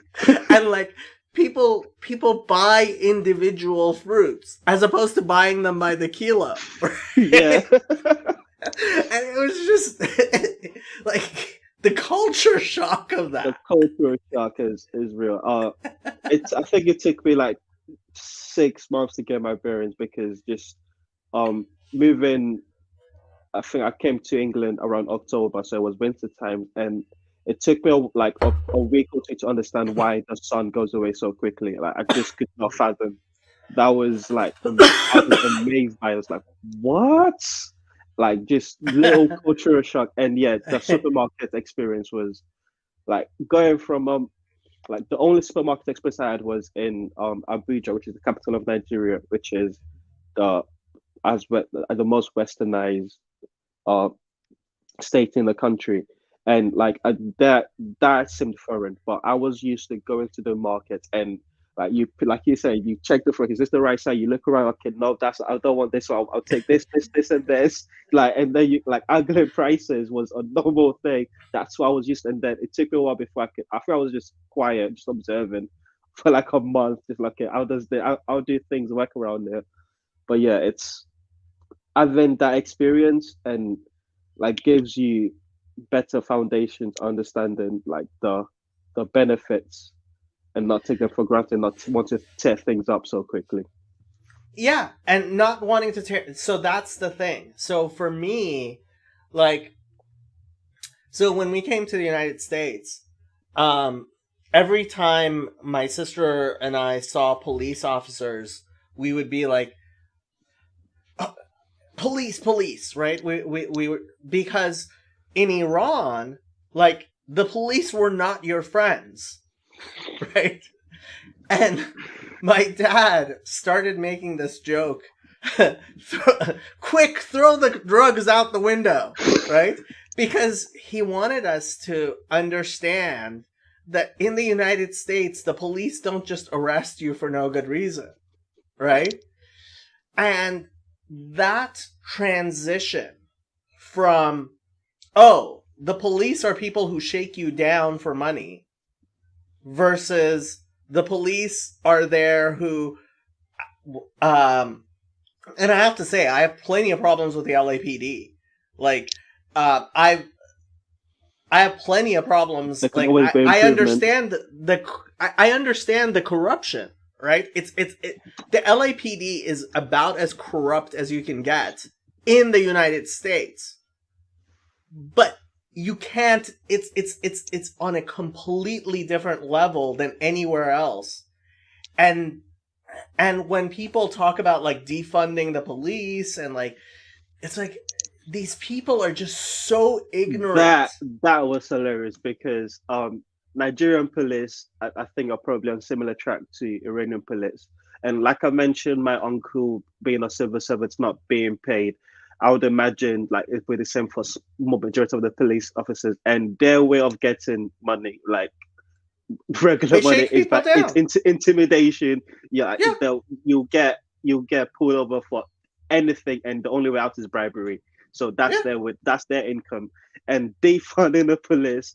That's what that leads to, and people are going around marching that like it's a good. Like, you have no idea what a bad police state, how quickly a society would crumble with a bad police state, a defunded police state. But yeah, it's the privileges that we're not aware of. Yeah, but, and it's funny. It's the woke who claim that they are the ones who care about like privilege and stuff, and that's why, yeah, like, so you're not gonna actually, because you actually know people who get to know somebody like you, right? It's the white people who've never actually spoken to an actual black person. They're always the most racist people. And it's the same with the anti-Semites. There are people who don't know Jews, right? I remember a few years ago, this model got in trouble for saying something anti-Semitic, and she tweeted out on on Twitter, I love the Jews. Like, really? You love the Jews? Do you love all the Jews? How many Jews have you met? Because I know some Jews that you're not gonna love, right? It's like, Something that if you loved, I would question your character judgments. right, exactly. Like it's the same thing. The people who like, oh, black people, so and so, and it's like, if you have positive stereotypes, right? It's just because you don't know enough black people. Like, I know some really dumb black people, and I know some really smart black people, and I know some really good black people, and I know some really horrible black people. Exactly. It's because I know multiple black people. That's I think ignorance, and also the need to just get involved in the cultural conversation. The cultural conversation is so it's so race-based nowadays that everyone thinks they need to add their two-piece, even if they don't know enough, myself included, probably. Well, look, Twitter, I mean, honestly, it seems like Twitter, it's about being ignorant loudly. And this is one thing I've noticed. So in real life, so right now we're talking, right? And let's say there were two other people, and I say something so incredibly stupid that all three of you don't even know what to say, right? In real life, like, people, they get the hint from everybody shutting up that you said something really stupid. But online, when you say something, and it happens a lot, like somebody will say something so stupid, I won't even reply to them on Twitter or Facebook or whatever, right? Because it's just that dumb. But then other people who don't know will see that nobody responded, and they will think, oh, there's no answer to what that person said, right? Yeah. And that's why you get like these incredibly stupid hot takes that like seem to, like, people seem to be like, oh, that person said something really smart, and it was just so stupid that nobody who actually understands what's going on would respond to it. I think that's why the egregore is the word we use for the distributed cognition on the internet is different to real life, like distributed cognition. It's the engagement is different, the engagement level is different. Like you said, the signals that are being sent are being misunderstood. Like, ignoring someone does not mean they're right. Just like a video with 2 million views does not mean it's all facts. Like, it's this things that we're still figuring out with the egregore and the internet thing. I think that's why I think these conversations we have on video, like, that's why I think it's so much better and more important, these conversations we have on video, because at least, like, you can see if you're saying something I agree with, I'm sitting here nodding my head, right? Or I'm like, I don't agree 100%. Like, we're actually signaling to each other, and we're having good conversations. And you can kind of better see if somebody is ignorant and doesn't know what they're talking about. And then through written communication. And honestly, I have to tell you, I think spell check is a problem, because like, I'm sorry, I'm sorry, but like, oh man, Jacob, if somebody doesn't know how to spell, like, and they're constantly spelling things wrong, right? Yeah, it's a signal. It's a signal. Okay, maybe this isn't the most intelligent person in the world. Yeah. Right? I see what you're So, like, maybe we really need to get rid of spell check. So Charlie says, today on Twitter, a fella called for the removal of all religion because it causes the violence in the world. I called him naive, and he responded with perhaps the most perfect answer possible. You believe in a man in the sky, and I'm naive? Okay, so I have to tell you. So you have Richard Dawkins, who's like a professor, a really smart scientist, and he starts saying the dumbest things in the world about religion. So dumb that nobody like is willing to even engage with him. And suddenly that becomes like, it's like the new atheists. The problem with the new atheists is the stuff they say is so dumb. Like, why would I even bother? I think the problem was that, well, from the Christian perspective, Protestant perspective, we did engage, and we engaged on their terms, and everyone just became stupider for it. Yeah. Look, distributed cognition is important. And people talking with each other and learning from each other and trusting each other, right? And listening and learning from each other, right? I think, I keep on saying it, but anybody who tells you to think for yourself is your enemy. That's the worst thing you can do, is think for yourself. That's most of my education. That's what they were encouraging. You should think. I'm not telling you not to think, but don't try to constantly think for yourself. You should be thinking. First of all, you should be helping other people think for you. You should be trying to learn from other people, trying to actually see who knows more, who knows less, determine what's right? Because if you think you're thinking for yourself, what you're not doing is actually thinking for yourself. You're assuming a bunch of things and then not paying attention when you are like, all those presuppositions, all the things you don't know. Did you hear this when Donald Rumsfeld, hold on, let me actually pull this up. Rumsfeld knowns. So, okay, when Rumsfeld said this, everybody made fun of him. Like, people were making fun of this left and right. Reports that say that something hasn't happened are always interesting to me, because as we know, there are known knowns. There are things we know.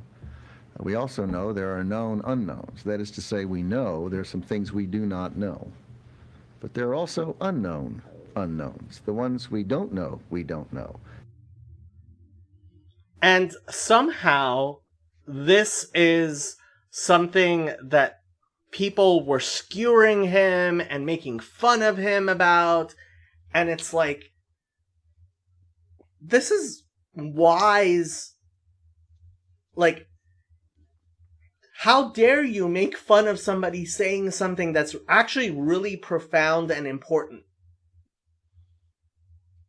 I think I didn't see that clip, but Mark referenced it yesterday. I was speaking to him, and yeah, it's, if that bewildered people, I think that led credence to Mark's theory that people can't fathom that there was existence before they became conscious. It's a time squeezing problem, because if you can't fathom that there are unknown unknowns, then you believe that everything that you've consciously observed is all there is, and there is nothing else to it. I mean, part of the problem is some people are dumber than other people. And we have to just recognize that some people are in fact too stupid to understand some things. I think that I think that's probably true, but the way I view the world, I find it more comforting at least to maybe think it's not some people are too stupid, it's whatever they're failing to see. If they're absolutely resistant to it, then maybe that's just not their path to walk.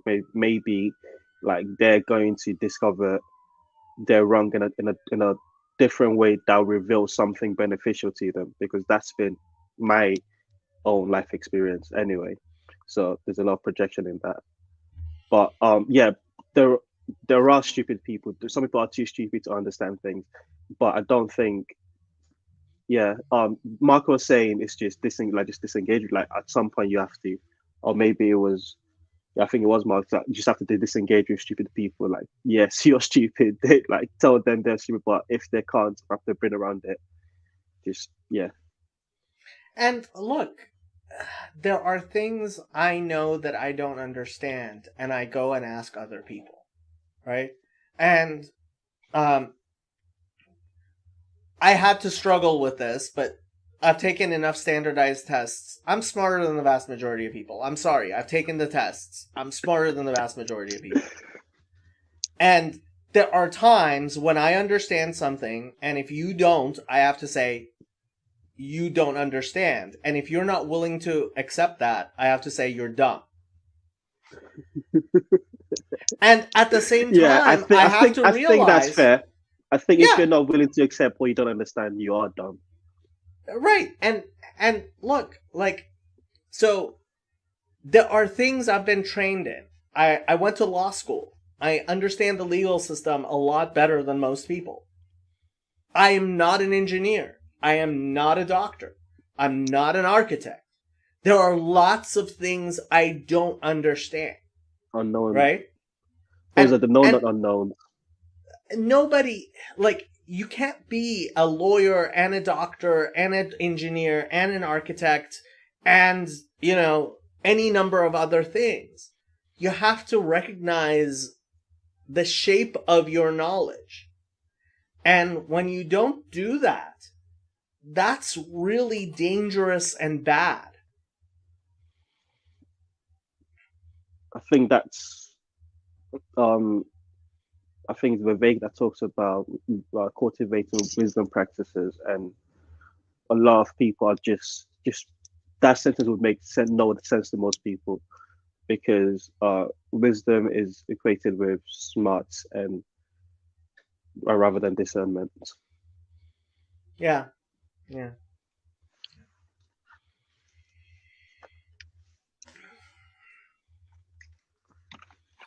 So what do you want to talk about now? Well,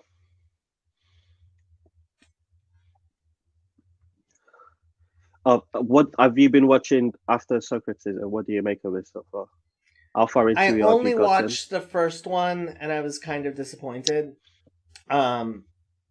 because I was hoping that he was making something which would be simpler and more condensed than Awakening from the Meaning Crisis, so that I could share it with people that, like, when I say, here, watch this 50-hour series, they're not going to. That it was actually more attractive and for popular consumption.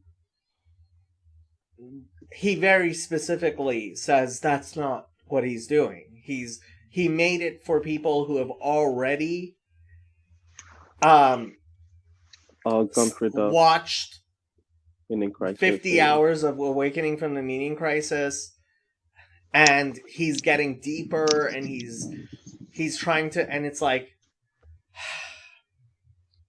I love the fact that he's exploring these ideas and learning and stuff like that, but what the world actually needs is for his knowledge and the things that he's discovering to actually be brought practically to the masses. And that's not what After Socrates is doing, and that's what I was hoping it would do. Yeah, I think I agree with that assessment. After Socrates feels more like a tool for dealing with the meaning crisis, rather than like trying to get the meaning crisis better understood by more people. And I think it was Manuel that mentioned that it added all of this increased production value and a little shitter. And I felt that as well. I think the simplicity of like was all of Awakening, yeah, it felt strange, but also that could just be the fact that change is a little bit jarring and getting used to a more polished Viveki. But I think part of like the Vivekism is the unpolished, it is the getting. Well, okay, so I don't know how much you know about like production, and so 30-40 years ago, high production values were really, really important, because they signaled that you had taken time to polish what you were doing, right? So somebody who, for example, while they're talking, right, there are graphics which illustrate what they're talking about, showed that they have in fact taken the time to prepare what they're talking about, and they know what they're talking about, and it's an important thing to say. Yeah. I actually made a video about Yuval Harari, and Yuval Harari is this person who his stuff is very high production value stuff. And that signals to people that, oh, this is polished. This is not garbage. But over the past 20 years, especially with the internet, the people who are looking for things which aren't just a mishmash of mainstream talking points look for authenticity, right? And different signals. Right.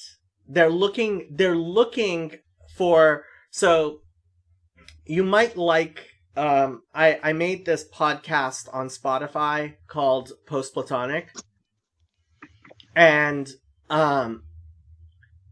it's mostly music. And the first song I used for it was London Calling by The Clash. Because there's a punk sensibility to this little corner that I think Vervaeke is not recognizing, right? There's something about being punk that it doesn't matter how highly like The Clash, like London Calling is an iconic song, right? But it's punk, and being punk has its own message that this little corner needs to be punk. And I think that's what Vervaeke's missing. Yeah, I think it's what Paul speaks about when he talks about the death of the churches and Protestant. If you assimilate with the culture and don't offer something different, you just become a part of the many. But like to really stand out, there do have to be that punk nature to it, that resistance. To use Burns' word, they're anadromist, going against the flow. Yeah. And yeah, Luther was a punk. Yeah. Byrne. So this is the thing with Byrne. He has his finger on the cultural pulse in a way that I really appreciate. At the same time, I think he's fallen for Jacques Ellul, and I think Jacques Ellul was actually a postmodern saboteur. And I mean, he disagrees with me, and he's certainly at least as smart as I am, and he has knowledge in certain ways that I don't, and so I respect his opinion. At the same time, I don't think he has the same picture I do. And I don't know how to interact with that.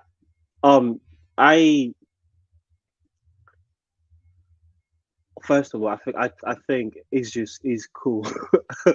Like, I just think Byrne is just really, really cool. He is, because yeah, he's got this the fact that he's a man with a library. I think that's pretty epic. Like a library in Antarctica or wherever it is for the thing. It's in Alaska, yeah. Alaska, yeah, that's it. I think that's pretty cool. But most of the his thesis I disagree with, but I enjoy him exploring, given his reasons. Even if there's he's got such a there's a prickly thing with his, I don't know what it is, with his, the way he delivers his thesis, that it pricks me the wrong way, but in a way that makes me think. So I think he's good for it, but I also don't think he's identified. I think he might be too punk to even identify with this little corner per se. He does. I don't even know what his project is, but he's definitely an independent thinker, which is important. He reminds me kind of Camille Paglia. I don't know how much you've listened to Camille Paglia. Not at all. Unfortunately, she's not as big as she should be. She is similar to Byrne. She has cultural knowledge. I have seen beyond what I do. I saw a thing with Jordan, at least. Yeah, she spoke with Jordan Peterson. That was she is. Part of the problem is she's a lot older, and I think she's lost. No, thank you. She's lost. She's lost a lot of her cultural relevance in ways that I wish she hadn't. Yeah. Paglia, yeah. Camille Paglia, I wish she would engage with the internet more, and I think she just CW is in love with the night janitor here.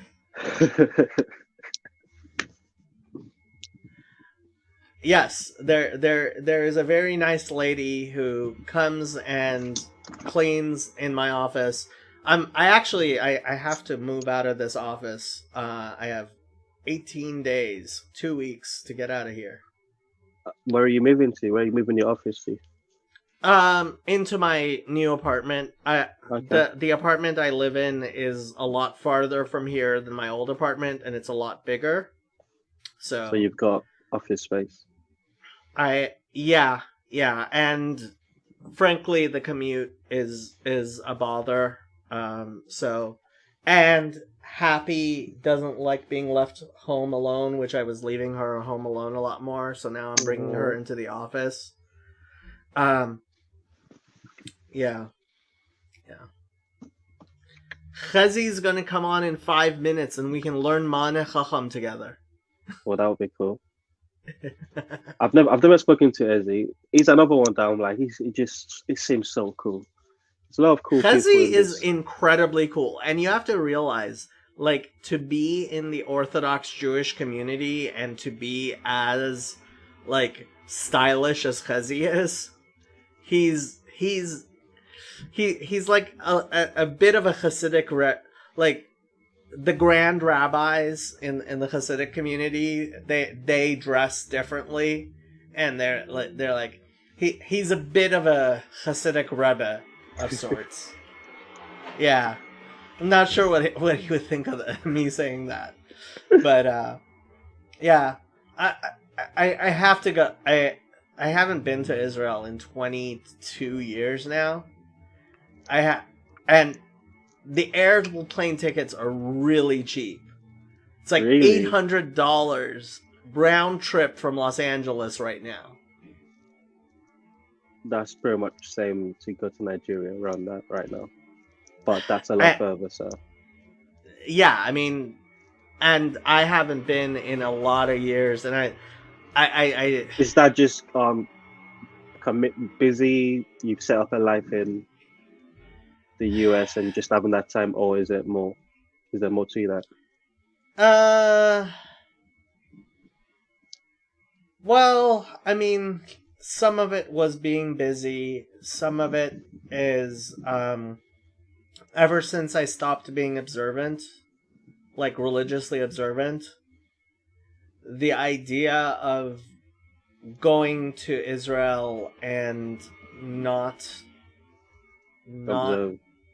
observing, like doing my prayers and doing everything, like that's spiritually scary.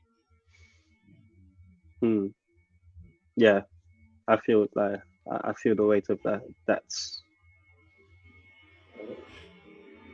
yeah. I felt. Yes, there's the. There's Rabbi Chazi. Just look at his hair. Look how it just sits. Okay, well, What's up, boys? we Good morning. won't talk about his blurris and how he can't he can't put on tefillin like he should. But It's so funny that you mentioned that. I haven't heard that term blorit, which means like, you know, the front of the hair, which is in school my teachers would tell me to cut it because it's considered idol worship and it's in the way of my phylacteries. So wow, Jacob, you really took me back like 20 years. 20 years. What, your I know, more, grandfather doesn't 25 tell you years. to cut that blurris? No, but he's talking about my grandmother loves my beautiful locks. Good morning. Good evening, Tayo. I don't think we've ever actually managed to speak together, but I've seen you around, and Yeah, I think you're a cool likewise. dude. Jacob, I want to let you know I'm still in the middle of this actual stream, but I figured I would hop on. You're doing great work, dude. So just keep it up, and I love that everyone's coming again and converging. You were talking about maybe canceling your channel. Don't be a silly goose. I Then will we not wouldn't be be- a silly goose. Then we wouldn't be able to have. Did you get to the part where John was asking about how becoming a ger toshav and going before a rabbinic court? And then you I threw it said on my to him- shoulders, on my wide Yes. shoulders to deal with this. Yes. Let me see. I do actually. I to be honest, Rabbi Shirky has been like he hasn't been avoiding me. He's a busy person, but he has been more difficult to lock down, more difficult than I expected. But I'll still get him, and I can ask him more of these questions. I also owe you like a longer response about Maimonides' take sort of on the Noahites. You and I were discussing that a little, and then like I told you I would write something up. But then life got in the way, as it always does. Chezi has kids. Thank God. Thank God. I just dropped them all off at school. The school and run. The school run, exactly. So the school run is done for all three. My wife is getting her hair done, and the Sabbath Queen is only a few hours away. I feel it in the air. The Sabbat particles are coming. No work. I love it. I love it. I can't wait. So happy Friday's here. So what were you guys talking about? Because I'm jumping in the middle of a stream over here, so I'm sorry to derail. Please ignore me. We were talking about how you're kind of a Hasidic Rebbe. You mentioned that in the past. I try, and I would. It's also silly to just even say that, because in this corner, I feel like this is the redemption of the Tower of Babel. You know what I mean? So like this is many different languages, and people are talking with different cadences and different cultures. Yet seemingly, I would say, let's say Grim Grizz is the best example of that, because he's babbling nonsense. Yet it seems to be. It seems to be very salient with many people, me being one of them. And you're like, oh, Chazi, you froze on us. Conversation also, I forgot that guy's name, the woodworker. I don't know if he meant like he's a carpenter or he just cuts trees. But either way. The arborist. Yeah. So an arborist is a tree surgeon. Okay, so he's a tree surgeon. He was mentioning also how like on this space, ideas are converging. So I think even though we're not using the same language necessarily, and the jargon is important, it seems that people are coalescing around this corner and specifically around this channel right now, and hence the redemption of the Tower of Babel. But there's still a long way to go. Yeah, I have to get you talking to Mises.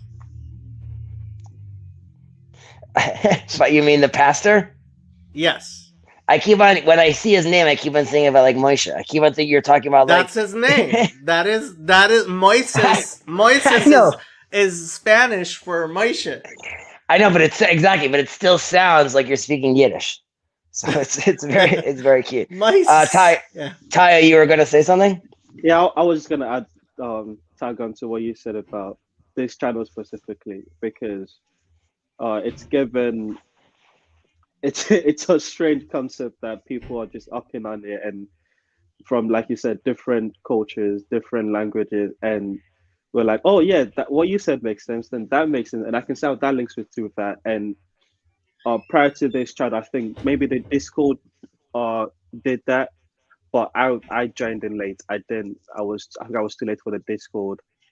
Well, that period of the Discord server, and what this channel offered was just a way to just if you're watching, because it feels like everyone there is always consuming something in this little corner and want to talk about it, and this channel is like, I can up on and see what's being discussed and add my 2 cents. So yeah, Jacob, it's a very important thing, and like Ezra said, don't be silly. Don't do it. Okay, I will not delete the channel anytime this week. That's a technical term, right? Not being silly, but I agree with what you're saying, Tayo, and I also think I also came later on into the game, into the Discord server. However, arguably, the Discord server also had its own version of development, specifically it being more on text, right? Which was still like another veil. And I think going into the just streaming, just chatting allowed people to see each other as well. And some of that could be also due to COVID. But like the point is, the fact that it moved to this medium allowed an evolution in the way of the way the conversation's happening, yeah. Which I think in some ways upped the ante because it requires more embodiment. On the other hand, it created still somewhat of a safer space because when you're back of a keyboard, it's easier to just, let's say, lambast or troll, and here you sort of have to see the other, which I think is important because then we're seeing each other more than just the words we're writing, which is more like representing our ideas, but we see each other as the human that's actually saying those ideas, which constantly requires you to sort of see yourself in the other. So that's fantastic. However, I also think that you wouldn't have this sort of in other fields necessarily. I mean, maybe you can, but it would be strange if I walked into a random psychology Zoom with like 30 people and I'm like, this reminds me of Job. And like, they'd be like, what are you talking about? Or just start talking about like some other author or something that happened at work and relate it back. However, because this channel is just, because it really discusses like the deepest of the deep, everything stems from it. So you could always sort of come in with, I can start talking about like contracting work and he'd be like, I totally see how like when he's talking about like, plastering, he really means God. Like somehow like people connect it. But I hope that makes sense. I don't know. Nah, I think that made complete sense. Chazi is a Freemason confirmed. Come get the banner going across the screen. Do you know much about Freemasonry? You talking to me? Yeah. I mean, there's also a correlation with Freemasons and the Knights Templar. Yeah, so yes, I don't know how well versed I am, but I'm aware of some of that. It's actually interesting that in the YMCA, now I'm actually blacking out if it's the Templars or the Freemasons, but in the YMCA in Jerusalem, so there's like these 12 trees that are planted in the courtyard, and they're supposed to like represent either the 12 tribes or there's or the 12 nights of Christmas. There's different versions of it, but if you go all the way to the top of the tower, inside the tower, there's like symbols of all the different religions that the builders put in over there, which was like they were trying to get to some sort of like unified idea. So there's the Masons played a lot of different games. I actually became pretty popular with that movie. What's the actor's name? Nicolas Cage had that whole thing about like talking about the Freemasons. But yeah, playing around with their money, having the all-seeing eye on side of the top of the dollar. They're all games. The Liberty Bell. So Tayo, what do you? Yeah, sorry. Go ahead, Jacob. No, well, when I was a kid, I heard that the Jews run the world, and I knew that wasn't true. And I heard that the Masons run the world, so I figured, hey, if I join the Masons and become a Jew Mason, I'll run the world. And that wasn't true either. The Freemasons. Yeah, those. I mean, it was probably very cool to be part of like secret groups back in the day. I think that was like their social media.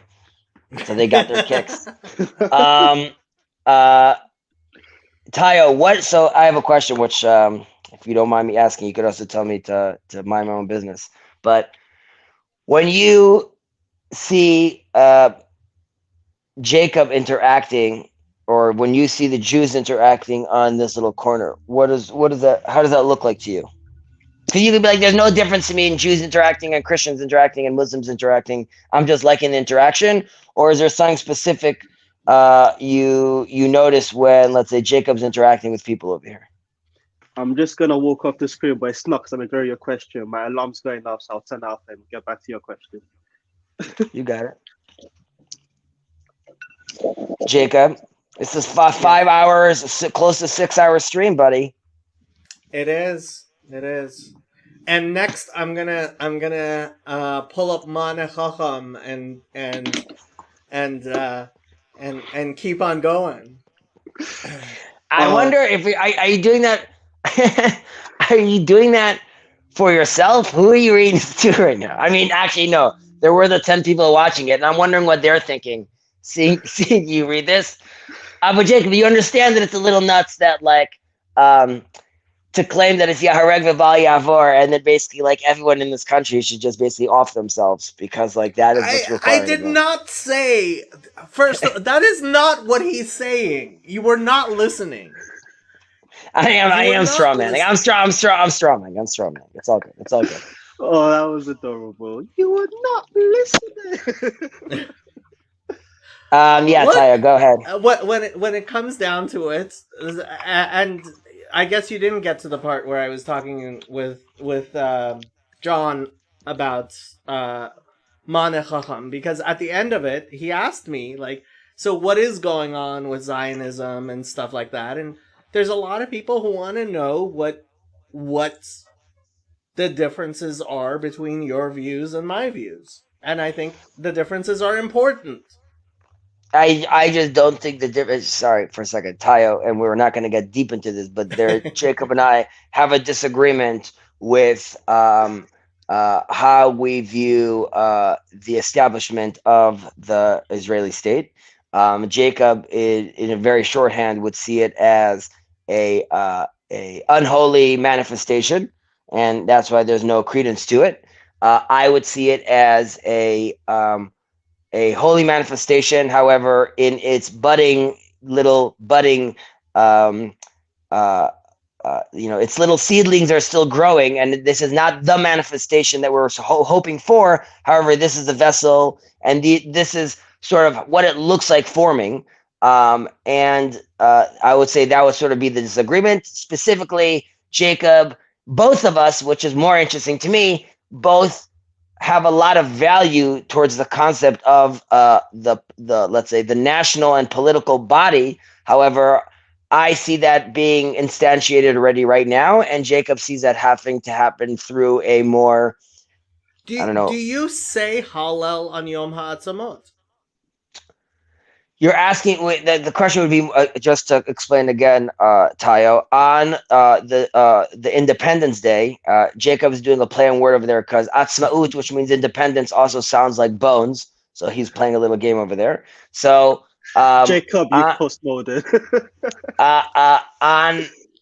On the Independence Day, which would be, let's say, a national day, there are Zionist rabbis that said that one should say the Hallel, which would be like praise to the Lord, basically, which is a prayer we say on high holidays, and they say it then. So there was a cultural question: should we be celebrating this tremendous, whether it was a military triumph or just the fact that we're here right now? Okay. Then there's another question: if you are already going to praise God, do you say it with God's name? As in, do you actually bring God's name into it more than just a song, but you're actually going to make the blessing, which has religious ramifications to it.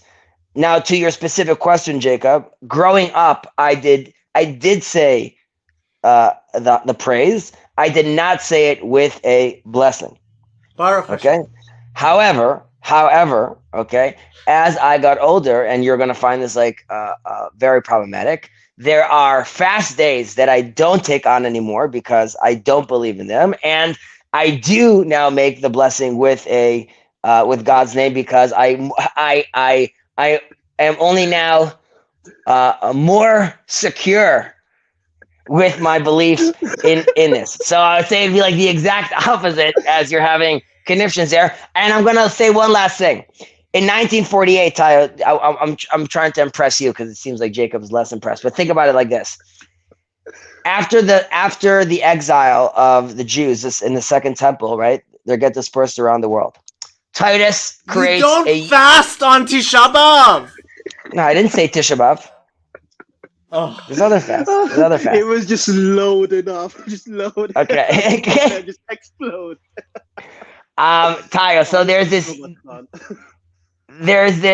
this huge arch, the triumph arch in Rome, Titus's arch, and in Titus's arch there are chiseled into the wall. You could see the Romans bringing back the spoils of war from Jerusalem. So you could see the menorah, and you could see different elements of the Jewish temple. So it's obviously very depressing. It has been a custom in Italy for Jews living in Italy ever since that time to never go through that arch. Okay, they never would walk through that arch because it was too hard for them.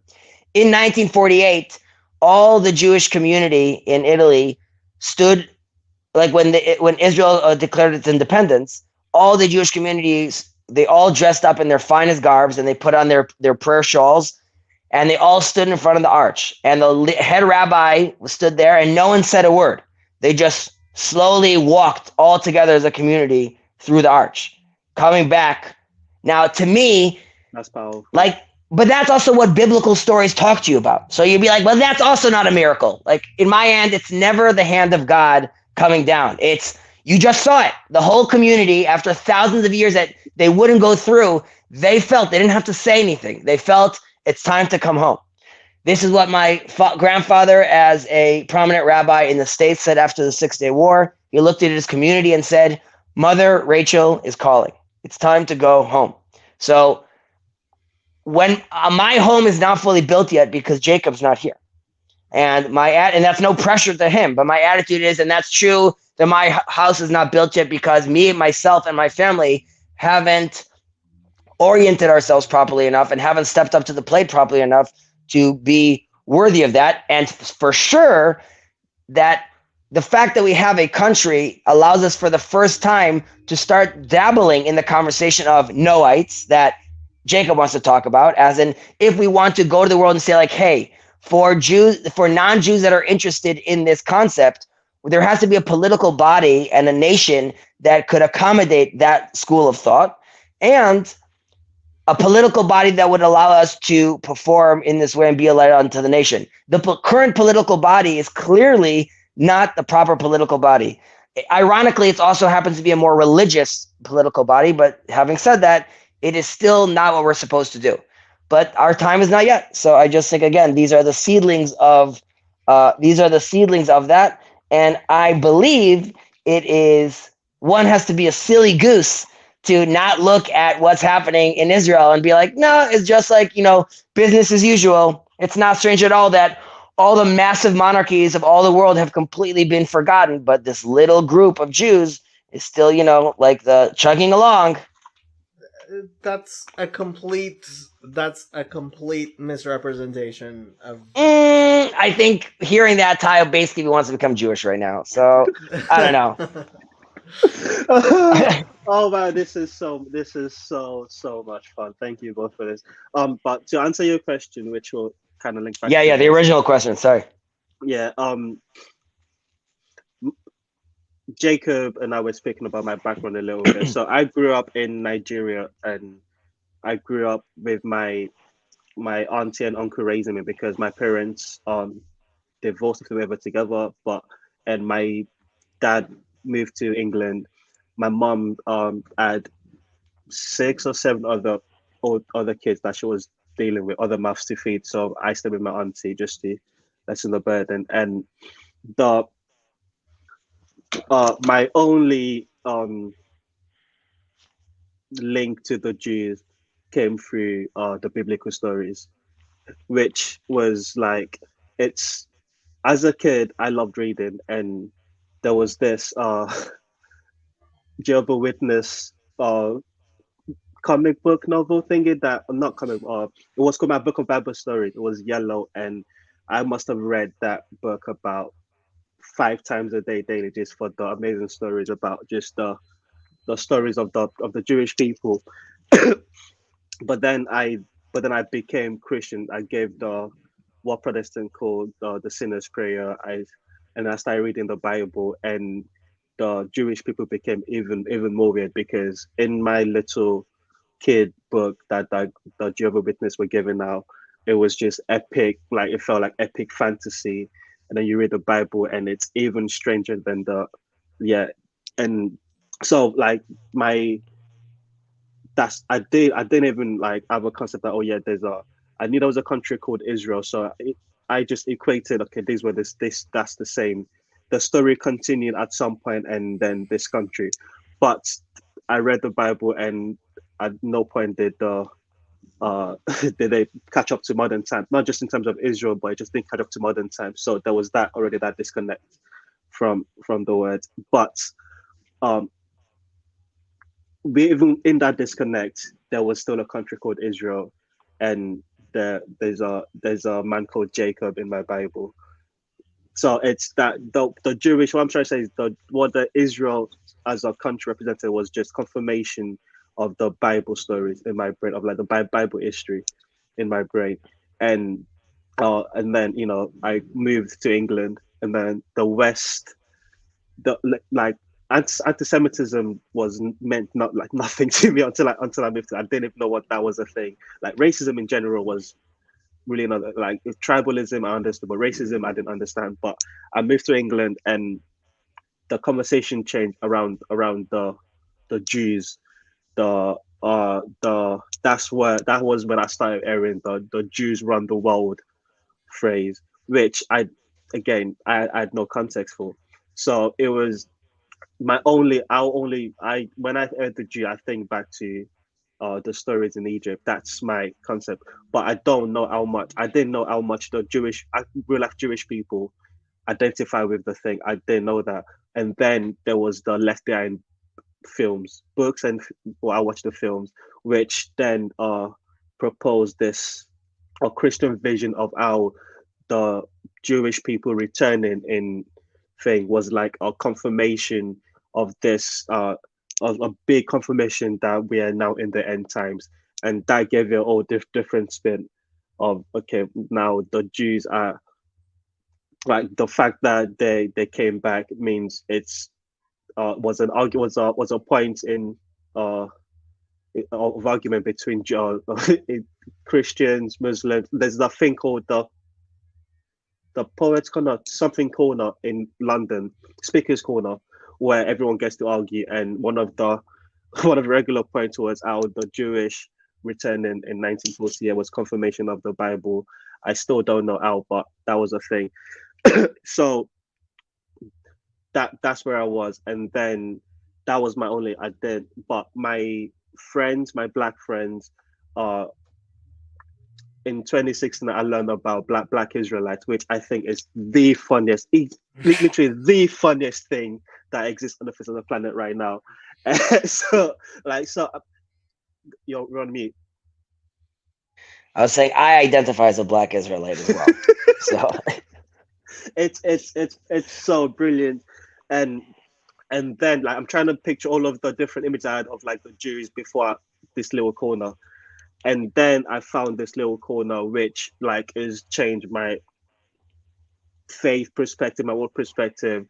So when I watch Jacob's channel, when I watch you and Jacob have the little spaghetti which is hilarious, I'm just here just soaking in knowledge. Like, okay, all right, now at least I can interact with actual Jewish people that can educate me. So I am so ignorant on that, but the through line from everything that I've said is just how the Bible and the Jews, I've never in my brain separated, and I've never distinguished between them really. It's just like Israel exists, and the story of the Bible is just about Israel.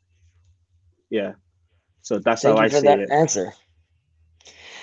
I mean, you point out something that, like, I mean, I think we deal with a little in this channel, and I guess I've mentioned this before, so it is a real theological question and annoyance in a certain way for the Christian and Muslim world that the Jews sort of came back in 1948, because I think that's really for the world, because it's sort of the Jews are a piece of history that sort of went away in a certain extent, and then like here you have like a walking, talking like biblical figure that's still walking around, but like as a society we've moved past that, like technology and modernism and the Reformation, not the Reformation, the Enlightenment and modernism, and then you have like these little people that are like, well, we're still tethered to this thing, which is, but more than I would say, is like a faith, but then like, you know, a people, there's a bloodline, there's like an actual land. So yeah, so it definitely creates a lot of theological tensions. Yeah. For the world. By the way, the Black Israelites, while this relates. Also, something I talk about in this corner, because this relates to like sort of the Kanye and Kyrie Irving rant. But there is some truth. There is some truth to that, which is like, first of all, Judaism is not it's a covenant as well. So really, anyone could buy in. That's number one. Number two, old school Jews don't have blue eyes and don't have this hair that I have right now. So like, that's not how they're walking around in, Moses wasn't lactose intolerant. Yeah, he wasn't blonde. Lactose intolerant is funny. Walking around with like, Pharaoh saying, would you like some of this milk? He's like, yeah, I don't know. The milk's not going to be good for me. Moses wasn't lactose intolerant. That's the title of the stream. So I just think that it sometimes And there is specifically because Jacob and I come from different traditions with regards to, let's say I come from a European Jewry, and Jacob is coming from, what would you call the Sephardic Jewry in English, Jacob? Mizrahi. I'm more an Eastern one. Yeah. More Eastern Jewry. In the Eastern traditions, there was never a schism, an intense schism with a divinity and let's say, I don't want to say the mundane, but like, what would you say, chol? Profane, but I don't even understand what you're saying. Where I'm going. Oh, so How my is point. this- I'll explain. 1 second. Wait. So in the Mizrahi communities, you have a lot more of a cultural. Well, I want to say cultural. You have more of a spectrum, basically. So it's not really secular and religious. It would be more religious or less religious. And Right. in the Okay, European, so that's, sure, go ahead. That's because the European Jews were very highly affected by Christianity, and so And the Haskalah. and the Haskalah, and so there was a lot of denominationalization, and there was a bigger difference between the clergy and generational clergy. So Chezi comes from a long line of rabbis, and I don't. But my point being, Jacob, was that in my tradition, or like European tradition, there was more of a separation between, let's say, the profane and the holy. So if I decide to act a little more profane, it's not like, okay, you're on the spectrum. It's like, now you're not part of the group anymore. You're not considered religious anymore. Okay. Now, that kind of attitude leads to people thinking like, well, my Judaism is the Judaism, or this is the right way specifically, which also could lead you to hear someone say, hey, I come from the Hebrew tribes, even though I look black. Someone being like, no, you're not. And the attitude would be like, no, that's totally fine, and it's totally possible, and it's not a big deal.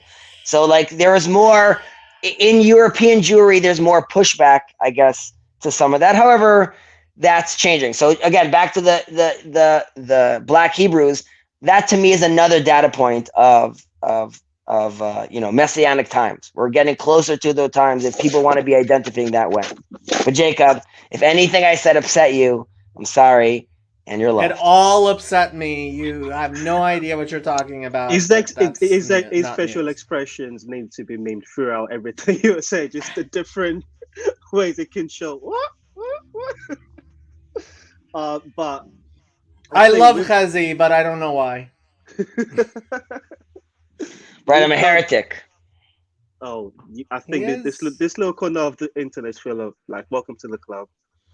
I think with the Black Israelite, I had a different frame for it, which is more Petersonian in the sense that the stories in the Bible are more true than true, meaning like that hyper-truth, the hyper-truth, and a group of people taken away from their land, enslaved, and that the story tracks with the Black American experience. And when you're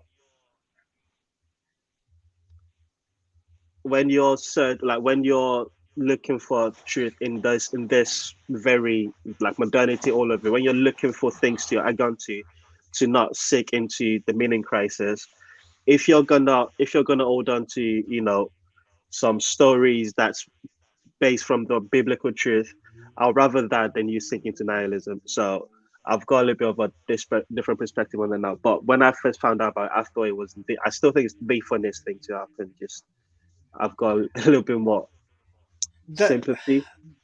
Yeah, I mean, I have sympathy too, and part of it is exactly, you're right. There are people who are clinging to this because it is a culture that they can claim as their own. The problem is, that a lot of it is tinged with very strong anti-Semitism, which Chezi's friend who went on a channel he should have never gone on and said a lot of stupid things he never should have said, didn't understand he was feeding into.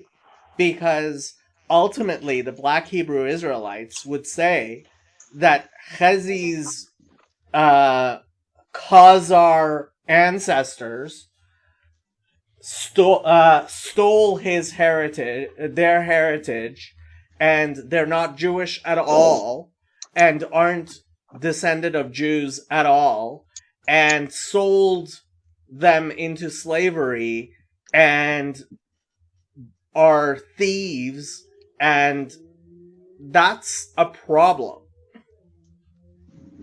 Chezi is actually, whether he likes it or not, he's actually descended from the old school Jews, and while there may be some connection, like some intermixing, and there always have been people who converted into Judaism, like Chezi is a Levite, and if he does his Y chromosome testing, it will show more likely than not that he is Ben Achar Ben, a descendant of the Levites from 2,000, 3,000 years ago. I got my Levite ring too. Good job. And you should learn how to sing, because hopefully you'll need it soon. If I told I do 10-year-old sing. me I was speaking to a Levite, his mind would be blown. You should know that when I was 10 years old. You might. I'm going into my car, so I might just get disconnected for a second. 1 minute. 1 second, please.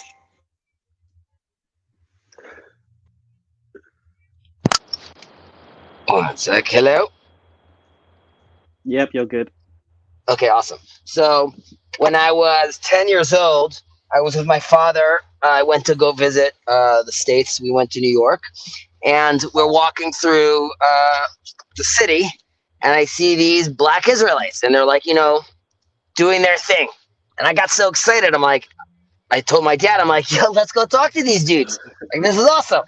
And then I don't think my dad was really focusing on that. And they had this whole thing of the tribes of Israel. And I'm like, I'm a Levite.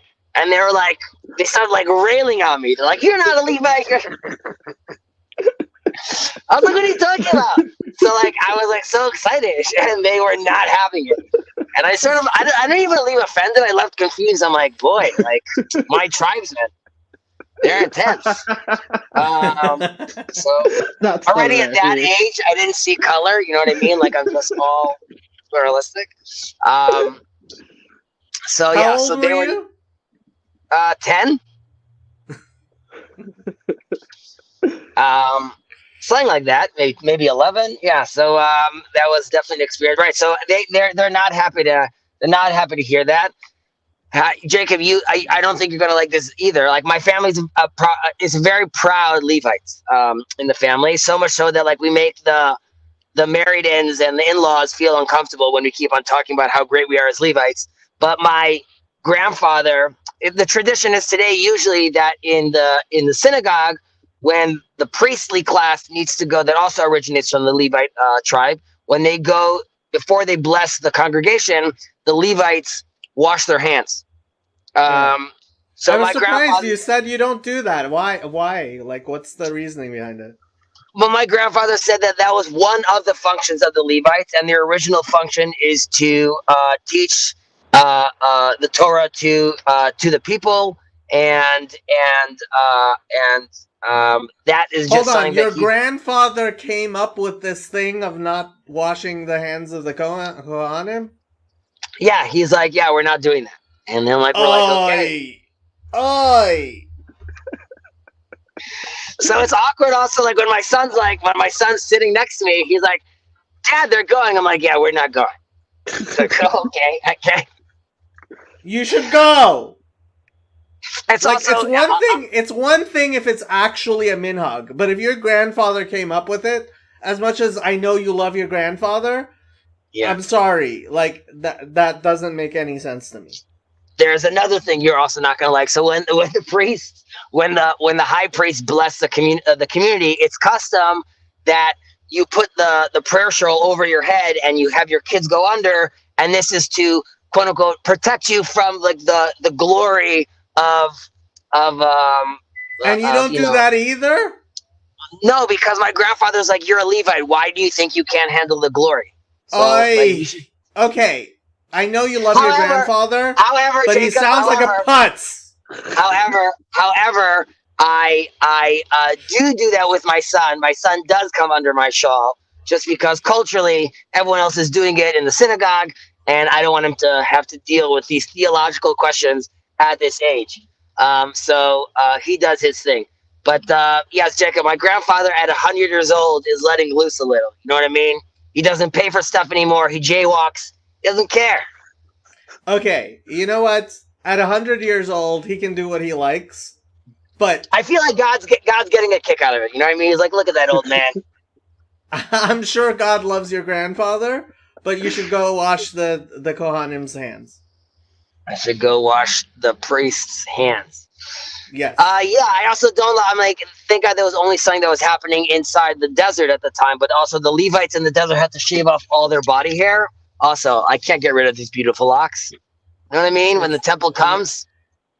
When the temple comes, we'll deal with that. I'm not aware of anybody doing that these days. Although some of my chavrusas, I had a chavrusa when I was in Tayo, chavruta is a study partner. Yes. And he was a Kohen, and he actually grew his thumbnail to a point, so he was ready to do the sacrifices Malika. If Mashiach came. Yeah. Yeah, so the sacrifice he's talking about, Tayo, is if you are not sacrificing, this also has to do to like your financial status at sometimes, or sometimes at the kind of offering you're offering, but sometimes people would bring pigeons. And in order to, the way the high priest would slaughter the pigeon before sacrifice would be, they would grow a very long nail, sort of like a cocaine nail that we recognize today, and they would sort of stick it inside the neck of the pigeon. Exactly. Yeah. So that's why where that tradition originates from. Yeah, that's a move right there. Having a long nail, stabbing pigeons. Hey, he was ready. He was like, when Mashiach comes, they're gonna need a Kohen to actually do it, and I'm gonna be ready. So maybe I'll be the one who gets to do it. So I'll give you a strange little tidbit. When I was 15 or 16, no, when I was 16, I was on a school trip, and we were hanging out in this old structure, and it was like a lunch break on the school trip, and I was like on the second floor of the structure, which is like, you know, this would never exist in the States because it's like completely not to any code, and Israeli educators are just negligent when it comes to that. Like, oh yeah, that looks like a landmine, go play with that. Either way, I'm in the structure, and then I fall back, and I fall like the second floor, and I fall directly on my head. And like I get up, and I'm like completely okay, thank God. Like it was a big fall, and I was like, wow, this was like miraculous. This is crazy. I need to be thankful for God. This is because I was just being like, you know, mouthing off, and I decided that I'm going to become it's called the Nazir. In English, it would be like, let's say, what would you call that in English, Jacob? Like a monk? I don't know if it's a monk. And Nazir, Nazarite. A Nazarite. So is that yeah? So I decide. So my dad, who I love very much, is a psychologist also, and a fairly highly pious man. Said, okay, if you wanna, he's like, I understand where the sentiment's coming from, but that's a big deal. And if you want to take on such a commitment, then we're gonna have to learn through, Maimonides about this. So we sat down for a year and we learned through Maimonides. And then after I finished learning through that, he's like, okay, do you still want to do this? I'm like, I'm still doing this. So I took the vow. Wow. I grew my hair very, very long for a year. I didn't drink any alcohol, but I was 17, so it wasn't like I was pounding alcohol anyways. And I lived this life for a year. Wow. And that was a decision I made. And then after that year, that was basically it. Which is possible throughout these through the system, through the religious system. There's different versions of this oath you could take, but yeah, Wow, I I'll really dabble respect into that. a little. I respect that. That's respectful. So you were a Nazir for a whole year. Wow. For a whole year, exactly. Did I So feel what- any more What'd you pure? do I at don't the know. end of it? Did you cut off all your hair and like yes, I don't know I what the did cut it all off. halachas are. Yeah, well, I'm saying there's no temple today, so there's no bringing a sacrifice, which is also, by the way, very interesting. Which is, if you do become a Nazir, like a monk, as in if you are making a decision. First of all, there's no abstinence. Again, I was 16, so it didn't really matter. But even like an adult monk could still have relations and get married. However, because you're not having wine, and because you're not cutting your hair, and because those are the two main ones. You still have to give a sacrifice at the end of this period because you still denied yourself some of God's gifts. And even though you in theory elevated yourself, and I'm not saying this about myself, but one elevates himself to a higher spiritual level, you still denied yourself some of the earthly gifts God gave you. And because of that, you still have to bring a sacrifice of forgiveness, which I also always appreciated as well, because it's always like a balance you have to start to strike. What did your yeshiva think about you like taking a Nazirite vow? Oh, that's actually a great question, because in my high school at the time, my high school is basically till around 1 o'clock in the afternoon. It was secular studies, and then till around 6 o'clock in the evening or 7 in the evening, it was all religious studies. And they're not going to let you have long hair in school, because that's just not like, it's you're not going to have like stylish clothing. There's no emblems, there's no pictures on your shirt. I mean, it's like a uniform. Like, be focused on what you're focusing on. So I had to have a letter from my father saying that, like, this was the process he did. This isn't just like he's not doing this for like, well, there wasn't any social media, but he's not doing it for the likes. So this is like a legit thing. So once the educators saw that, they were down for that. They didn't give me any issue. Wow. Yeah. Interesting. Yeah. I had never heard of somebody actually taking a Nazirite vow these days, but I guess Zionists do stuff like that. Yeah, that's so epic. my uncle Zionist do that. Not my uncle, my cousin Jacob, who you definitely wouldn't like, who's also a very I would love him. God have mercy on his soul. He's a real powerhouse. However, he would be more in line with me, which is, let's say, which is someone that's pushing for reform inside the religious community. He is actually writing. He has his own book called The House of Levite that he's writing, and over there he wanted to have a recording of my experience as a Nazir, because he also didn't deal with one in modern days. So I don't know if I know of only like 2 other Nazirs. One was Rabbi Cook's student, who also has a book about trying to bring back prophecy. That's a very interesting book. And yeah, that's my rant. But Jess, I just saw you join, so good evening, sir. Dude, I just wanted to see you in the daytime. And if I really exist. And then I just wanted to show up for these epic stories. For these epic stories? Awesome. Yeah. They are epic. Yeah. I had no idea you were a Nazir. You and Paul of Tarsus. Now I see the resemblance. Was Paul a Nazir? So one of the big things we talk about in this little corner about Paul is Acts chapter 21, and the Nazirite vow played a big role in that. Yes. The Nazarite vow. Okay. Well, Jacob is a lot more well versed than I am in the Christian theology. Christianese. Yes. In Christianese. Well, it's a big question what exactly happened in Acts 21. In fact, that was something we were talking about earlier, but like, yeah, Acts 21, and part of it is James tells him to take a Nazarite vow, and whether he actually took it or not, and what actually happened there. That's actually one of the big theological questions in Christianity that most Christians don't know much about. If Paul took the vow, you were saying? Yeah. Okay, so I'm gonna go into this. I'm just trying to think if it's the right move to go into this right now. But I would be interested also in all your perspective. But so there is the famous story. It's interesting to you're saying that Paul did this, because there's the there's the famous story of Paul and the people of Antioch. Right? And the incident at Antioch, yeah. Incident, exactly, if I recall correctly. So there is also there's a juxtaposition with the story of the Talmud of Jacob, and you could bring it up.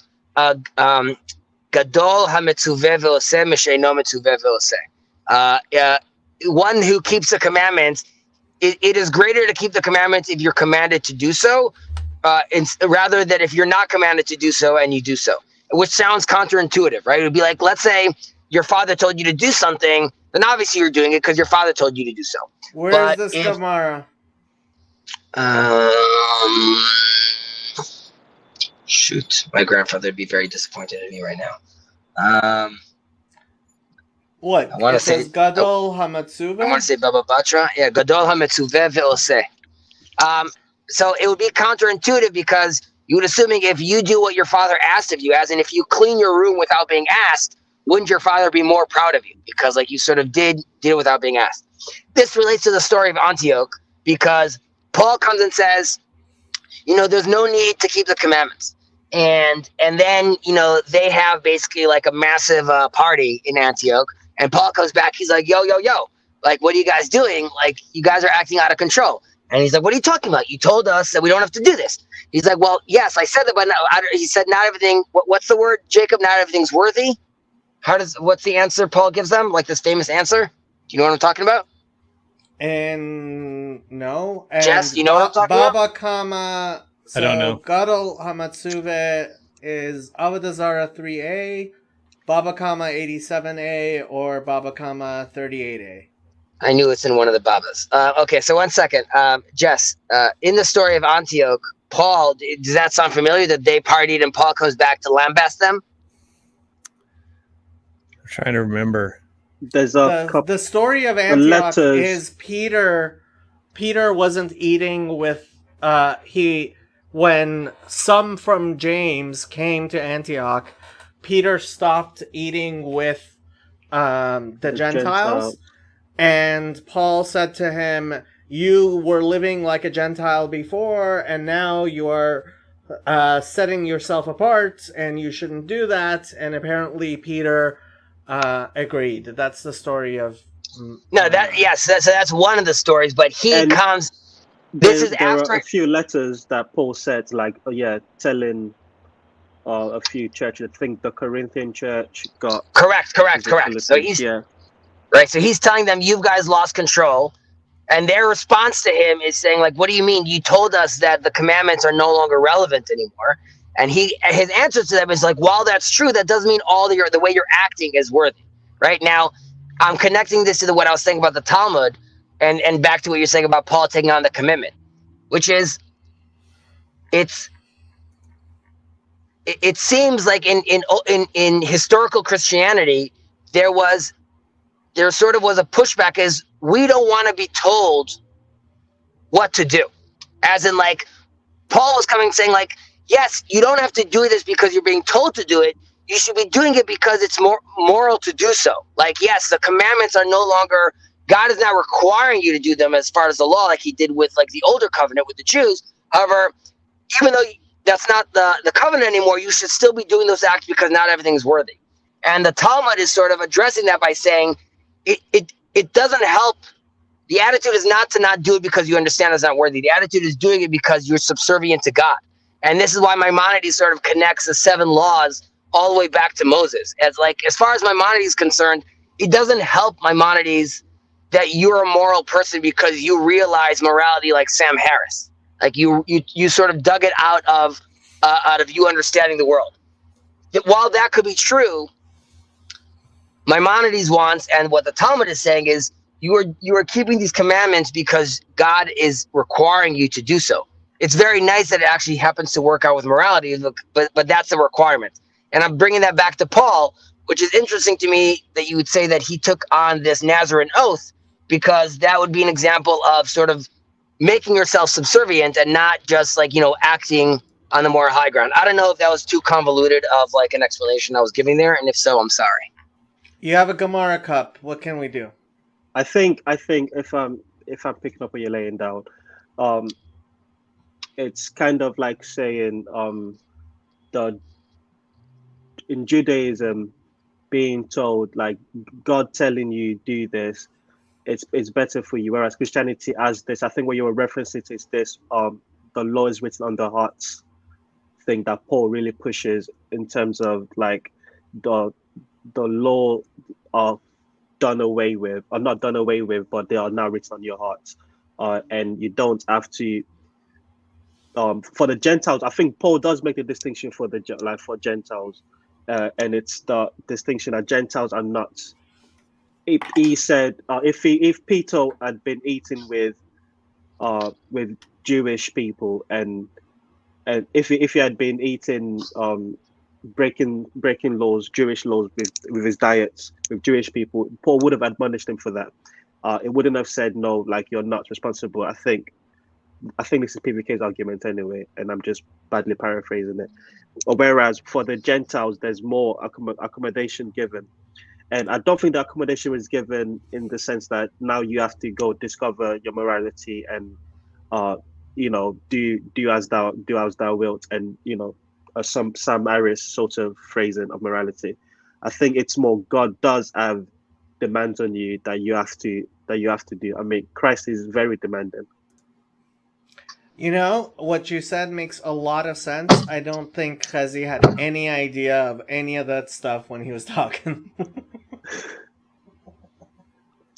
I'm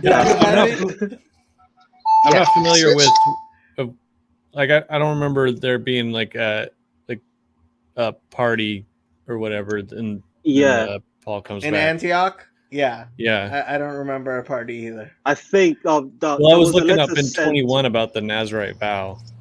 When I say about party, I don't mean party like there was a one celebration at some dude's house. My point is being they were reckless in their behavior, and his letters to the Corinthians were saying that you are not acting in a pious way or in a worthy way.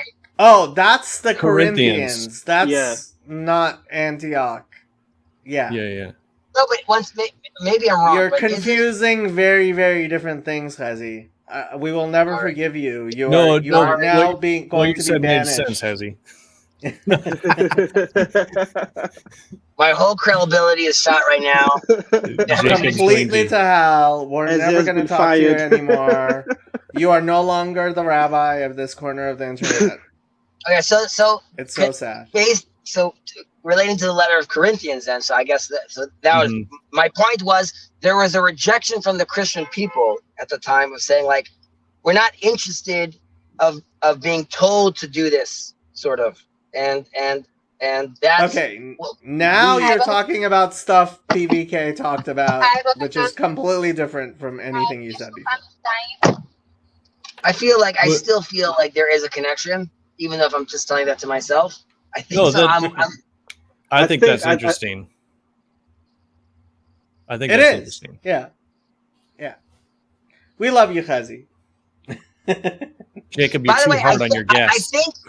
I think I just like pulling Chazi's leg. I know, but here he is in the bright sun of Israel. On a Friday morning, do you realize what the traffic is like on Fridays in Israel? everybody's running around trying to get Trying to everything get ready. everything done. It's a beautiful hustle and bustle. That's number one. Fridays and the smell of everybody cooking. Yeah. The smell so hungry. of Jerusalem on a Friday afternoon. It's heaven. It's absolute heaven. Enjoy it, Hezzy. Enjoy it. There's and I recommend you guys all do this as well. I mean, obviously you could see some of this happen in Silicon Valley, but this is something that my uncle, may he rest in peace, would do.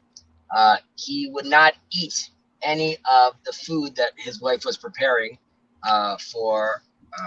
and I'm not saying men can't prepare food as well. It just happened to be his wife was preparing the meal. And he wouldn't eat any of that food because it had the Sabbath particles inside them. And it is almost to a fault. Like I am completely disengaged from my weekday self right now. I am not even thinking about work at all. I'm not thinking about any clients. I'm not checking my phone. I mean, I'm on my phone right now just speaking, but like I'm not looking at WhatsApps. Like I am shut down now for like until Sunday. And like it's not like I try to not allow even the concepts of the weekly and the mundane to enter this space. And it's just like a great place to be in. And on the Sabbath itself, you know, one is asked to like not make calculations and really try to, it's called it's a version of the world to come. And the way you could do that is you could really remove yourself from the rat race, remove yourself from the concept of like the cyclical time of you know, day comes and day goes, and you are in a completely insular status.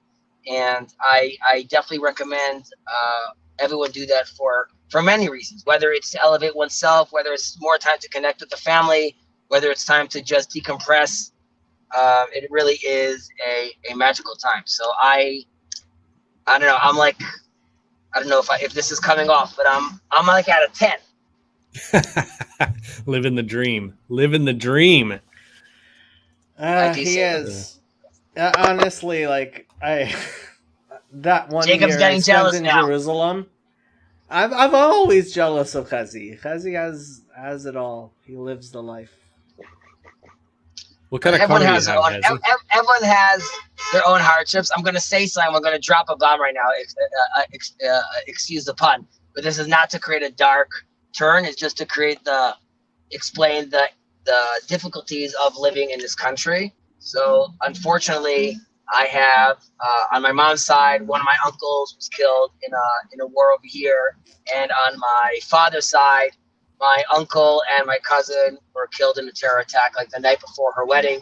So these are all like very real things that happen, you know, like sort of in this country. And I remember my grandfather speaking to the whole family after the death of my uncle, and he said, you know, we're a very large family, and we've been sort of we've been running through the raindrops all this time in Israel.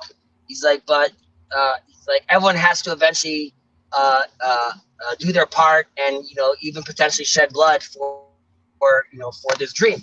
So like, you know, our turn has come up basically, and it was very beautiful and very sad because that is what we're building towards, sort of. So when I say, you know, obviously jokingly, but it is very much like the life passion and what I believe is, you know, our mission, even if it requires obviously there's losses along the way. And Jacob, this is an agreement with you. Like it wouldn't be worth it to would have lost them for the secular version entity called Zionism in Israel. That would have been a waste if that's why they died. The reason I don't think it's a waste is because I think them, like me, and obviously they were a lot more prominent, but like my uncle was a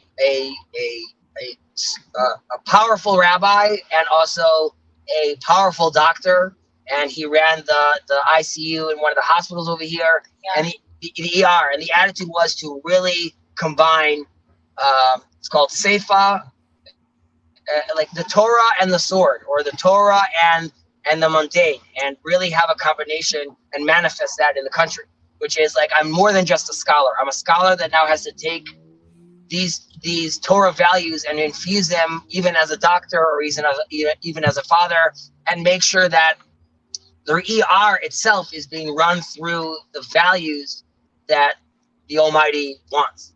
So that is the dream of the Zionistic world that I live into. So like even politics would have to be fused with the Torah values. We're not there yet, but Jacob, if I, and not me or my son or someone, could eventually position themselves in a righteous way within the government and build what would probably be oriented, then I think that would be something you're interested in. All I'm saying is it requires us to build it.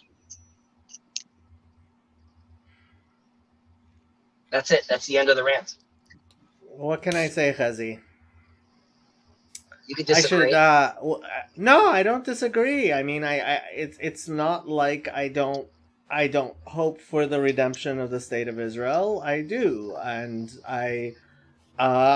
but ultimately, I think when you look at the secular state, you have to see that it is a secular state, and that you cannot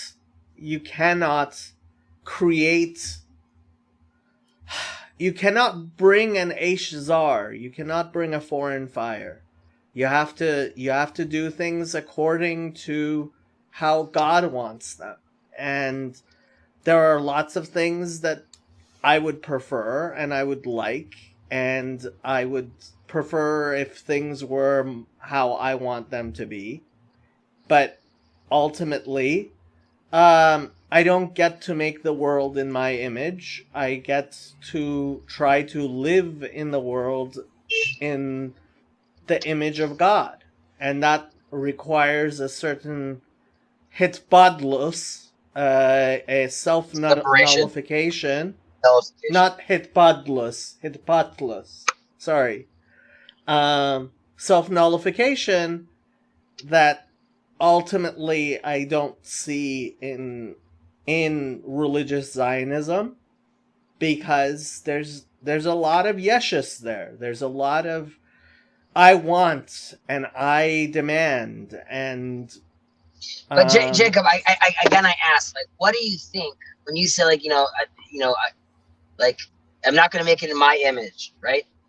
When I say this line, I sound like a broken record, like Shuva Elai v'Shuva Elechem. For us to repent, that requires agency. That requires us to want to repent. So, like, what does it look like to you? What, like, how would it manifest? What does it look like the Jewish? I don't want to say the temple, but the Jews in their homeland, or us being probably oriented. What does that look like to you? Does it need to be miraculous? And when I say miraculous, like, does the 6-day war or the fact that we're back in our land... Chazi, it looks like not thinking that the state of Israel is some sort of mini superpower, when what it really is a cat's paw for the United States that depends completely on United States help and is completely dependent on the political will of the United States, and completely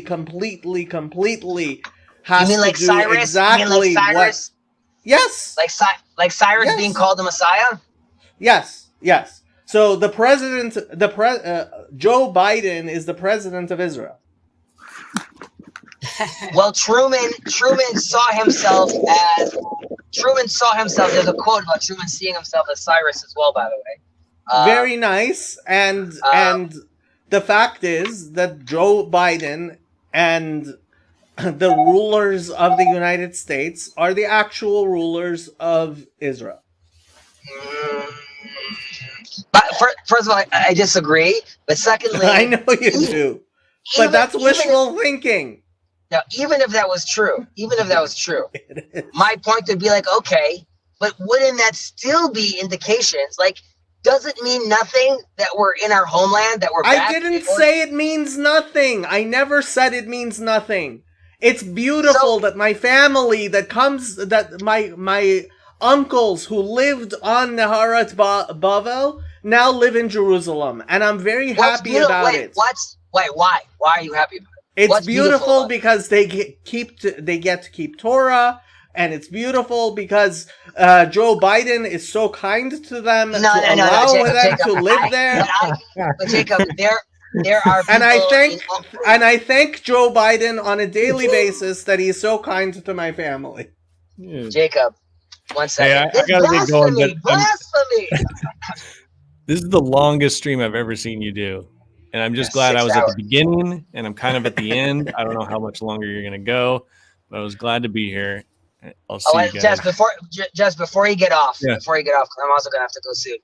What you were just trying to say about the retraction video, and that was like the drawing you were doing, right? Like that was what you were playing with. So first of all, I think it's very cool that naturally that is what your spirit was bringing you to draw that kind of concept. Yeah. That sort of relates to something I said earlier, which is you don't teach, in the Talmud it says you don't teach the story of the chariot. You don't teach that to someone. Rather, that has to be sort of self-understood, and then you could give persons like that like guidelines. Now, at the time, the world really wasn't a place where you could say the common man was thinking about these concepts. I would say, back to my point about this being sort of like a new Tower of Babel or a redemption of the Tower of Babel, you having a conversation saying, I'm looking at this concept of retraction as like Trinity, while we could differ, my point being is that we are swimming in similar waters where like, you're trying to come to this from your own place. So I think that was very beautiful.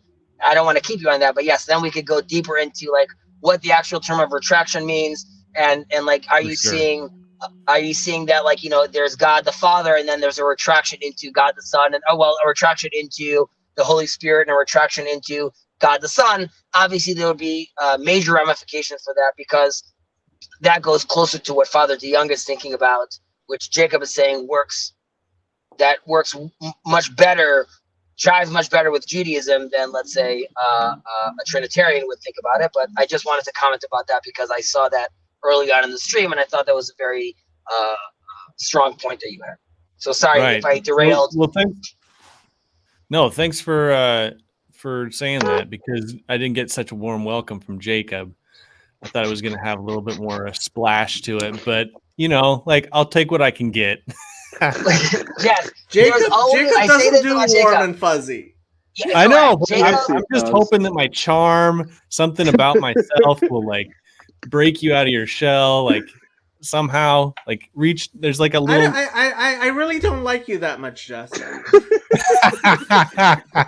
Jess, the channel, Jacob's channel is the constant open hug.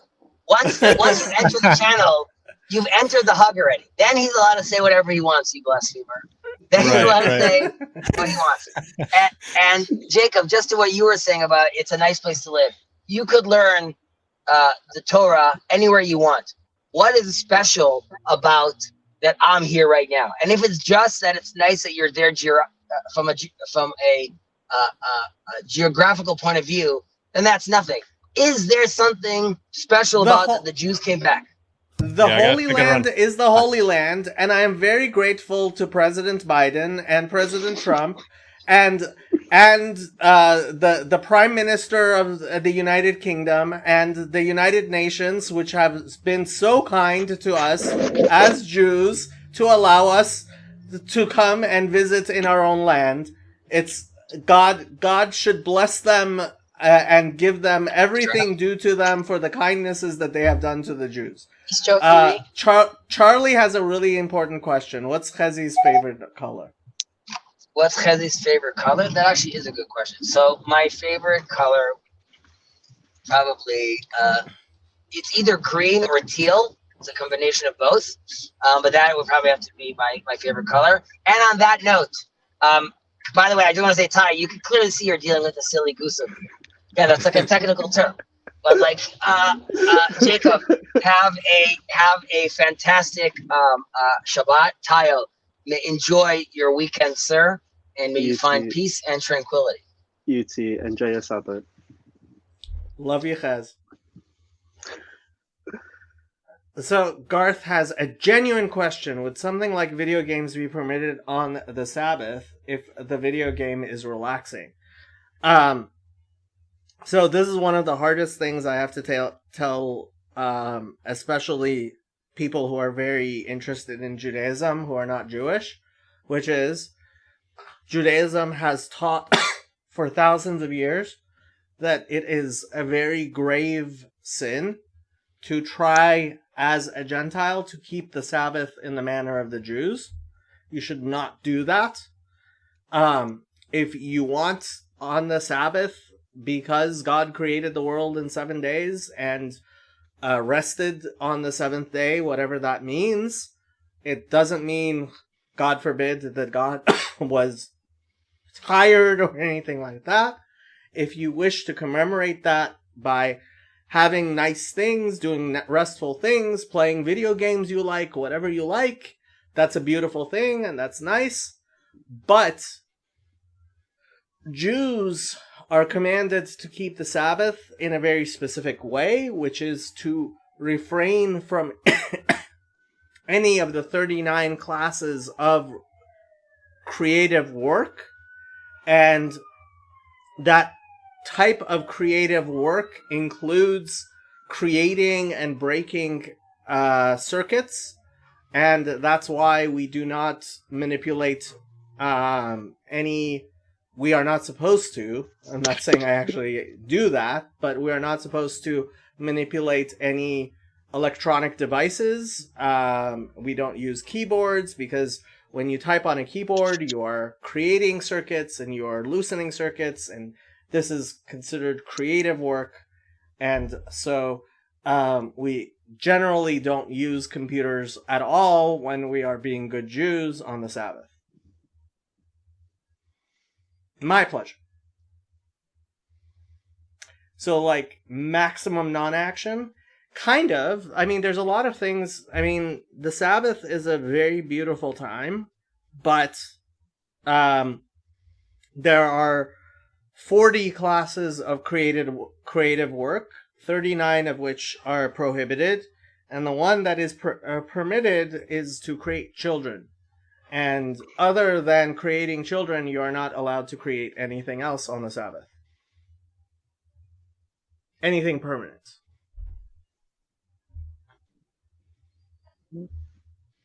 Well, it's now 6:30. I start work in an hour. Let me start prepping, go for a run maybe. Okay. Thank you so much for the stream. Always a pleasure. It was a ton of fun. Yeah. So then how do they fire the space laser during the weekends? Wait a minute, answers. Should I end the stream or should I do Ma'aneh Chacham? I think I'm going to do Ma'aneh Chacham.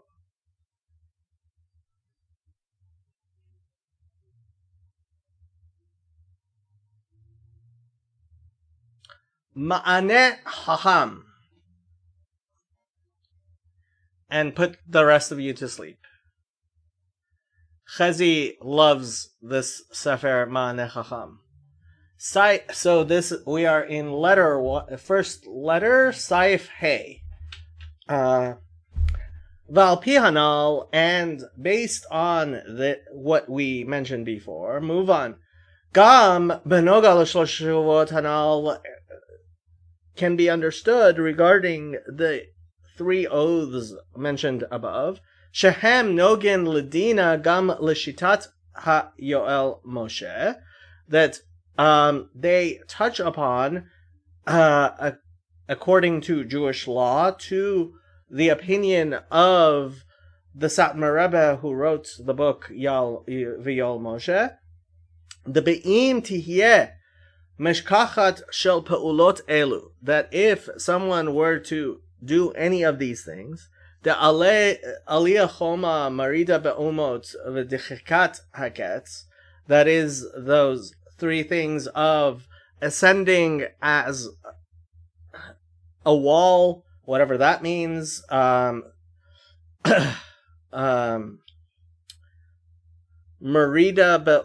Le'umot, revolting against the rulership of the Gentile nations, or pushing off the end times, באופן שאין בהם מעשה כפירה,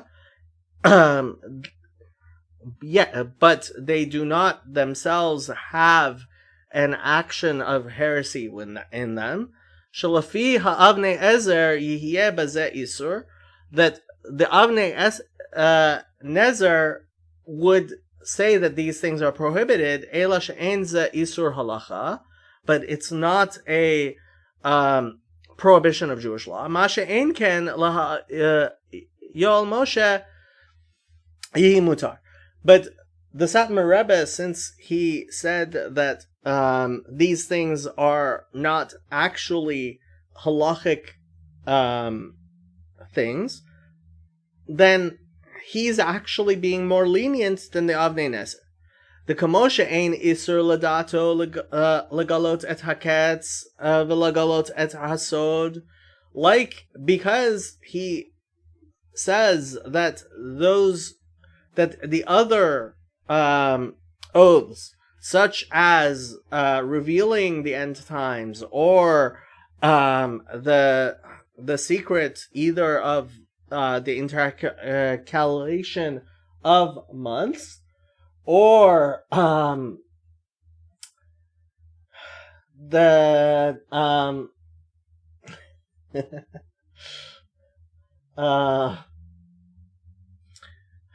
or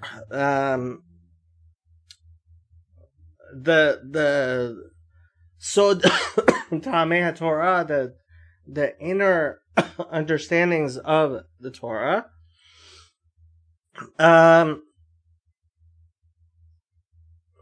mukhrach mehem mahad shaharambam lo hevi isur zeh, and that is proven from the fact that the Maimonides does not mention this prohibition. Ken have gam benoga l'shlosh pe'ulot hanal. Similarly, regarding these three actions that we mentioned, hecha she'ein ba'ofen kazeh she'ein bahen ma'aseh kfira. If it were to be in a manner that it does not have a heretical thing to it. Shaharei kol tam ha'isur the shlosh pe'ulot elu hu lo mitzad hashvua, because it is not the oaths themselves which create a prohibition. Varak mitzad hakvira shebezeh. It's only because of the heresy that is inherent in them. Hare kasher hem be'ofen she'ein bahem maaseh kafira. That if they were to be done in a manner that is not a action of heresy, hen mutarim, they would be permitted. Ve'ein shum svara lechalek bein shlosh pe'ulot elu. And we would have no reason to make any differentiation between these three actions. Hechad ein bahem kafira, if it was possible that they would not have a manner of heresy. La pe'ulot de gilui haketz ve'gilui hasod. To those actions which are those other actions which are revealing the end times or the secret. Vehine benoga ledechikat haketz, and when it comes to pushing off the end times, pashut sheyesh mishkachat kazu, it's obvious that such a thing is possible. Shaharei mavur Yoel Moshe b'siman chaf vav, that he says in chapter 26, shebekama midrashim mavur dedichakat haketz, the pushing off the end times, koi al pa'ula enoshit b'yadayim. That's when you do things as a human being with your hands. Uvepirash Rashi ketuvot, and Rashi explains in the tractate Ketuvot Sham there, Mefarish hazeh koi al ribui tachanunim yoter midai. That would be, for example, praying too much. U'mesayim bevayel Moshe Sham And the Satmar Rebbe there says Shnei Hapirushim Emet, that both of these explanations are true. Ki hashvua de lo yidchaku, that the oath not to push off, chulu, kolelat kol minei dechika, includes all manner of pushing off, be'eze ofen she'yeh, in any manner that it would be.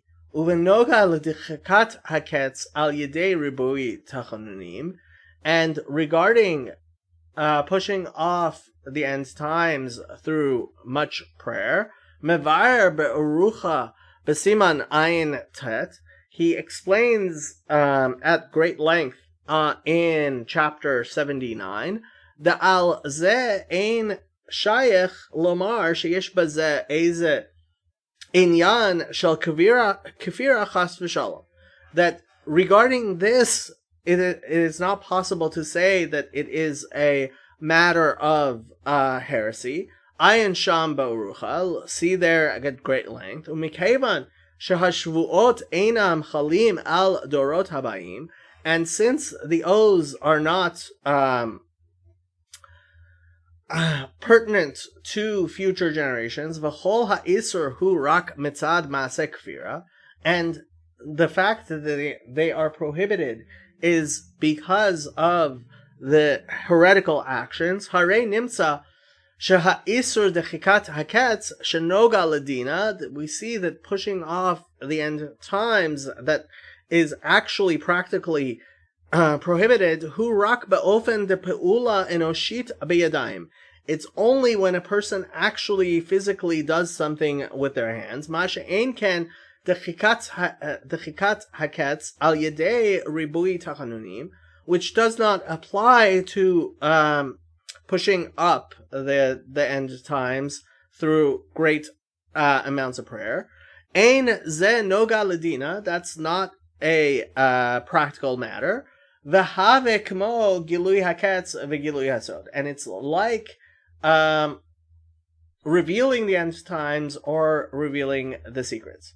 V'otadvar hu benoga aliyah b'choma, and similarly regarding ascending as a wall, umerida be'umot, or revolting against the Gentiles, the yesh mishkachat aliyah b'choma umerida be'umot sheyu be'ofen kazeh she'ein bahem mishum ma'aseh kfira, that these things are possible without being heretical, kamo sheyavuar lekaman bezrat Hashem, like we will explain further on. Uba'ofen kazeh, and in this manner, hinei l'shitat ha'yol Moshe shehashvuot einam chalim al torot habayim leka bazeh shum isur klal. Since he says it doesn't pertain to future generations, it's not an actual prohibition. Saif Vav, section 6. Dehine behagdarat behagder de aliyah b'choma, that when we talk about ascending as a wall, yesh shakal v'tarya, there is a back and forth question in the book Yol Moshe of the Satmar Rebbe, Siman Yud, in chapter 10. Imze koi davka al aliyah shel rov Israel, whether this applies to a majority of Jews ascending, o shagam aliyah de kenuf fe gedola, or if it's a large part of Israel, gam kishe'eno rov Israel, even if it's not a majority, nikra aliyah b'choma, if that could be considered ascending as a wall. Umasik sham ba'ofen hasheni, and he explains there in a second manner, ki chen muchach mipirush Rashi, because that's what Rashi explains. V'chen marin harbe the reshut shedivrei Razal, and that is what drashot shedivrei Razal, and that's what is indicated by many explanations of our sages of blessed memory. Amna Besof Siman Pei, at the end of chapter 80, Katav, he wrote, the Ma'asha Rambam Besefer Hayad Lo Hevi Haisur, that Maimonides did not include the prohibition in the Mishnah Torah, Shalo Ya'aleh B'choma, that they should not ascend in as a wall. Ki harambam sover shashvua shelo yalu b'choma koi al rov Yisrael. That Maimonides was of the opinion that that would be a majority of Israel. The aliyat rov Yisrael hu kibbutz geluyot, and that the gathering of a majority of Israel would constitute the ingathering of the exiles. V'lachen lo hutzrach harambam lahavi ha'isur shelo yalu b'choma, and therefore it was not necessary for Maimonides to bring the prohibition that they would ascend as a wall. Ki harambam somech al mashkatuv kvar de'efshar legeula kibbutz geluyot bli tshuva, because Maimonides was relying on the fact that it is impossible to have the redemption through the ingathering of the exiles without repentance. Umizeh anu yadim kvar that choshvim la'alot b'choma rov Yisrael shehu kibbutz geluyot, that those who think that ascending it as a wall is a majority of Israel, which would be the ingathering of the exiles, terem sheyasu kol Yisrael teshuva, as soon as a majority of Israel would repent, havezeh kfira b'Torah, that would be a before that there would be a repentance that would be heretical to the Torah itself. Ad kan lashona. That's what he says there. Umehemshech devarav sham muchach, and from the continuation of what he says there, it is proven. The ma shehichrich oto lomar the svir leil harambam the shalol yalu b'choma koi al rov Yisrael, that why he believed that this was the opinion of Maimonides. Af shamarin harbe drashot shedivrei Chazal, even though it is indicated by many explanations of the words of our sages, the hashvur shelo yalu b'choma koi al kol kanufia gadola, that the oath also applies to any large section, gam kishe'eno rov Yisrael, even if it's not a majority, who ki ze pashut shedavka al aliyat rov Yisrael shayach lomar shahu kibbutz geluyot, that it would only be an ingathering of the exiles if a majority of Israel were included. V'kol zman she'ein aliyat rov Yisrael, and any time that there is not an ascension of a majority, gam kishe'oleh kanufia gadola, even if it's a large section, ein ze kibbutz geluyot. This cannot be considered the ingathering of the exiles. V'lachen, and therefore, b'chtei letaretz ma shehad Rambam lo hevi ha'isur la'alot b'choma, in order to answer why Maimonides did not bring this prohibition, muchrach lomar desvir le'harambam she'isur hu rak al ma shekatu de'i efshar legeula bli tshuva.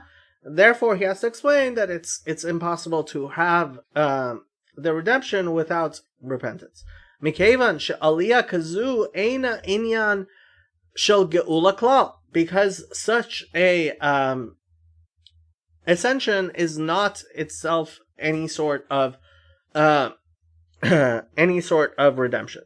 V'lachen be'im nomar dai isur.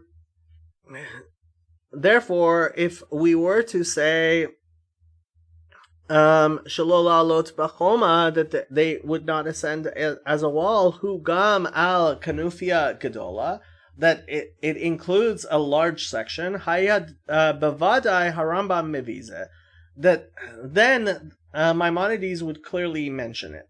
Umaha shaharambam lo hevi haisur la lot b'choma, and since he doesn't mention it, v'samach atzmo al ma shekatuv the efshar legeula bli tshuva, that since he is relying upon the fact that he said it's impossible to have the redemption without repentance, muchrach desvir le'la Rambam she'isur shelo yalu b'choma koi rak al rov Israel. That's what proves it that it must be a majority. V'lachen lo hutzrach la'avize, and therefore it wasn't necessary to say it. Ki benoga le'aliyat rov Israel mikevan shezeh hu inyan shel kibbutz galiyot, because when we're talking about a majority, that would be considered an ingathering of the exile. Shaykh Shapir Lomar Sharambam Somech Atzmo Amasha Katuv the Efshar Lagola Bli Tshuva Shemizeh Yadu Kvar Shaliat Rov Israel Lifnei Asiyat Tshuva Asur Mitzad Maaseh Kfira. Therefore, it's clear that such a thing would be considered something that is heretical. Adain eino muva, but we still cannot understand.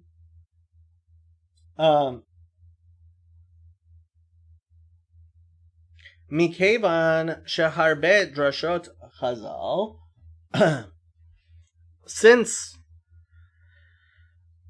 many of the words of the sages, Marin the hashvua shelo yalu b'choma koi al gam al kanufia gadola, since that would indicate that even in the large section, Hare mistaber lomar shagam harambam mefarish ken ve'ena cholek al kol drashot elu, that we should say that Maimonides would agree and wouldn't disagree with all that. Umasha Rambam lo hevi hashvua shelo yalu b'choma hainu sheyesh isur gam al kanufia gadola hu lefi she'ein hashvua chala al dorot habayim. And the reason why he is explaining it differently is because he also agrees with what was explained, that an oath does not pertain to future generations. Uma hechrich al et hayol Moshe lachadish. The Rambam sover the hashvua shelo yalu b'choma koi al rov Israel b'cholek al harbe drashot b'divrei Chazal. So why did he feel it so necessary to, in fact, explain in a different manner?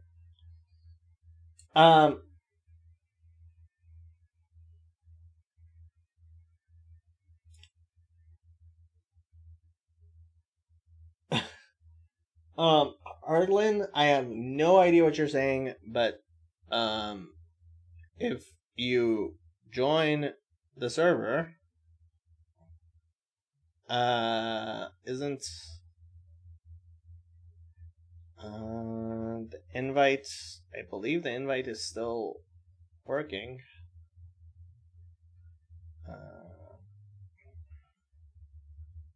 Oh, it's not.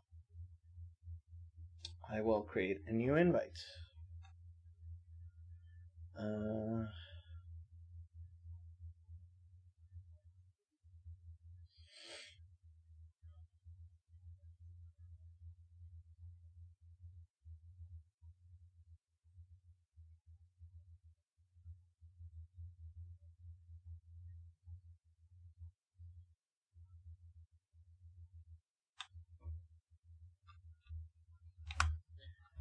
New invite.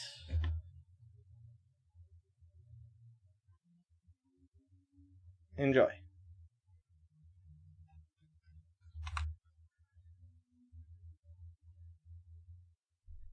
Okay. Back to what we were saying.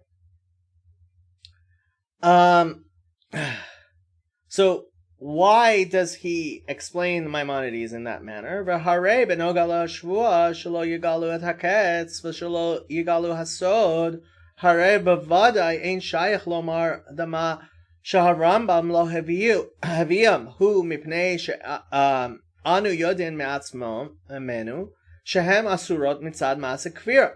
The other ones, it's not so clear. Shaharei inyanim elu einam shaychem l'likachat gola klal, because these things do not have anything to do with this idea of having the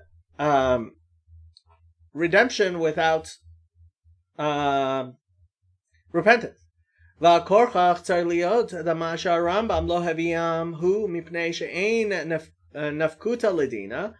And he doesn't mention them because it doesn't actually make any difference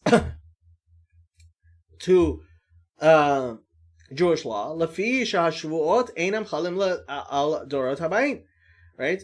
Ve'im ken hare otot tirutz hu gam benoga lama shaharambam eino mevi hashvua shelo yalu b'choma, and that has to also apply to not ascending as a wall. Gam la pirush shebeharbe drashot the shvua hi al kanufia gadola. Even though the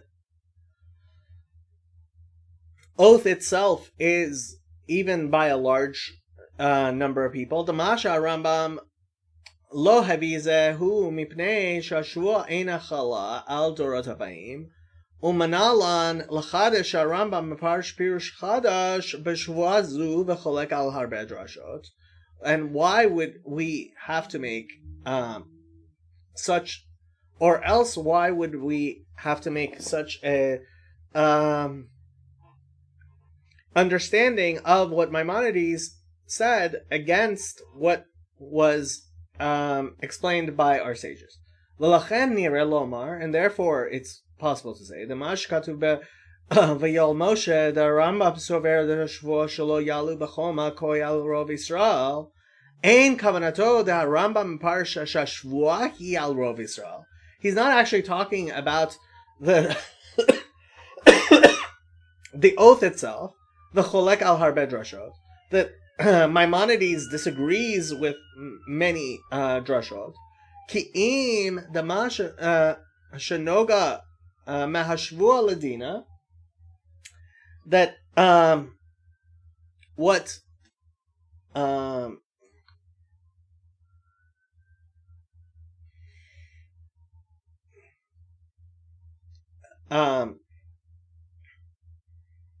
where were we? Sorry. Let's talk about lahaja lahain shahi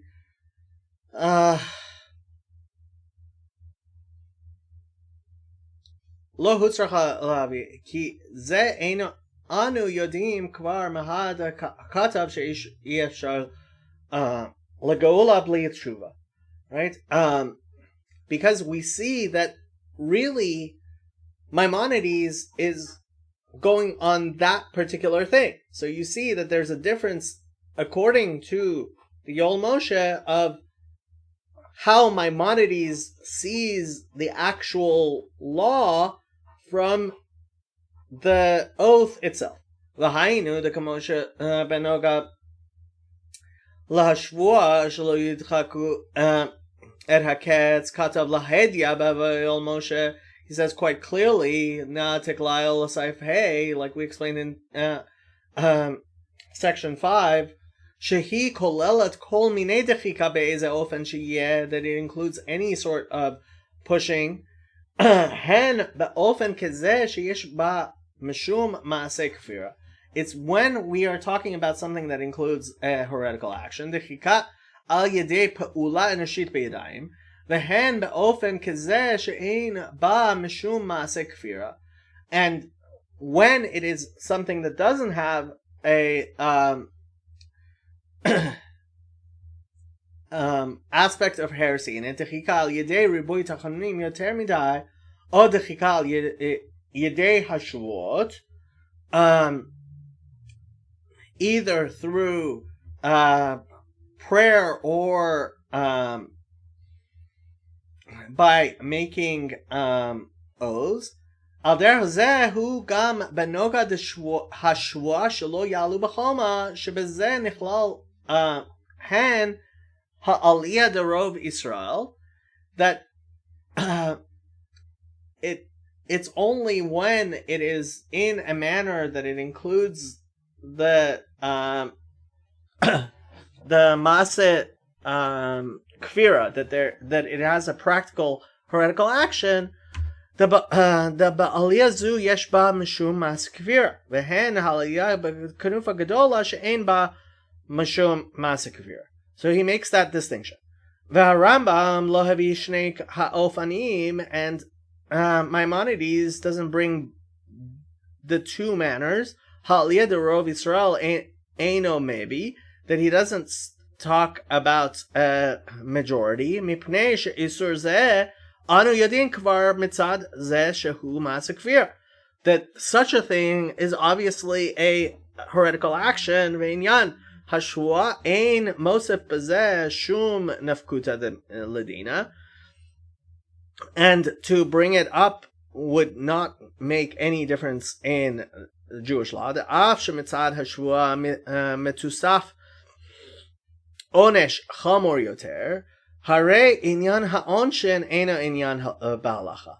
The punishments itself are not things that are brought in as a halacha in Maimonides. V'ha'aliyah de kanufin fiat gadola eno mevi, and he doesn't bring a large section mipnei shebezeh leka shum isur, because that's not prohibited.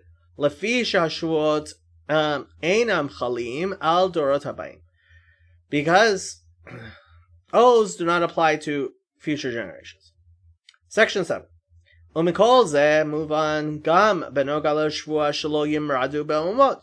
And similarly, when we're talking about not rebelling against the nations, shagam benoga la gadara shel shvuazu, that also in the regard of this oath, zu yesh lakor eza pe'ula nikreta b'shem rida be'omot, that would have to have an action which could be called rebelling. The lashitat hayol Moshe kol hachkirot shebezeh einam nogim ladina klal, that all of these questions are not relevant at all. The hainu, the shitat avnei ezer shashvuot chalim benoga neshama, that according to the Avnei Nezer, that these are oaths that pertain to the soul itself. Al kol hadorot, every generation. Harei hapirush shel hageder demrida be'umot hu nogad ladina, that this aspect of rebelling against the nations, it is a matter of Jewish law. Masha ein ken l'shitat hayol Moshe shashua ina chalaklal, that the Satmar Rebbe says it's not an actual oath. V'chol ha'isur lemrot be'umot hu mitzad ma'aseh kfira lekichat cherut ve'geula lifnei biat hamashiach, that since it is only a prohibition of doing a heretical action of trying to make the salvation come before the coming of the Messiah. Hare hadvar hayechidi shenogea ledina, the only thing that matters as a practical matter, who rak im peulat hamrida hi bikdei lekichat cherut vegeula ola, that the only time that this sort of rebellion matters is if it is in a manner of trying to take liberty and salvation or not. The kasher peulat hamerida be'umot hi b'chdei lishtacher mishibud malchuyot, that if it is in a manner that is trying to free oneself from the shibud malchuyot, the subjugation of the nations, as vadai the pulazu hi asura mitzad masek kfir. Obviously, this is prohibited because it is a heretical action. Gam kasher pulazu eina nichlalat b'shvua, even if it wasn't a matter of the oath. V'kasher pula hamrida hi be'ofen she'eina kashura al lakichat cherut v'geula. If it doesn't have to pertain to salvation, azai gam kishehi nichlalat b'shvua, even though it would be included in the oath itself. Lecha b'zeh shum isur klal. It's not something that is prohibited. Mikevan she'ein hashvua chala al adorot habayim, because it only pertains to that generation. The kol hanafkuta im zeh nichlal b'shvua olo. That the whole difference, if it is included as a oath or not, lav l'shitat hayol Moshe da'shua einad chalal l'dorot habayim hu rak le'inyan onesh, that it only has to do with the penalty. V'hainu dehecha desha po'ulat hamrida hi be'ofen l'kachat cherut v'geula she'az hi asura mitzad masek kfira gam mibaladei hashua, that it's something that's prohibited regardless of the oath. Az yesh chiluk le'inyan ha'onesh im hi nichlalat b'ashua lav, that it only matters as a matter of punishment. The be'im eina nichlalat b'ashua yesh al zeh rak ha'onesh al isur damas kfira, that it only has its own prohibition. Uva'im hi nichlalat b'ashua yesh al zeh gam onesh shvua shehu onesh chamor yoter, the punishment would be greater. The calls that hu davka hecha the peulat hamrida hu beofen delikachat cherut vegeula sheyesh ba isur damasek kfira azai yesh aliyah gam onesh shvua, that when it is done in that manner, it has the additional punishment. Be'im pa'ula kazu hi nichlalat b'shua. Aval heichal shepaulat hamarida hi be'ofen she'ena kshura l'kichat geula, but if they were to rebel in a manner that doesn't include the salvation, she'az ein ba isur dam masa kfira, hare ein nafkamina klal im hi nichlalat b'shua olav, mikevan she'ashua ein achala klal al dorot habayim. Va'ayin lekaman saif chet. And you can see further in section 8. I think this is all clear. He's repeating. V'harachti b'zeh, and I said this at great length, ki kama anashim me'achug da Satmar, that there are many people of this sect of Satmar, misalfen et divrei hayol Moshe, that they are making mistakes in what the Satmar Rebbe said, "Be'omrim d'l'shitat hayol Moshe kol pe'ula shel merida be'omot," that any sort of rebellion against the nations, gam kishe'ein la shum shaychut im lekichat cherut geula, even if it's not something that has to do with the redemption, he be'isur di'arig val yavor, that it's something that one should die rather than transgress. Umitoch kach hen medabrim al haYehudim hakedushim shehayu begetod Varsha Hashem Yakum Daman, and therefore they say things against those martyrs who died in the Warsaw Ghetto. God should avenge their blood. V'asu mered b'hagermanim yamach shemam, that they made that they were rebelled against the Germans, their name be obliterated. She'omrim alehem she'avru chas v'shalom be'isur yichamor de'areg val yavor, that they would say regarding them that they had done a cardinal sin. V'ladidei barur, and according to that, it is clear. She'devarim eluhem divrei hevel havalim, and that such things are completely null. Ki mikevan shelo ya'ala klal al dat hayehudim shal yedei hamered hishtachru me'agalut, that these people were not in any way thinking of any sort of heretical action of bringing about the ultimate redemption. V'chol kavanat hamerida hayta mipnei shechashvu shal yedei ze tihiyeh hatzala shel kama v'kama b'nei Israel, that they only were trying to save their lives of many Jews. Oh, b'kedei lehinakem ma'garmanim yamach shemam, or to take vengeance from the Germans, their name be obliterated. Aval b'chol ofen bar shelo ychashvu klal shal yedei ze yishtachru me'agalut. They were not thinking of salvation. Harei vaday sh'shitat hayol Moshe shashvua eina chala klal v'chol ha'isur limrod be'umot hu rak mitzad shehu kfira behayasod de'efshar legola bli tshuva. Harei pashut the heichal shahamerida be'umot eina kashura im lekichat cherut v'geula leka shum isur b'klal. That this is not something that would be included in that prohibition. Section 8.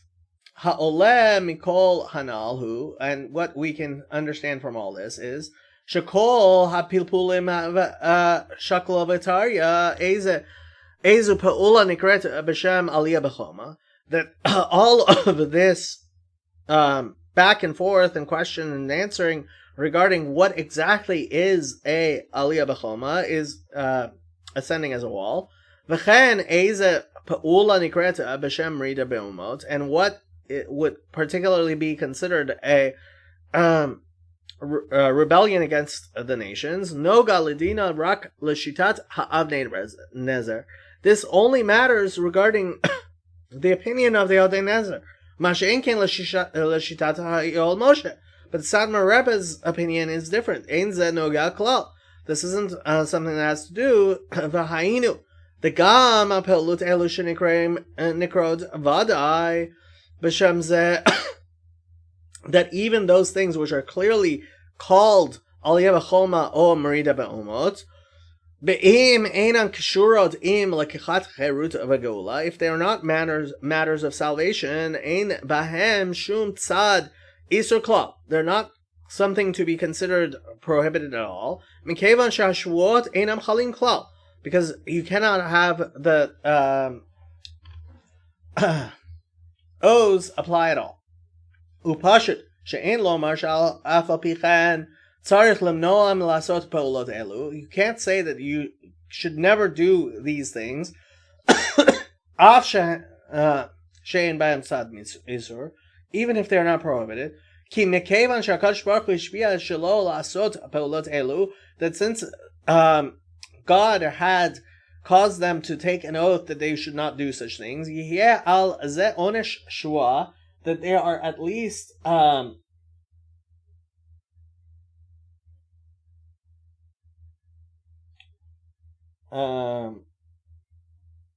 not sure what you're saying, Ardlian.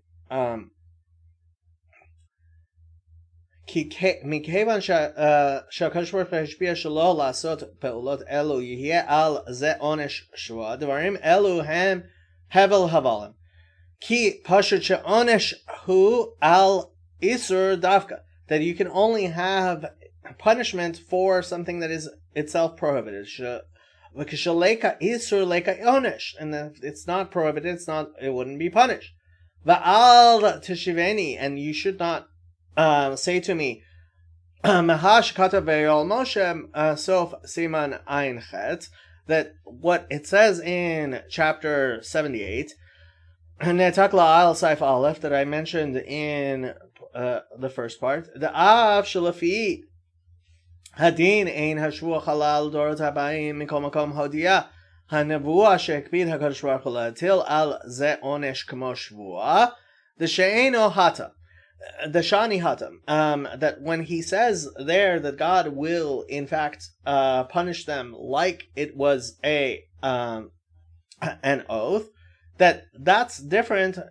Shemadaber sham benoga lepu'ulot ke'elu she'ish bahem isur mitzad hamase kfira, that these are things which themselves have a prohibition of being a heretical action. Valze omer dagam shapulot elu yesh bahem rak isur kafira ve'ein bahem isur shvua ki ein hashvua chala mikol makam hetel hakadosh baruch hu alehem gam onesh shvua.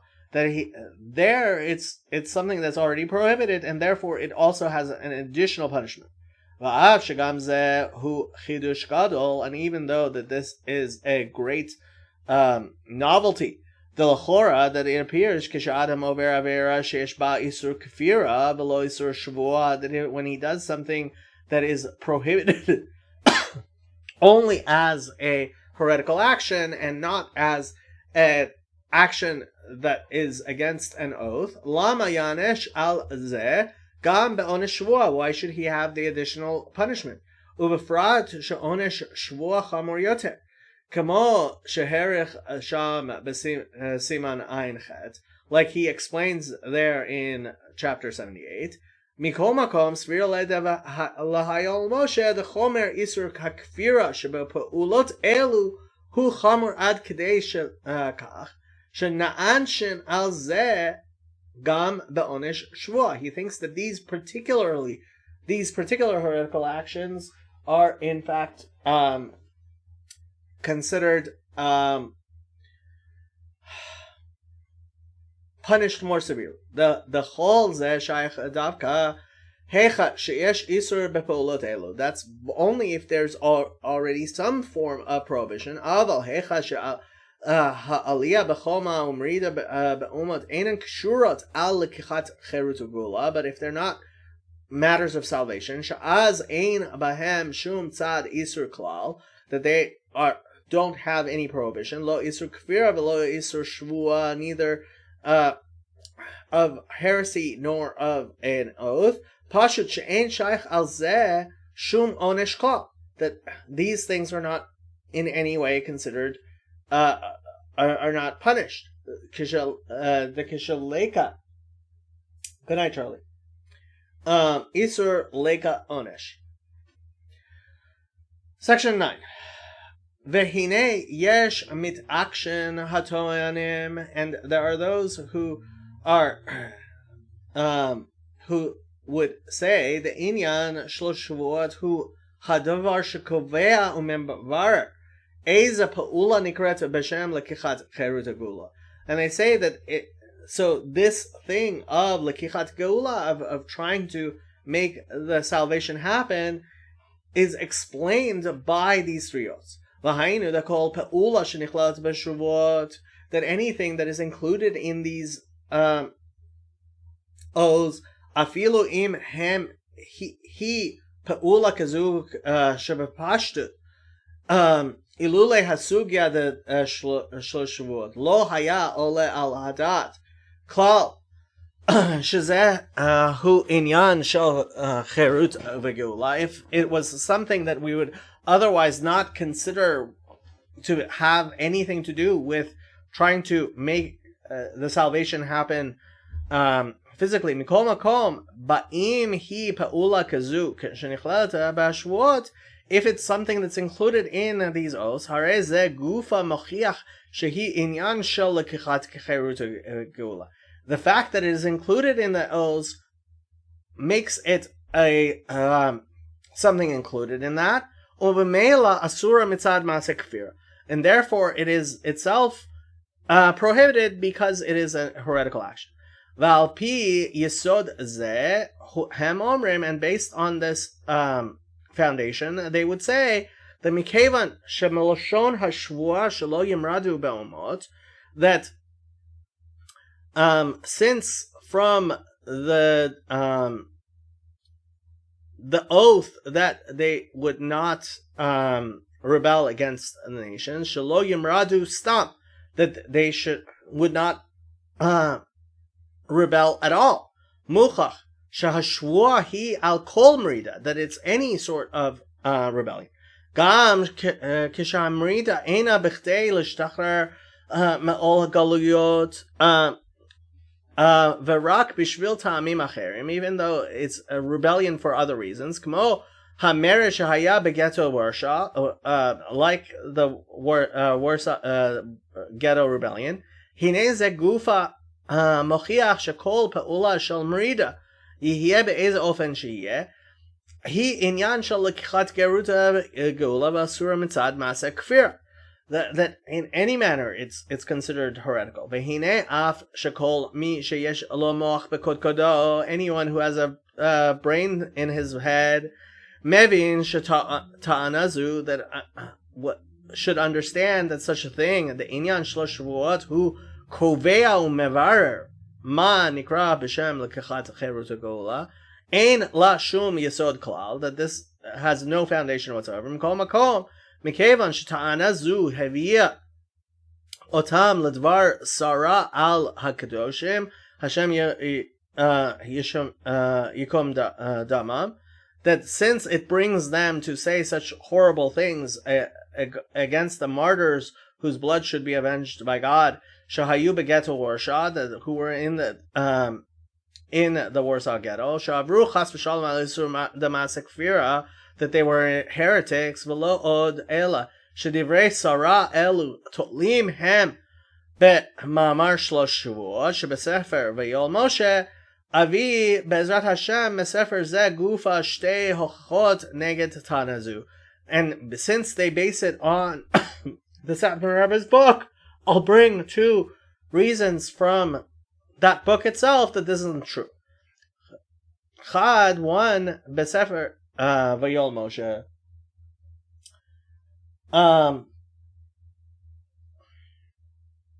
Sof Siman Yod Kotev Bezeh Alashon, that he says this in chapter 10.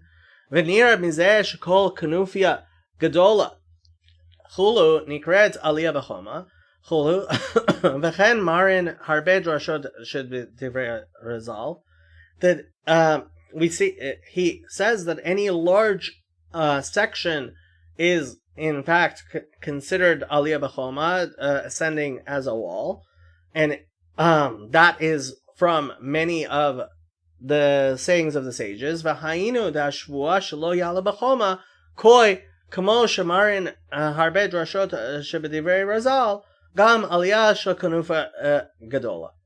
V'alpi afapichen kotev b'sof siman pei, and even though he says that at the end of chapter 80, huva la'ayel sef vav, that I brought in section 6, asher davka aliyah shel rov Yisrael hu inyan shel kibbutz galiyot v'asur mitzad maseh kfira. Ma she'ein ken aliyah shel kanufia gadola kishe'ein ba rov Yisrael lo hu have inyan shel kibbutz galiyot ve'ein bazeh isur maseh kfira. That he explains not according to what he says the sages explained. Hare mefurash b'davarav, you see from what he's saying, she'adavar shekovea u'mavar ezu pa'ula nikret b'shem lekichat cherut v'geula hu ma shemuvan b'pashtut shedavar kizeh hu inyan shel cherut v'geula. It is something that itself has to do with the salvation of the law, action hanal, not like these people who that we're describing. That it is something that is that is defined by the 3 oaths. Shahare aliyah shel kanufia gadola nichlelat b'shvua shelo yalu b'choma. Marin harbe drashot shebedivrei Razal, because that should include a large section going on. Va'afapichen aliyah kazu eina inyan shel kibbutz galiyot, but that it is not considered that a matter of ingathering of the exiles.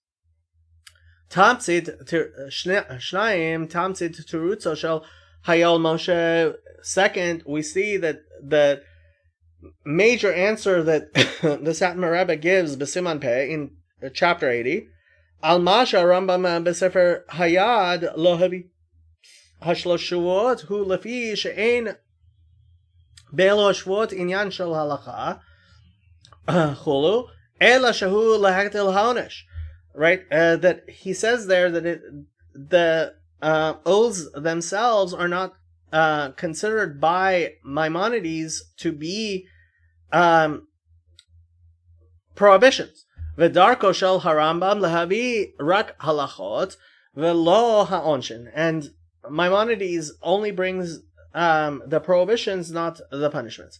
Umasha Rambam lo havi et halacha hainu ha'isur la'asot devarim elu. Al zeh mitaretz sham sha'Rambam somech al ma shekatuv b'chot shuvah b'chot malachim de'ein Yisrael nigalim ela b'shuva demizeh yidanen kvar shekol pa'ula da'asiyat geula hi kfira kamo shekatuv b'torah de'ein Israel nigalan ela b'shuva.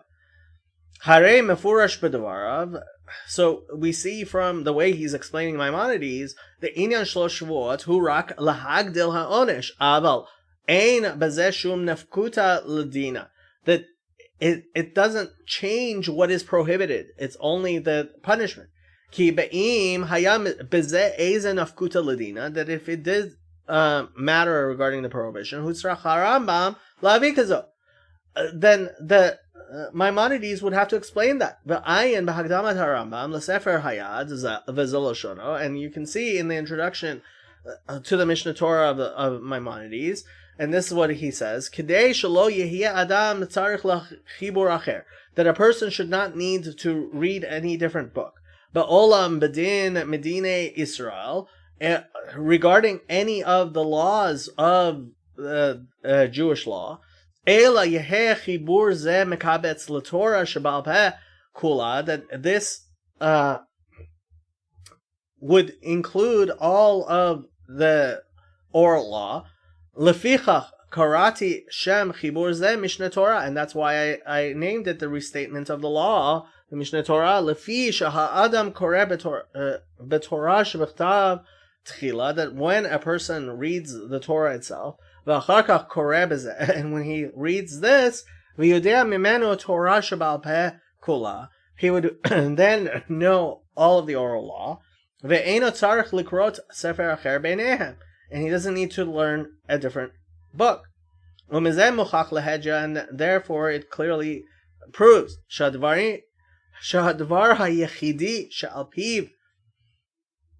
anu yodim ein ezo po'ula nikret b'shem lekichat geula, that the only thing which actually, according to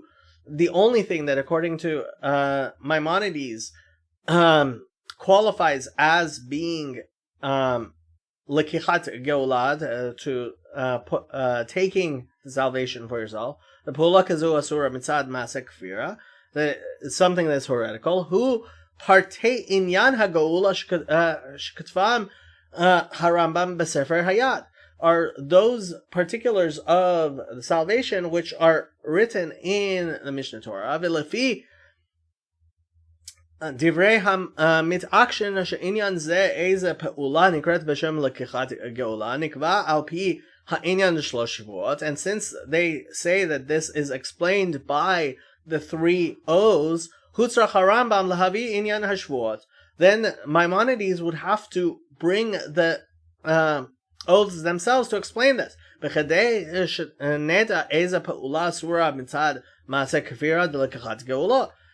So we would understand it. You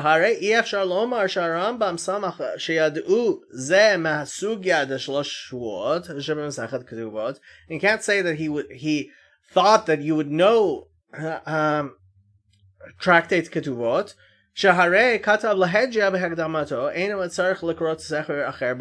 That he says clearly you wouldn't need to read any other book.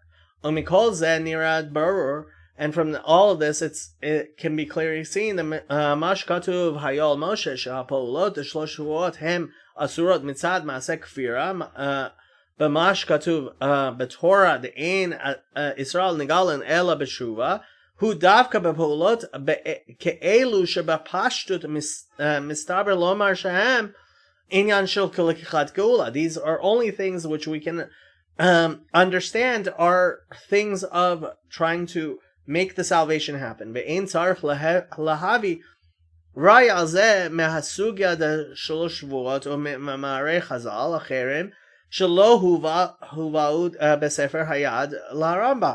And you don't need to explain them from other things such as Tractate Ketubot, which are not brought by Maimonides. Chapter 10.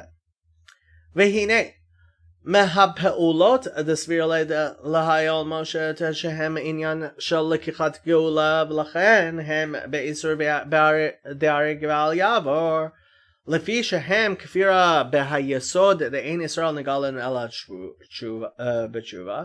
So from seeing that it is his opinion that only those things which have to do with the foundation that it is impossible to have salvation without repentance. Anu motziin besifro shlosh devarim. We see three things in his book. Achad aliyat rov Yisrael la'aretz Yisrael. One, a majority of Israel ascending to the land of Israel. Kibush eretz Israel. Shnaim, or conquering the land of Israel.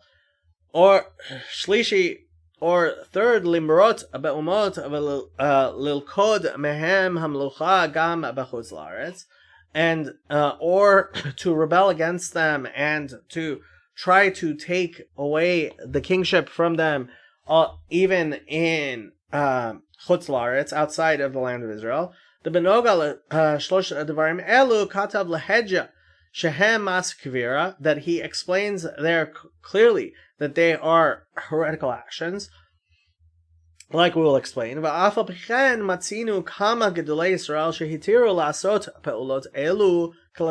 we see that there were many people who allowed these things,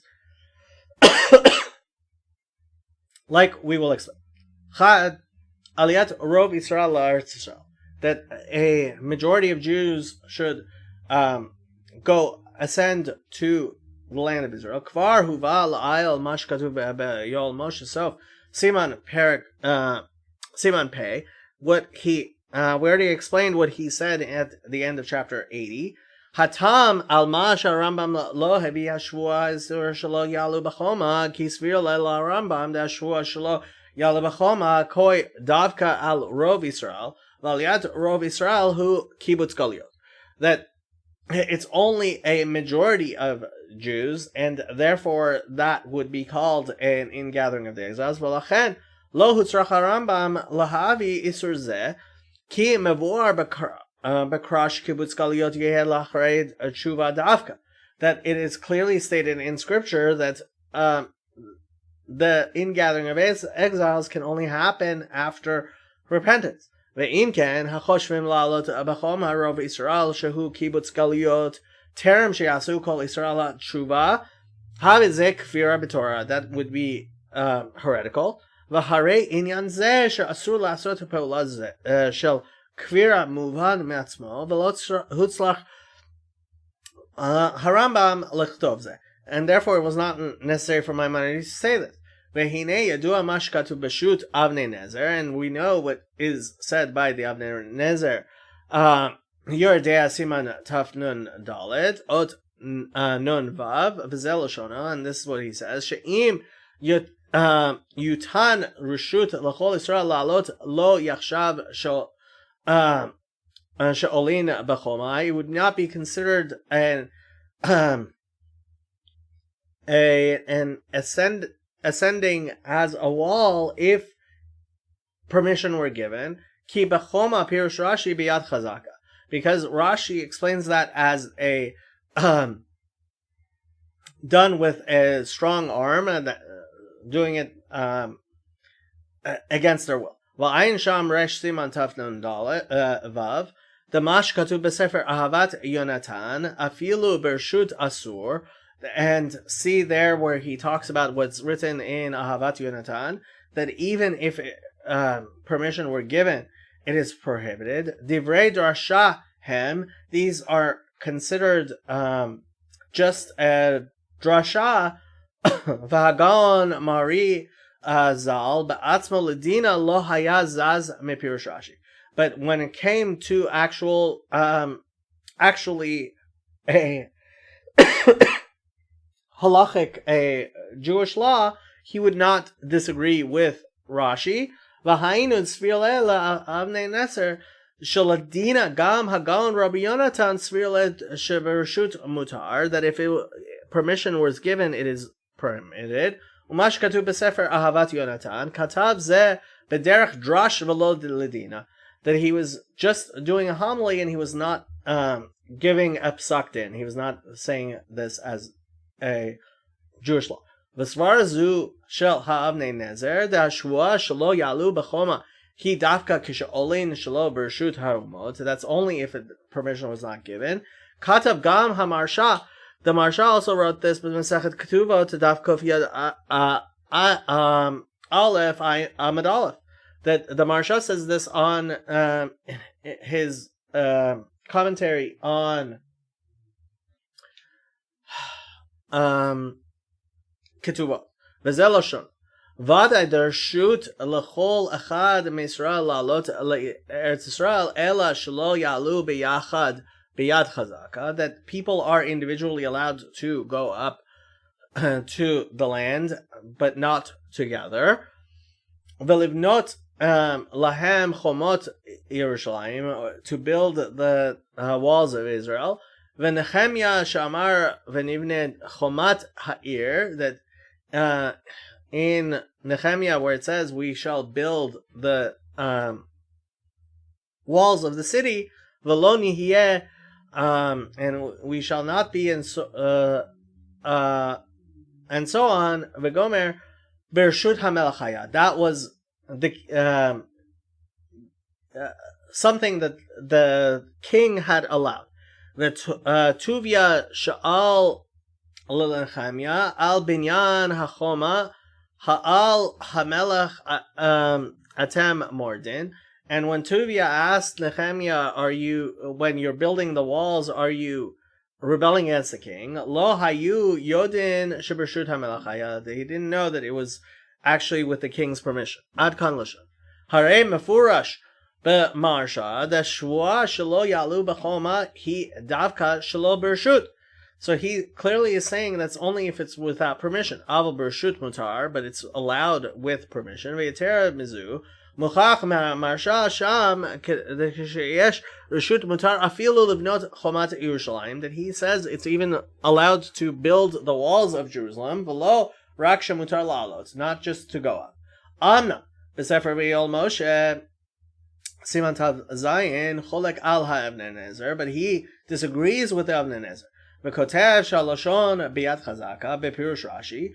Koi gam al hitchazkut shel aliyah meruba, says that also includes when people get together and strengthen to go together in too much. The gam zeh dami lachoma, that's also similar to a wall. V'tamo shel yol Moshe shgam aliyah bershut asur, and the reason why he thinks that even with permission it's prohibited. Mevar sham b'siman yud zayin. The mikevan she'alu aliyah b'choma hu inyan shel kibbutz galiot. That since it is a matter of ingathering of the exiles, v'kibbutz galiot yeh davka al yedei Mashiach sheyikabetz nidchei Israel, that can only happen through the Messiah who will gather the exiles. Harei shemitkaptzen yachad la'alot, that when they get together to go up, kam keshe'osim ze bershut, even if it is with permission, lifnei biat hamashiach haveze masev kfir. Since it is before the coming of the Messiah, it is considered a heretical action. Vehine benoga le'etzem hapirush b'shelo yalu b'choma. Im hapirushu davka shelo bershut, whether this is only without permission, or hapirushu gam bershut, or even with permission. Muvan de yesh lomar shishnei hapirushim hem emet. It's possible to say that both of them are true. Be'elu divrei Elokim chaim, and both of them are the words of the living God. Aval b'mash katuv she'aliyat rov Israel le'eretz Israel hu inyan kibbutz galiyot. That when you say that a majority of Israel going up to the land of Israel is considered a ingathering of days, therefore that would be heretical. Timhani nimsa chas v'shalom she'avnei nezer v'gam hamarsha shehitiru la'alot bershut hayukofrim chas v'shalom. It's mine. How can you say such thing? Because then you are in fact saying that the Avnei Nezer and the Marsha, or God forbid, heretics. V'alpize nimtza. The Mash Labal Yol Moshe Pashut she'aliyat rov Israel le'eretz Israel have kibbutz galiyot u'b'meila kfira ein ze devar pashut klal. That when you say that it's clear that these things would be considered an ingathering of this and exiles and therefore heresy, this isn't clear at all. Shahare gam hamarshavam Avnei Nezer lo hayu b'korsim chashal. You're making the Avnei Nezer and the Marsha into into heretics, God forbid. V'alpichen mucha mehem lehedja the aliyat rov Israel le'eretz Israel v'afilu aliyat kol Israel shahare b'avnei nezer sham medaber lehedja b'inyan aliyat kol Israel eino kibbutz galiyot. That's even if all of them were to go up, that wouldn't be considered an ingathering of the exile. Umasha aliyah shelo bershut asura gam l'didehu. That since he says that without permission it is prohibited, hu mitzad hashvua, it is because of the oath, v'lo mitzad masa kfira, and not because it is something that is heretical. V'hainu de inyan hashvuot hu inyan bifnei atzmo, isur shvua, v'al yedeze shaykh le'inyan emunah kfira klal. V'al pi zeh Yesh lomar degam lefi pirusha shel ahavat Yonatan b'derech drash the afila bershut asur hu ki lefi pirusha ken hu pirush hashvua the hainu the lekula alma ha'isur the aliyah b'choma hu mitzad shvua v'lo mitzad kvira v'chol plugtam. He rak bepirush hashvua, since they are all disagreeing on whether on the oath, it's not a question of heresy. Shnaim kivush eretz Israel. 2, regarding the conquering of the land of Israel. Ta'amo shel ha'yol Moshe kisha ovrim al shloshvot hu kvira. Hu lefi shebe inyanim elu de galut v'geula ein bekochenu lifol me'uma v'rak hakadosh baruch hu ha'oseh. That these, regarding these things of salvation, it is something that must come from God. V'lachen kisha adam oseh tzidim lifol inyan hageula. That when a person does things in order to make the salvation come, shebezeh mare machshavto. That he himself is able to do such things.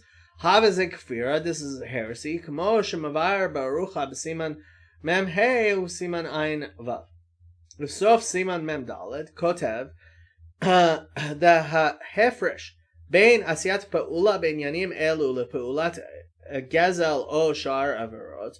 That doing these things is different from stealing something or any other sin.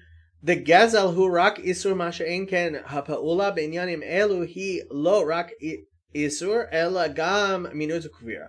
Because these are not matters that are just merely prohibited, but they are things which are heretical. Ki benoga legezel hare yadua shagadosh baruch hu meniach avalei bechirot la'asot. We see regarding theft that God lets people have the free choice to do things. V'chen hu b'chol ha'everot shehem neged retzono yitbarach shemo. that similarly, any sort of sin against God's will, his name should be blessed.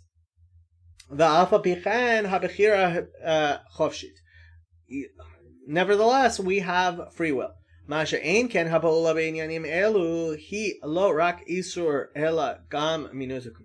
things are not just prohibited, but they are heresy.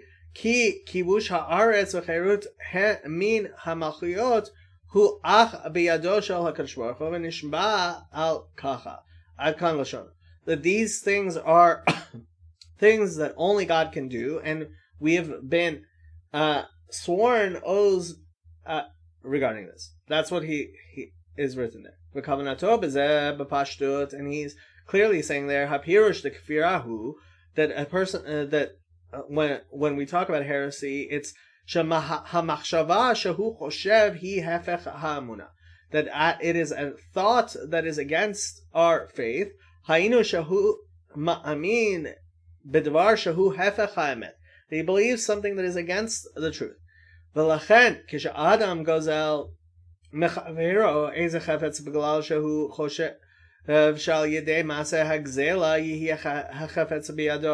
Then when somebody steals something because he thinks that through it he is going to gain something, hu zerak isur velo kvira, that is a prohibited, but it's not heresy. Lefisha machshav zu, because this thought shal yedei maseh hagzela yeh hachafetz biyado, he kefi ha'emet, because that's something that's true. Shaharei ha'emet hu chen, because it's this is true. Shakadosh Baruch Hu meniach baalei bechira lasot, that God allows people the free will to do some things.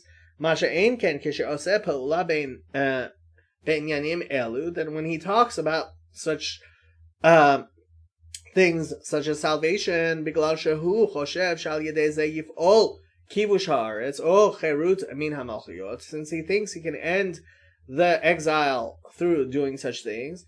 Mekevan shemachshava zu hi hefech ha'emet, because that it is something that is against the truth. Ki kivush haaretz v'cherut min hamalchuyot hu ach beyado shel HaKadosh Baruch Hu. These are things which are only given to God. V'lo nitnu lebechirat ha'adam, that a person does not have free will in such things. Lachen asiyat pa'ula zu hi lo rak isur ela gam kafira. It's not just something prohibited, but it's also heretical. Vehine mashkatu beinyan cherut min hamalchuyot shezeh rak biyado shel HaKadosh Baruch Hu hu devar pashut. Then when he says that these things are only through God, it's something that's clear. Ki cherut min hamalchuyot hu geula, because being free of these kingdoms is salvation. V'harei achad mi yudgel ha'ikarim, and one of the 13 principles, who shamashiach yigal et Israel, that the Messiah shall come and redeem Israel. V'lefnei biat hamashiach i'afshar shetiyeh geula. It's impossible that there would be salvation before the coming of the Messiah. V'lekaman ba'arucha, and like we will explain at length further on, Amna masha pashut etzlo sheken hu gam benoga lekipush haaretz tzarich iyun gadol. But when he says that this also applies to conquering the land of Israel, this requires great pondering. Dehine besefer tzidkat hatzadik lahar rav hatzadik rav hakadosh v'chulu rav tzadok hagaon, that in the book Tzidkat HaTzadik of the great Rabbi Tzadok HaKohen Lublin from of Lublin, Siman Memvav Zoloshono Kol Ma Sheyomara Balei Bechira Asa Chutz Mitzeh. Everything. Baal Habayit Aseh Chutz Mitzeh. That when you are in someone's house, you say of you do everything he says other than leave. Velo lechinam katva Torah inyan ha ma'afilim beparshat Shlach, and it's not for no good reason that the Torah explains what the ma'afilim said in the parsha of Shlach. That I think that's the spies. Asher kvar heminu b'divrei Moshe, who believed in the words of Moses. V'lama lo sham'u lo bezeh. Why didn't they listen to Moses in this regard? She'amar lahem al ta'alu. He said, you should not go up. V'gomer. Ela shehem chashvu shezeh bechlal chutz mitzeh. They thought that this was something that is included in you other than leave, right? You don't have to listen to that. V'alzeh ha'afilu la'alot af neged ratzon Hashem yitbarach. They thought that, therefore they thought that they could go up against the will of God yitbarach. Uvasiyum ha'inyan sham kotev b'zel lashon, and at the end he says, "V'lachen amar lahem Moshe vehi lo titzlach." Said that this will not succeed. Nira she'etzahu, that this is a recommendation. Ela shelo titzlach, but it would not succeed. V'dayek he, and it's very precise. Shebekama makomot darshu razal he velo acheret, that in many places the sages explained that and not any other. Sheyesh zman acher shematzliach, that there is a different time when it would be successful. Vehu zmanenu zeh shehu ikve mashicha, that's at this time, which is the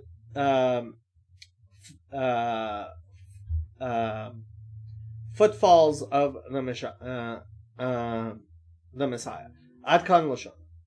Hare mefurash b'davarav. We see from what he says, she'efshar lihiyot metziut shebnei Yisrael yichvushu et Eretz Yisrael gam lifnei biat Mashiach. We see that he's saying that it is possible that there would be a conquest of Eretz Yisrael before the coming of Messiah. V'lo od ela shezeh ma she'efshar lichvosh hu etza shekatva haTorah. This is something that's written in the Torah itself. Ki zehu b'chlal chutz mitzeh, because that is included in other than you have to leave.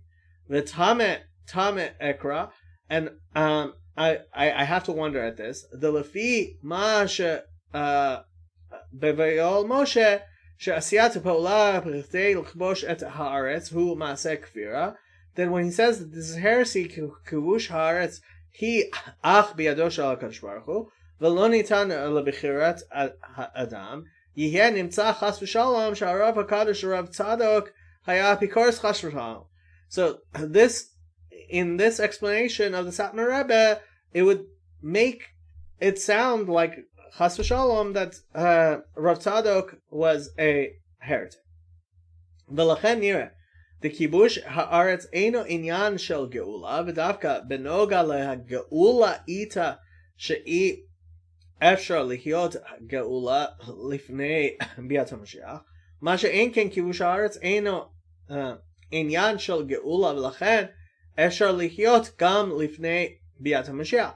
So conquering the land can also happen before the coming of the Messiah. V'af שבוודאי אסור לכבוש הארץ לפני ביאת המשיח, כמו שכתוב הרב רב צדוק, שזה נגד רצון השם יתברך, היינו שזה איסור, that this is against God's will and this is forbidden. כי פשיטה שכיבוש הארץ הוא בכלל השבועה, שלא יעלו בחומה, וגם בלאו הכי, הרי כל כיבוש בא על ידי מלחמה ופשיטה שאסור לסכן נפשות ישראל בכדי לכבוש את הארץ, since it is Ian Gadol. Yes, Ian Gadol.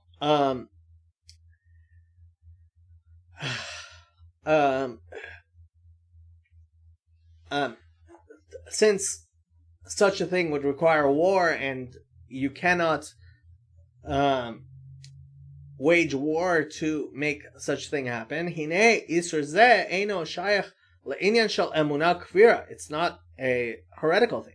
Vehu dugmat ha'isur le'aliyat rov Yisrael le'eretz Yisrael shehi isur shvua aval lo isur kfira kanal be'inyan ha'risha. Gimel, third, limrot ba'umot v'lukod mehem hamlucha, to rebel against the nations. V'siman ein hey b'tchilato kotev v'zalashono v'yesh apikorsem she'omrim kevan she'umot lo chaymu ad hashvua lachen yesh gam lanu chas v'shalom heter la'avor al hashvua. There are those heretics which say that since the nations did not keep their oaths, we also, God forbid, are allowed not to keep our oaths.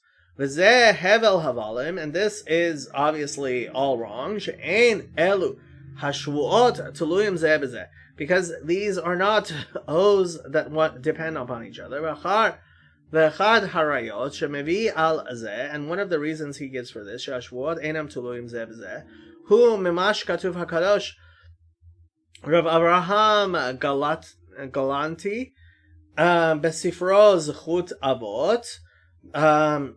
He brings from Rabbi Abraham Galanti in the book Zechut Avot, Hutak Abeyol Moshe Sham Resh Daf Tzadek Aleph, Anshe Portugal Ratzu Laharim Rosh Lehargam Belkod Mamlucha. There were people in Portugal who wanted to rebel and to kill and go against the kingdom.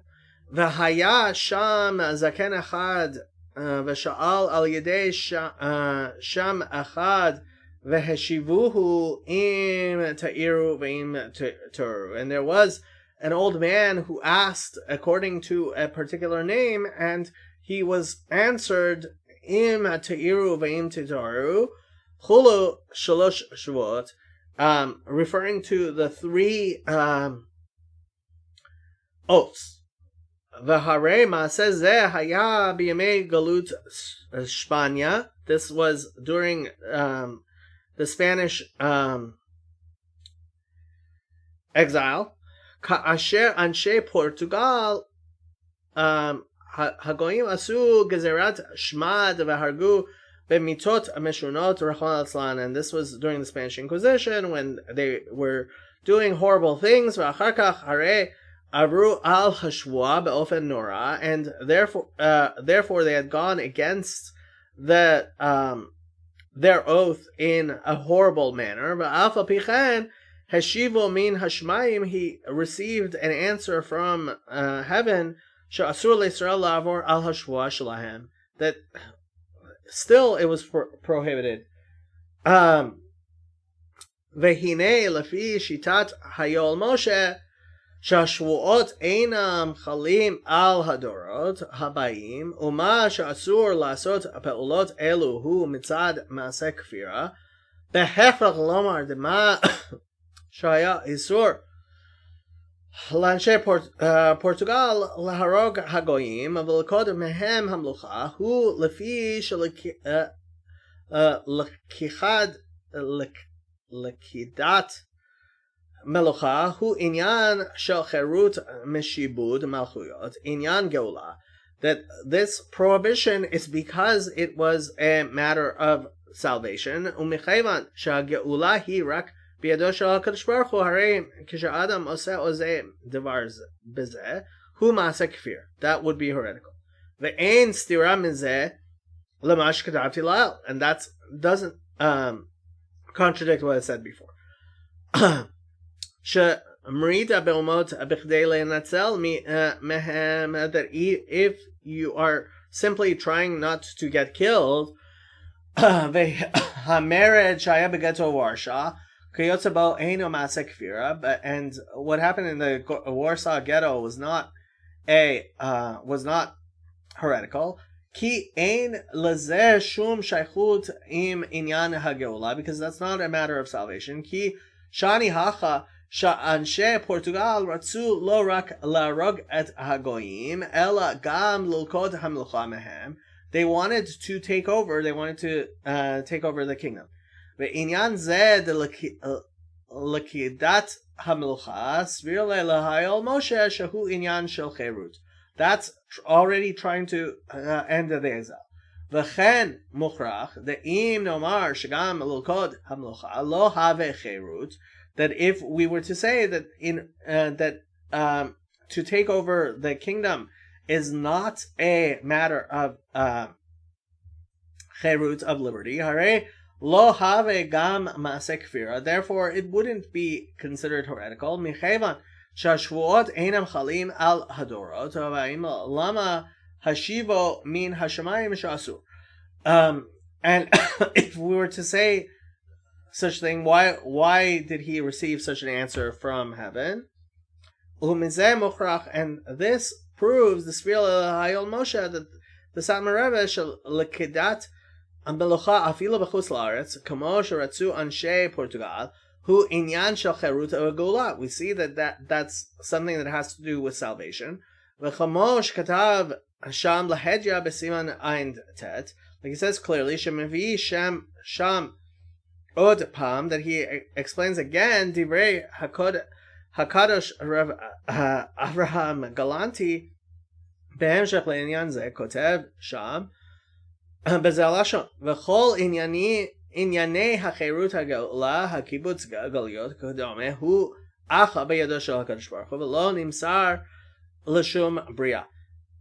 That he again brings what Rav Avraham Galanti says, that these things are manners of salvation and only God can do them and not any creature. V'tame tame akra, and I have great questions. Be'im l'kikat melcha have cherut meshibut malchuyot. Heich ratzu anshe Portugal lasot davar kazeh. If it was such a thing that is heretical, how could they have wanted to do this? V'hakushya hi b'shtayim, and I have two questions. One, heich Allah al da'atam lasot davar kazeh shehu asur ma'aseh kfira. Why would they want to do something that is itself heretical? Shnayim yitar mizu, and even more so, mikevan shemefurash b'torah v'hu meikrei amuna she'ifshar lehiyot cherut lifnei biat hamashiach harei beim hayu Yehudim ma'aminim hayu yod'im bavadai uvar gamor shalo yichlu lilkod hamlucha. They would know that such thing is not possible because it's written in Torah.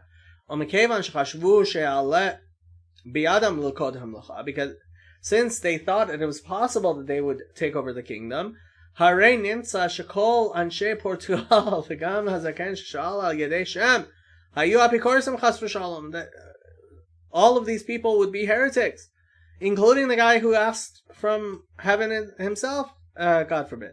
V'gam hakadosh Avraham Galanti she'avi sipur zeh, and Rabbi Avraham Galanti, who brought this story, v'lo he'ir shum davar shayu apikorsun, that he didn't explain that this is heretical. Gam hu haya chas v'shalom pagum b'emunah, that he also has some sort of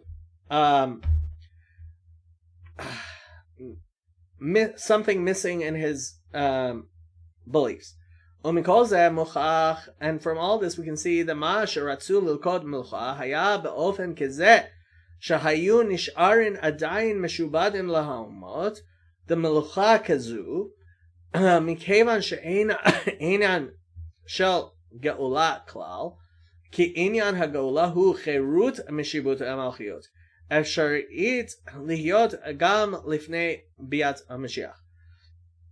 That this lesser type of rebellion is also possible before the coming of the Messiah. Uma sheheshivo min hashamayim im teiru min hataru hu mitzad ha'isur d'shlosh shvuot shehu inyan b'fnei atzmo ve'eno shayach le'inyan emunah kvira. Okay. Section 11.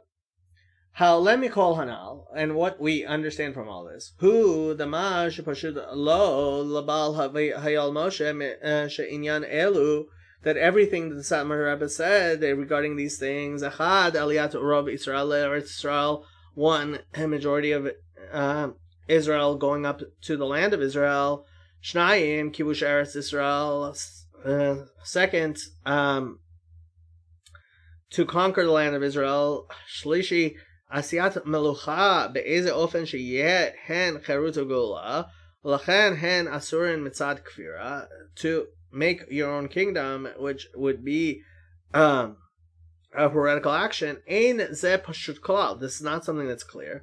Ki lefi ze yihye nimtza kama gadolei Yisrael tzidkatam v'ksham nitparsama b'chol tefutzot Israel, that we see that many great rabbis who are known for their greatness, Harei Ham Hagaon Hakadosh Abal Havnei Nezer, that would be the Avnei Nezer, Hagaon Hakadosh Rav Tzadok HaKohen, Vehen Gedolei Yisrael Shebedorot HaKodamot, Harei Ham Hamarshav HaKadosha Hakadosh Rav Abraham Galanti, Hayu Apikorsim Chas v'Shalom, that all these people were heretics, God forbid.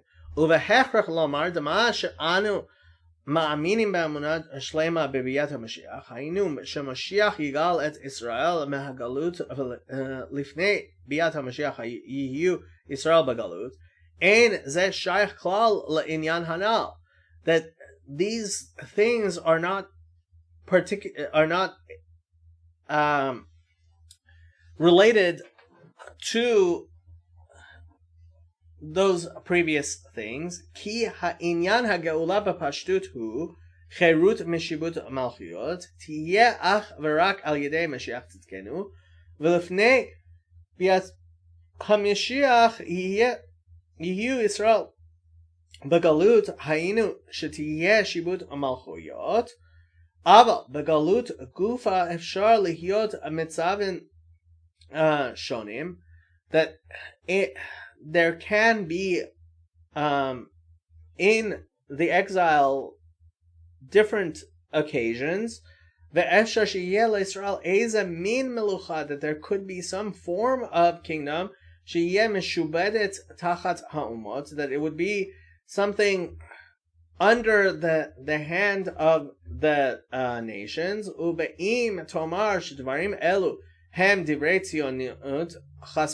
And if you, God forbid, were to say that these are the words of the Zionists, Ashib lecha, I will say to you, Shalifi devarecha, gam hakadosh Rav Abraham Galanti hayat Zioni.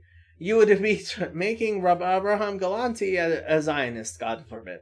V'hevdel shebein dvarim elu ledivrei hatzionim, and the difference between what I'm saying and what the Zionists say, hu pashut betachlit, it's very clear. Kavanat hatzionut, Tzionim ba'asiyat medina haita sheyiheh l'Yisrael melucha atzma'it, that the Zionists wanted to make an independent state.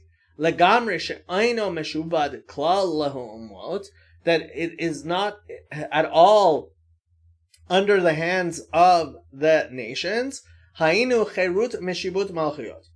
The rayon zeh, and this idea that Israel would somehow be independent of President Biden, she'efshar lihiyot geula lifnei biat HaMashiach, that it's possible that there would be some the salvation before the coming of the Messiah, hu kfira gemora be'echad yud gimel ha'ikarim she'Mashiach yigal et Israel, that it is completely heretical. Ma she'ein ken matziut shel eza melucha, that rather, when you have some sort of rulership, shetachat shivut ha'umot, that is underneath the guidance and of the nations, be'ofen she'Israel netunim adayin begalut, that Israel is still in exile, v'shibud malchuyot, and underneath the kingdoms, matziut kazu asherit liyot kam lifnei biat HaMashiach. Such a thing is possible, and indeed exists before the coming of the Messiah. V'nir lomar, the mashkatu Moshe benoga l'shlosh inyanim hanal, echad aliyat rov Israel l'eretz Israel, shnaim kibush l'eretz Israel, shlosh asiyat melucha be'eze ofen sheyeh, shehem lekichat cherut v'geula, v'lachen chal aliyat ha'isur deyarek v'alyavor hu rak lemigdar milta b'chdei lehitrachek amiyatzionut. And when he explains these three things as all being heretical, it's because he was drawing a line around Zionism. The Mikevan Shador Parutz Barayon Hatzionot. Because in this generation we have many people who have fallen into the heretical idea of Zionism. Shehi Kfira Gamora Kanal, that is itself completely heretical. Lachen Bechdei Legedor Pirtzat Hador, in order to create some sort of boundary from that which our generation has fallen into. Here ish gam al inyanim hanal. He was very he made a storm regarding these three things. Mikevan shezeh yechol lihavi lechizuk letzionim, because the Zionists could come into believing such things, that he said that these things themselves are heretical, so that people should not fall into Zionism, God forbid.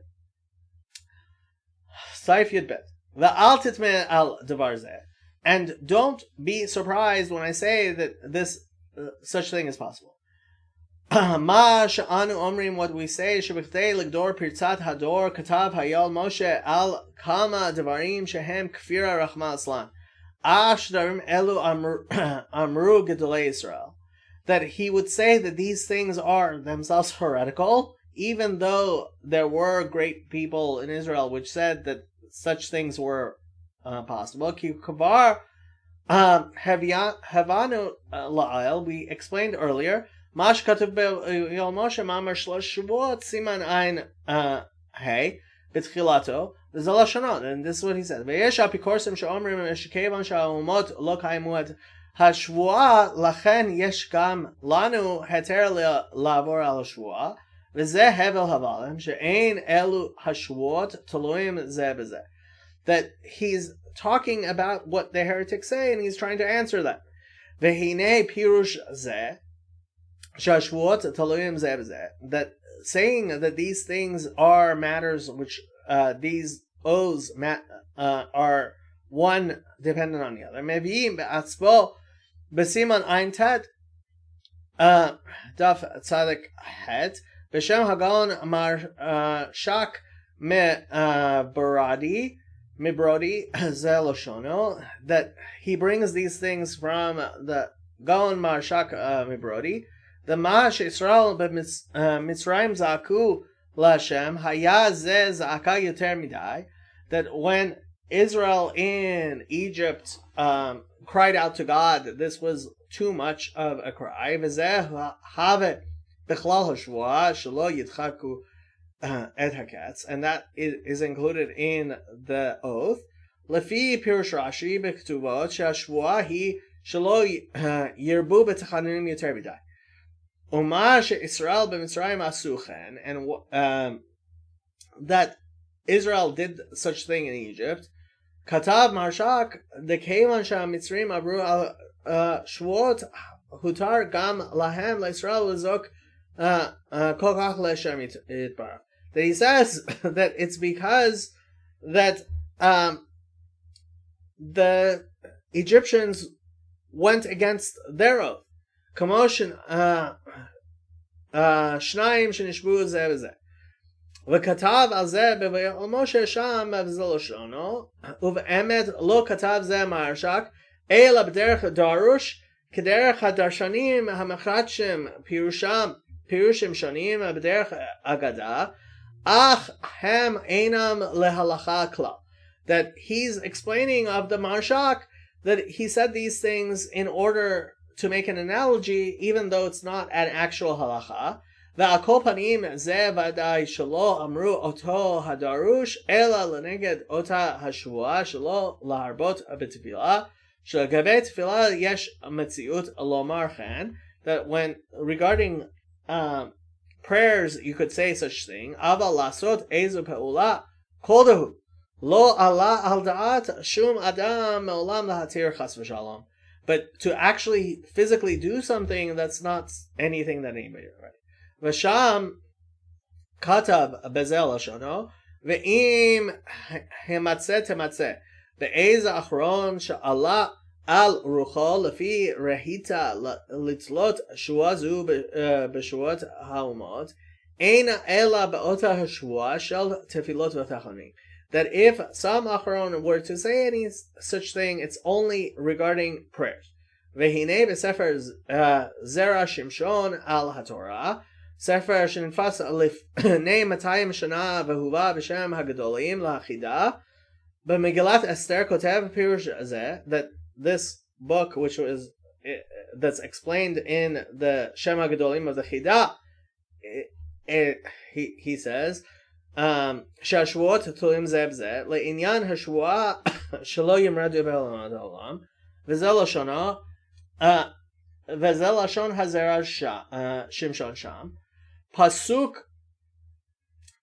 ביום אשר שברו אויבי היהודים לשלוט בהם ונהפוך הוא אשר ישלטו היהודים המה בשונאיהם, הוא צריך לומר ונהפוך הוא אשר ישלטו, משום דאי לאו הכי לא היה להם לישראל לשלוח יד באומות העולם. So here he's explaining regarding Purim that it turned around because that would not have been possible. אבל עתה שהאומות בקשו להרגם לכן הותר אף לישראל, that since they were trying to kill them, they were allowed to defend themselves. דאמרינן בפרק י' ג' לכתובות, שלוש שבועות הללו למה אחד שהשפיע הקדוש ברוך הוא את ישראל שלא ימרדו באומות העולם, ואחד שהשפיע את אומות העולם שלא ישתבו וישראל יותר מדי, ואיתה בשולחן ערוך יורדיה.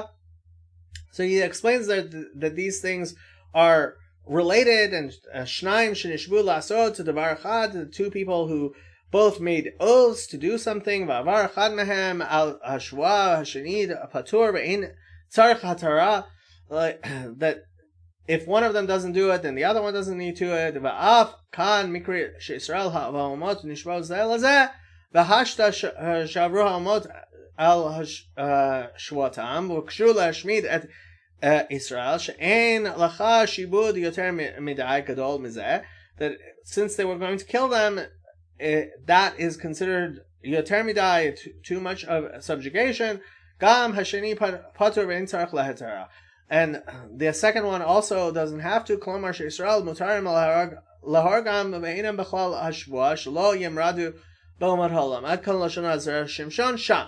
So this great book is saying exactly that. והרי בספר זרע שמשון שם, מדבר לא בנוגע בתפילות ותחנונים, he's not talking about prayers, כי אם בנוגע לפעולה של מרידה באומות, מה שישראל הרגו את שונאיהם, we're talking about what happened during Purim, ועל כל פנים, אומר שזה תלוי בשבועת האומות, he's saying precisely that, ומכיוון שפירוש זה, שהשבועות תלויים זה בזה, כתוב להג'ר בספר זרע שמשון, this is something that's written clearly, ספר שנתפס לפני 200 שנה, this is a book that was printed 200 years earlier, ואי אפשר לחדשו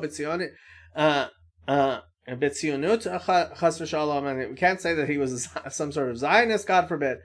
איך ייתכן לומר על פירוש זה שהוא הבל הבלד, ועל אחד כמה לקרוא את האומות האומרים על פירוש זה בשם האפיקורסים? How could he call anybody who says such a thing a heretic.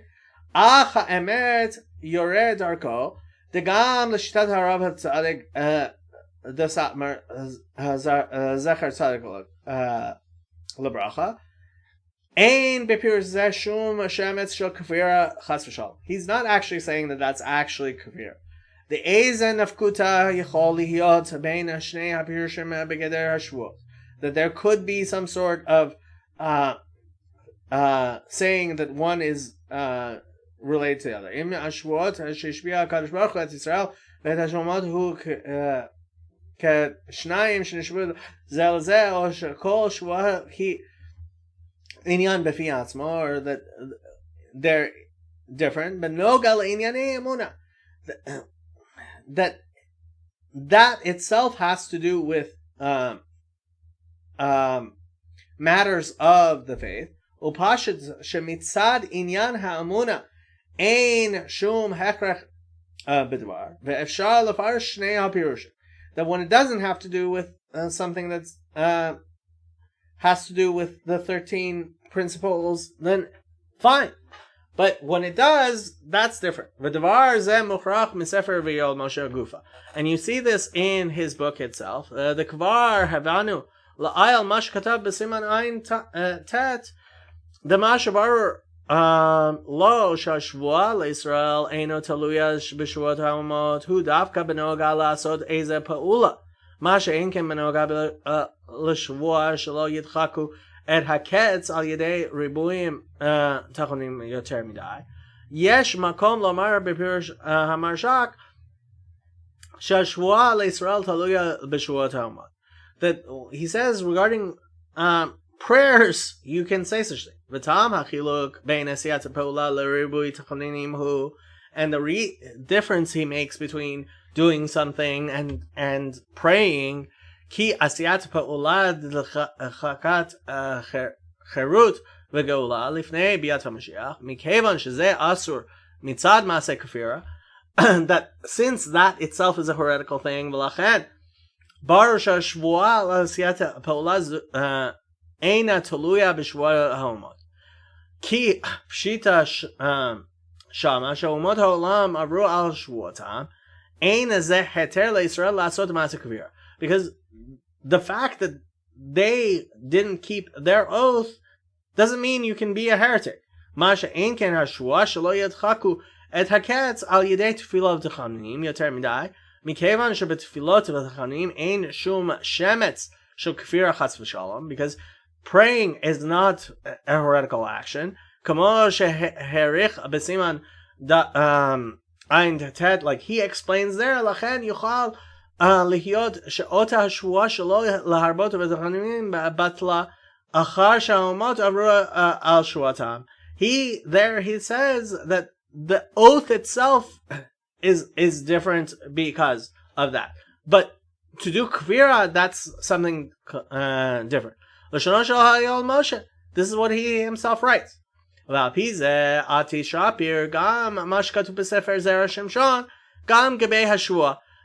therefore you can there understand also regarding what it says in Zera Shimshon. Shalo yimradu be'amot sheyud talui b'shvuot ha'amot. Av shemedaber sham benoga pe'ula shel merida ma she'Yisrael hargu et asuneim.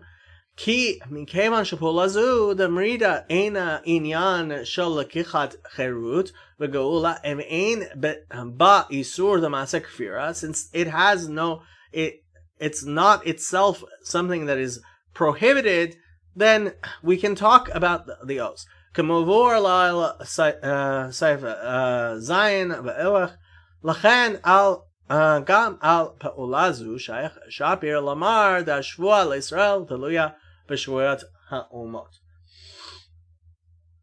Amnam la'acharei kol hanal eino muvan. But still, after all this, it's not clear. Ki svara pshuta ve'ech tzarich al zeh l'raya klal shekol hashvuot sheshbiya HaKadosh Baruch Hu et Yisrael hayu al ofen echad, o shekol hashvuot tala HaKadosh Baruch Hu b'shvua sheshbiya et umat ha'olam, o shekol hashvuot hashbiya otam stam v'lo tala otam b'shvua de'umat ha'olam, that either they are related or they're not. Va'afilu im yavo mi shehu v'yitakesh lomar diyesh shvuah shetala otam b'shvuah de'umat ha'olam v'yesh shvuot shelo tala otam b'shvuah de'umat ha'olam harei gam hu yodeh shal kol panim benoga lechol hashvuah lechud ein shayach לחלק באות השבועה גופה, לומר יש באופן שהשבועה של תלוי בשבועות הלמות, ויש אופן באות השבועה עצמה שאינה תלויה בשבועות הלמות. Right? You can't make a difference in that particular oath. You can say this oath and that oath, but you can't say that this oath in this manner and that manner. כלומר, שהשבועה שלא ימרדו בעלמות היא שבועה אחת הכוללת כל מיני מרידה באיזה אופן שיהיה. That for example, the oath not to rebel would be whatever form of rebellion. ומכיוון שהיא שבועה אחת, because that is itself one oath, הרי ודאי שאי אפשר לומר והשבועה שלו למרוד באופן שהמרידה אינה קשורה im lekichat cherut v'geula tala HaKadosh Baruch Hu ba'almot, that to say that if it's in one manner that it doesn't involve trying to take liberty and salvation, that it does involve the other oath of the nations. Ve'ilu hashvuah shelo lemrod ba'ofen she'amrida kshura im lekichat cherut v'geula לא תלה הקדוש ברוך הוא בשבועת האומות, דפשוט, שסברה כזו מביאה לידי גיחוך. Right? This is going to make you all kinds of confused. ואף שוודאי הדבר, דגם להפירוש, שהשבועות תלויות זה בזה. אסור למרוד היכא שהמרידה קשורה עם לקיחת חירות וגאולה, הנה איסור זה הוא מצד מעשה כפירה, אבל לא מצד השבועה. So since this in this manner is prohibited by the heretical action that it involves, not the oath itself, ki lepirush zeh dashua shelo yimradu talui b'shvuat umat ha'olam, pashut delacharei shel umat ha'olam aru al shvuatam, batla shvua gam keshamerida hi b'shvil lekichat geula. Va'av sheyesh b'zeh isur kfira, ein zeh shayach l'shvua. But since we're talking about something that is itself heretical, then we're not talking about the oaths, and so whether this oath is related to that oath is not the matter. V'ota advar hu benoga hashvua shelo yitchaku et hagetz. Similarly, by pushing off the end times, shehi shvua achat hakolet כל מיני דחיקה, באיזה אופן שיהיה, הן על ידי ריבוי תחנונים יותר מדי, והן על ידי פעולת בידיים, whether you were praying or doing something, מכיוון שהיא שבועה אחת, הרי ודאי שאי אפשר לומר שהשבועה שלא לדחוק על ידי ריבוי תחנונים, תלה הקדוש ברוך הוא בשבועת האומות. והשבועה שלא לדחוק על ידי פעולה לא תלה בשבועת האומות. ואף שדחיקה על ידי פעולה אסורה מצד מעשה כפירה, אין זה שייך לשבועה. So this distinction that he makes has to do with whether it is something that is prohibited by its heretical nature. ועל פי זה תמוה מה שכתוב ביואל משה בתחילת סימן עין ה'. So this makes you wonder regarding what the Satmar Rebbe said. Al hapirush hashvuot taluyim ze b'ze. The pirush ze hu havel havalim, umechane otam haomrim pirush ze b'shem avkorsim. V'lechora machar shapirush ze katuv leheja v'sefer zer v'shimshon benoga la'ashvua v'gam hagon hamarshak katav chen heich shaykh lomar al pirush ze shehu apikursa. How could he say that such thing, even though it's clearly said in the Marshak and the Zera Shimshon, that he would say this is heretical. Va'af Zera Shimshon v'Marshak katvu ze benoga lamrida be'umot v'dichakat haketz be'ofen כזה שאין בו איסור למעשה כפירה, ואילו ויול משה מדבר באופן כזה שיש בו איסור למעשה כפירה, they are talking about something that doesn't have a heretical action, and he's talking about something that does. Hare Pasha. Therefore, it's clear. Delafi Hazer Shimshon that Shua Shaloh Yimradu Ta'Allah HaKadosh Baruch Hu B'Shavuot HaUmot Barur that Shua Al Kol Minei Merida Tluya B'Shavuot HaUmot Ve'oto Hadvar B'Noga LaShua Shaloh Yidchaku Et HaKetz Delapirush HaMarshak. What the Zer Shimshon and what the Marshak said, those are those things which are talking about the oaths themselves and not heretical actions.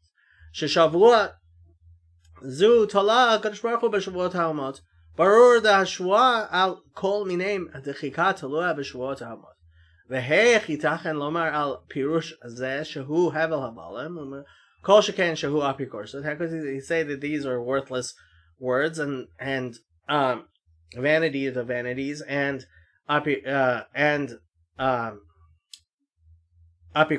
and haemet yored darko? But this actually explains how the Satmar Rebbe was explaining the Masha Rav Hatzadik, the Satmar Zechron Levracha here ish kol kach neged pirush zeh, that he calls this pirush itself at all in any way a heretical. Shashvuot tluim zeh v'zeh hu lo neged etzem hapirush. He's not talking about whether these two are related. Ki im neged mashi yichol lehista'ef pirush. What you could end up getting from trying to do this, sheyu anashim ke'elu sheitlu atzman bepirush zeh v'tiru la'asot pe'ula shel lekichat cherut v'yola. That it's what can come out of this, which is heretical, that even though these are two different things, asur vaday lasot paulaz shel lakichat cherut v'gola ki asiyat paulaz kazu hu masek kfira mikol makom mikevan shebedorenu ze yesh pirtza gedola berayon hatzionut, that there are many who have fallen into Zionism. The lakichat geola lefnei biat hamashiach lachen b'chtei ligdor pirtzat hador, in order to keep people from such things. Here ish al kol pirush sheichol listaef mizeh eze chizuk letzionut chas v'shalom. He spoke so strongly against anything that could be considered this type of thing. Let me see how much more there is in this Garrett. Many pages, and I am getting tired and losing my voice. So I think I am going to, there's no way I'm going to make it all the way through the rest of this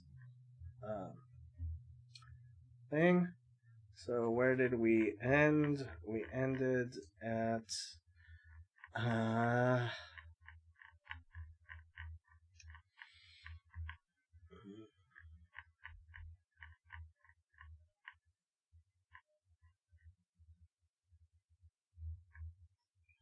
we're on part 13. Okay. And I am going to end the broadcast. Good night, people.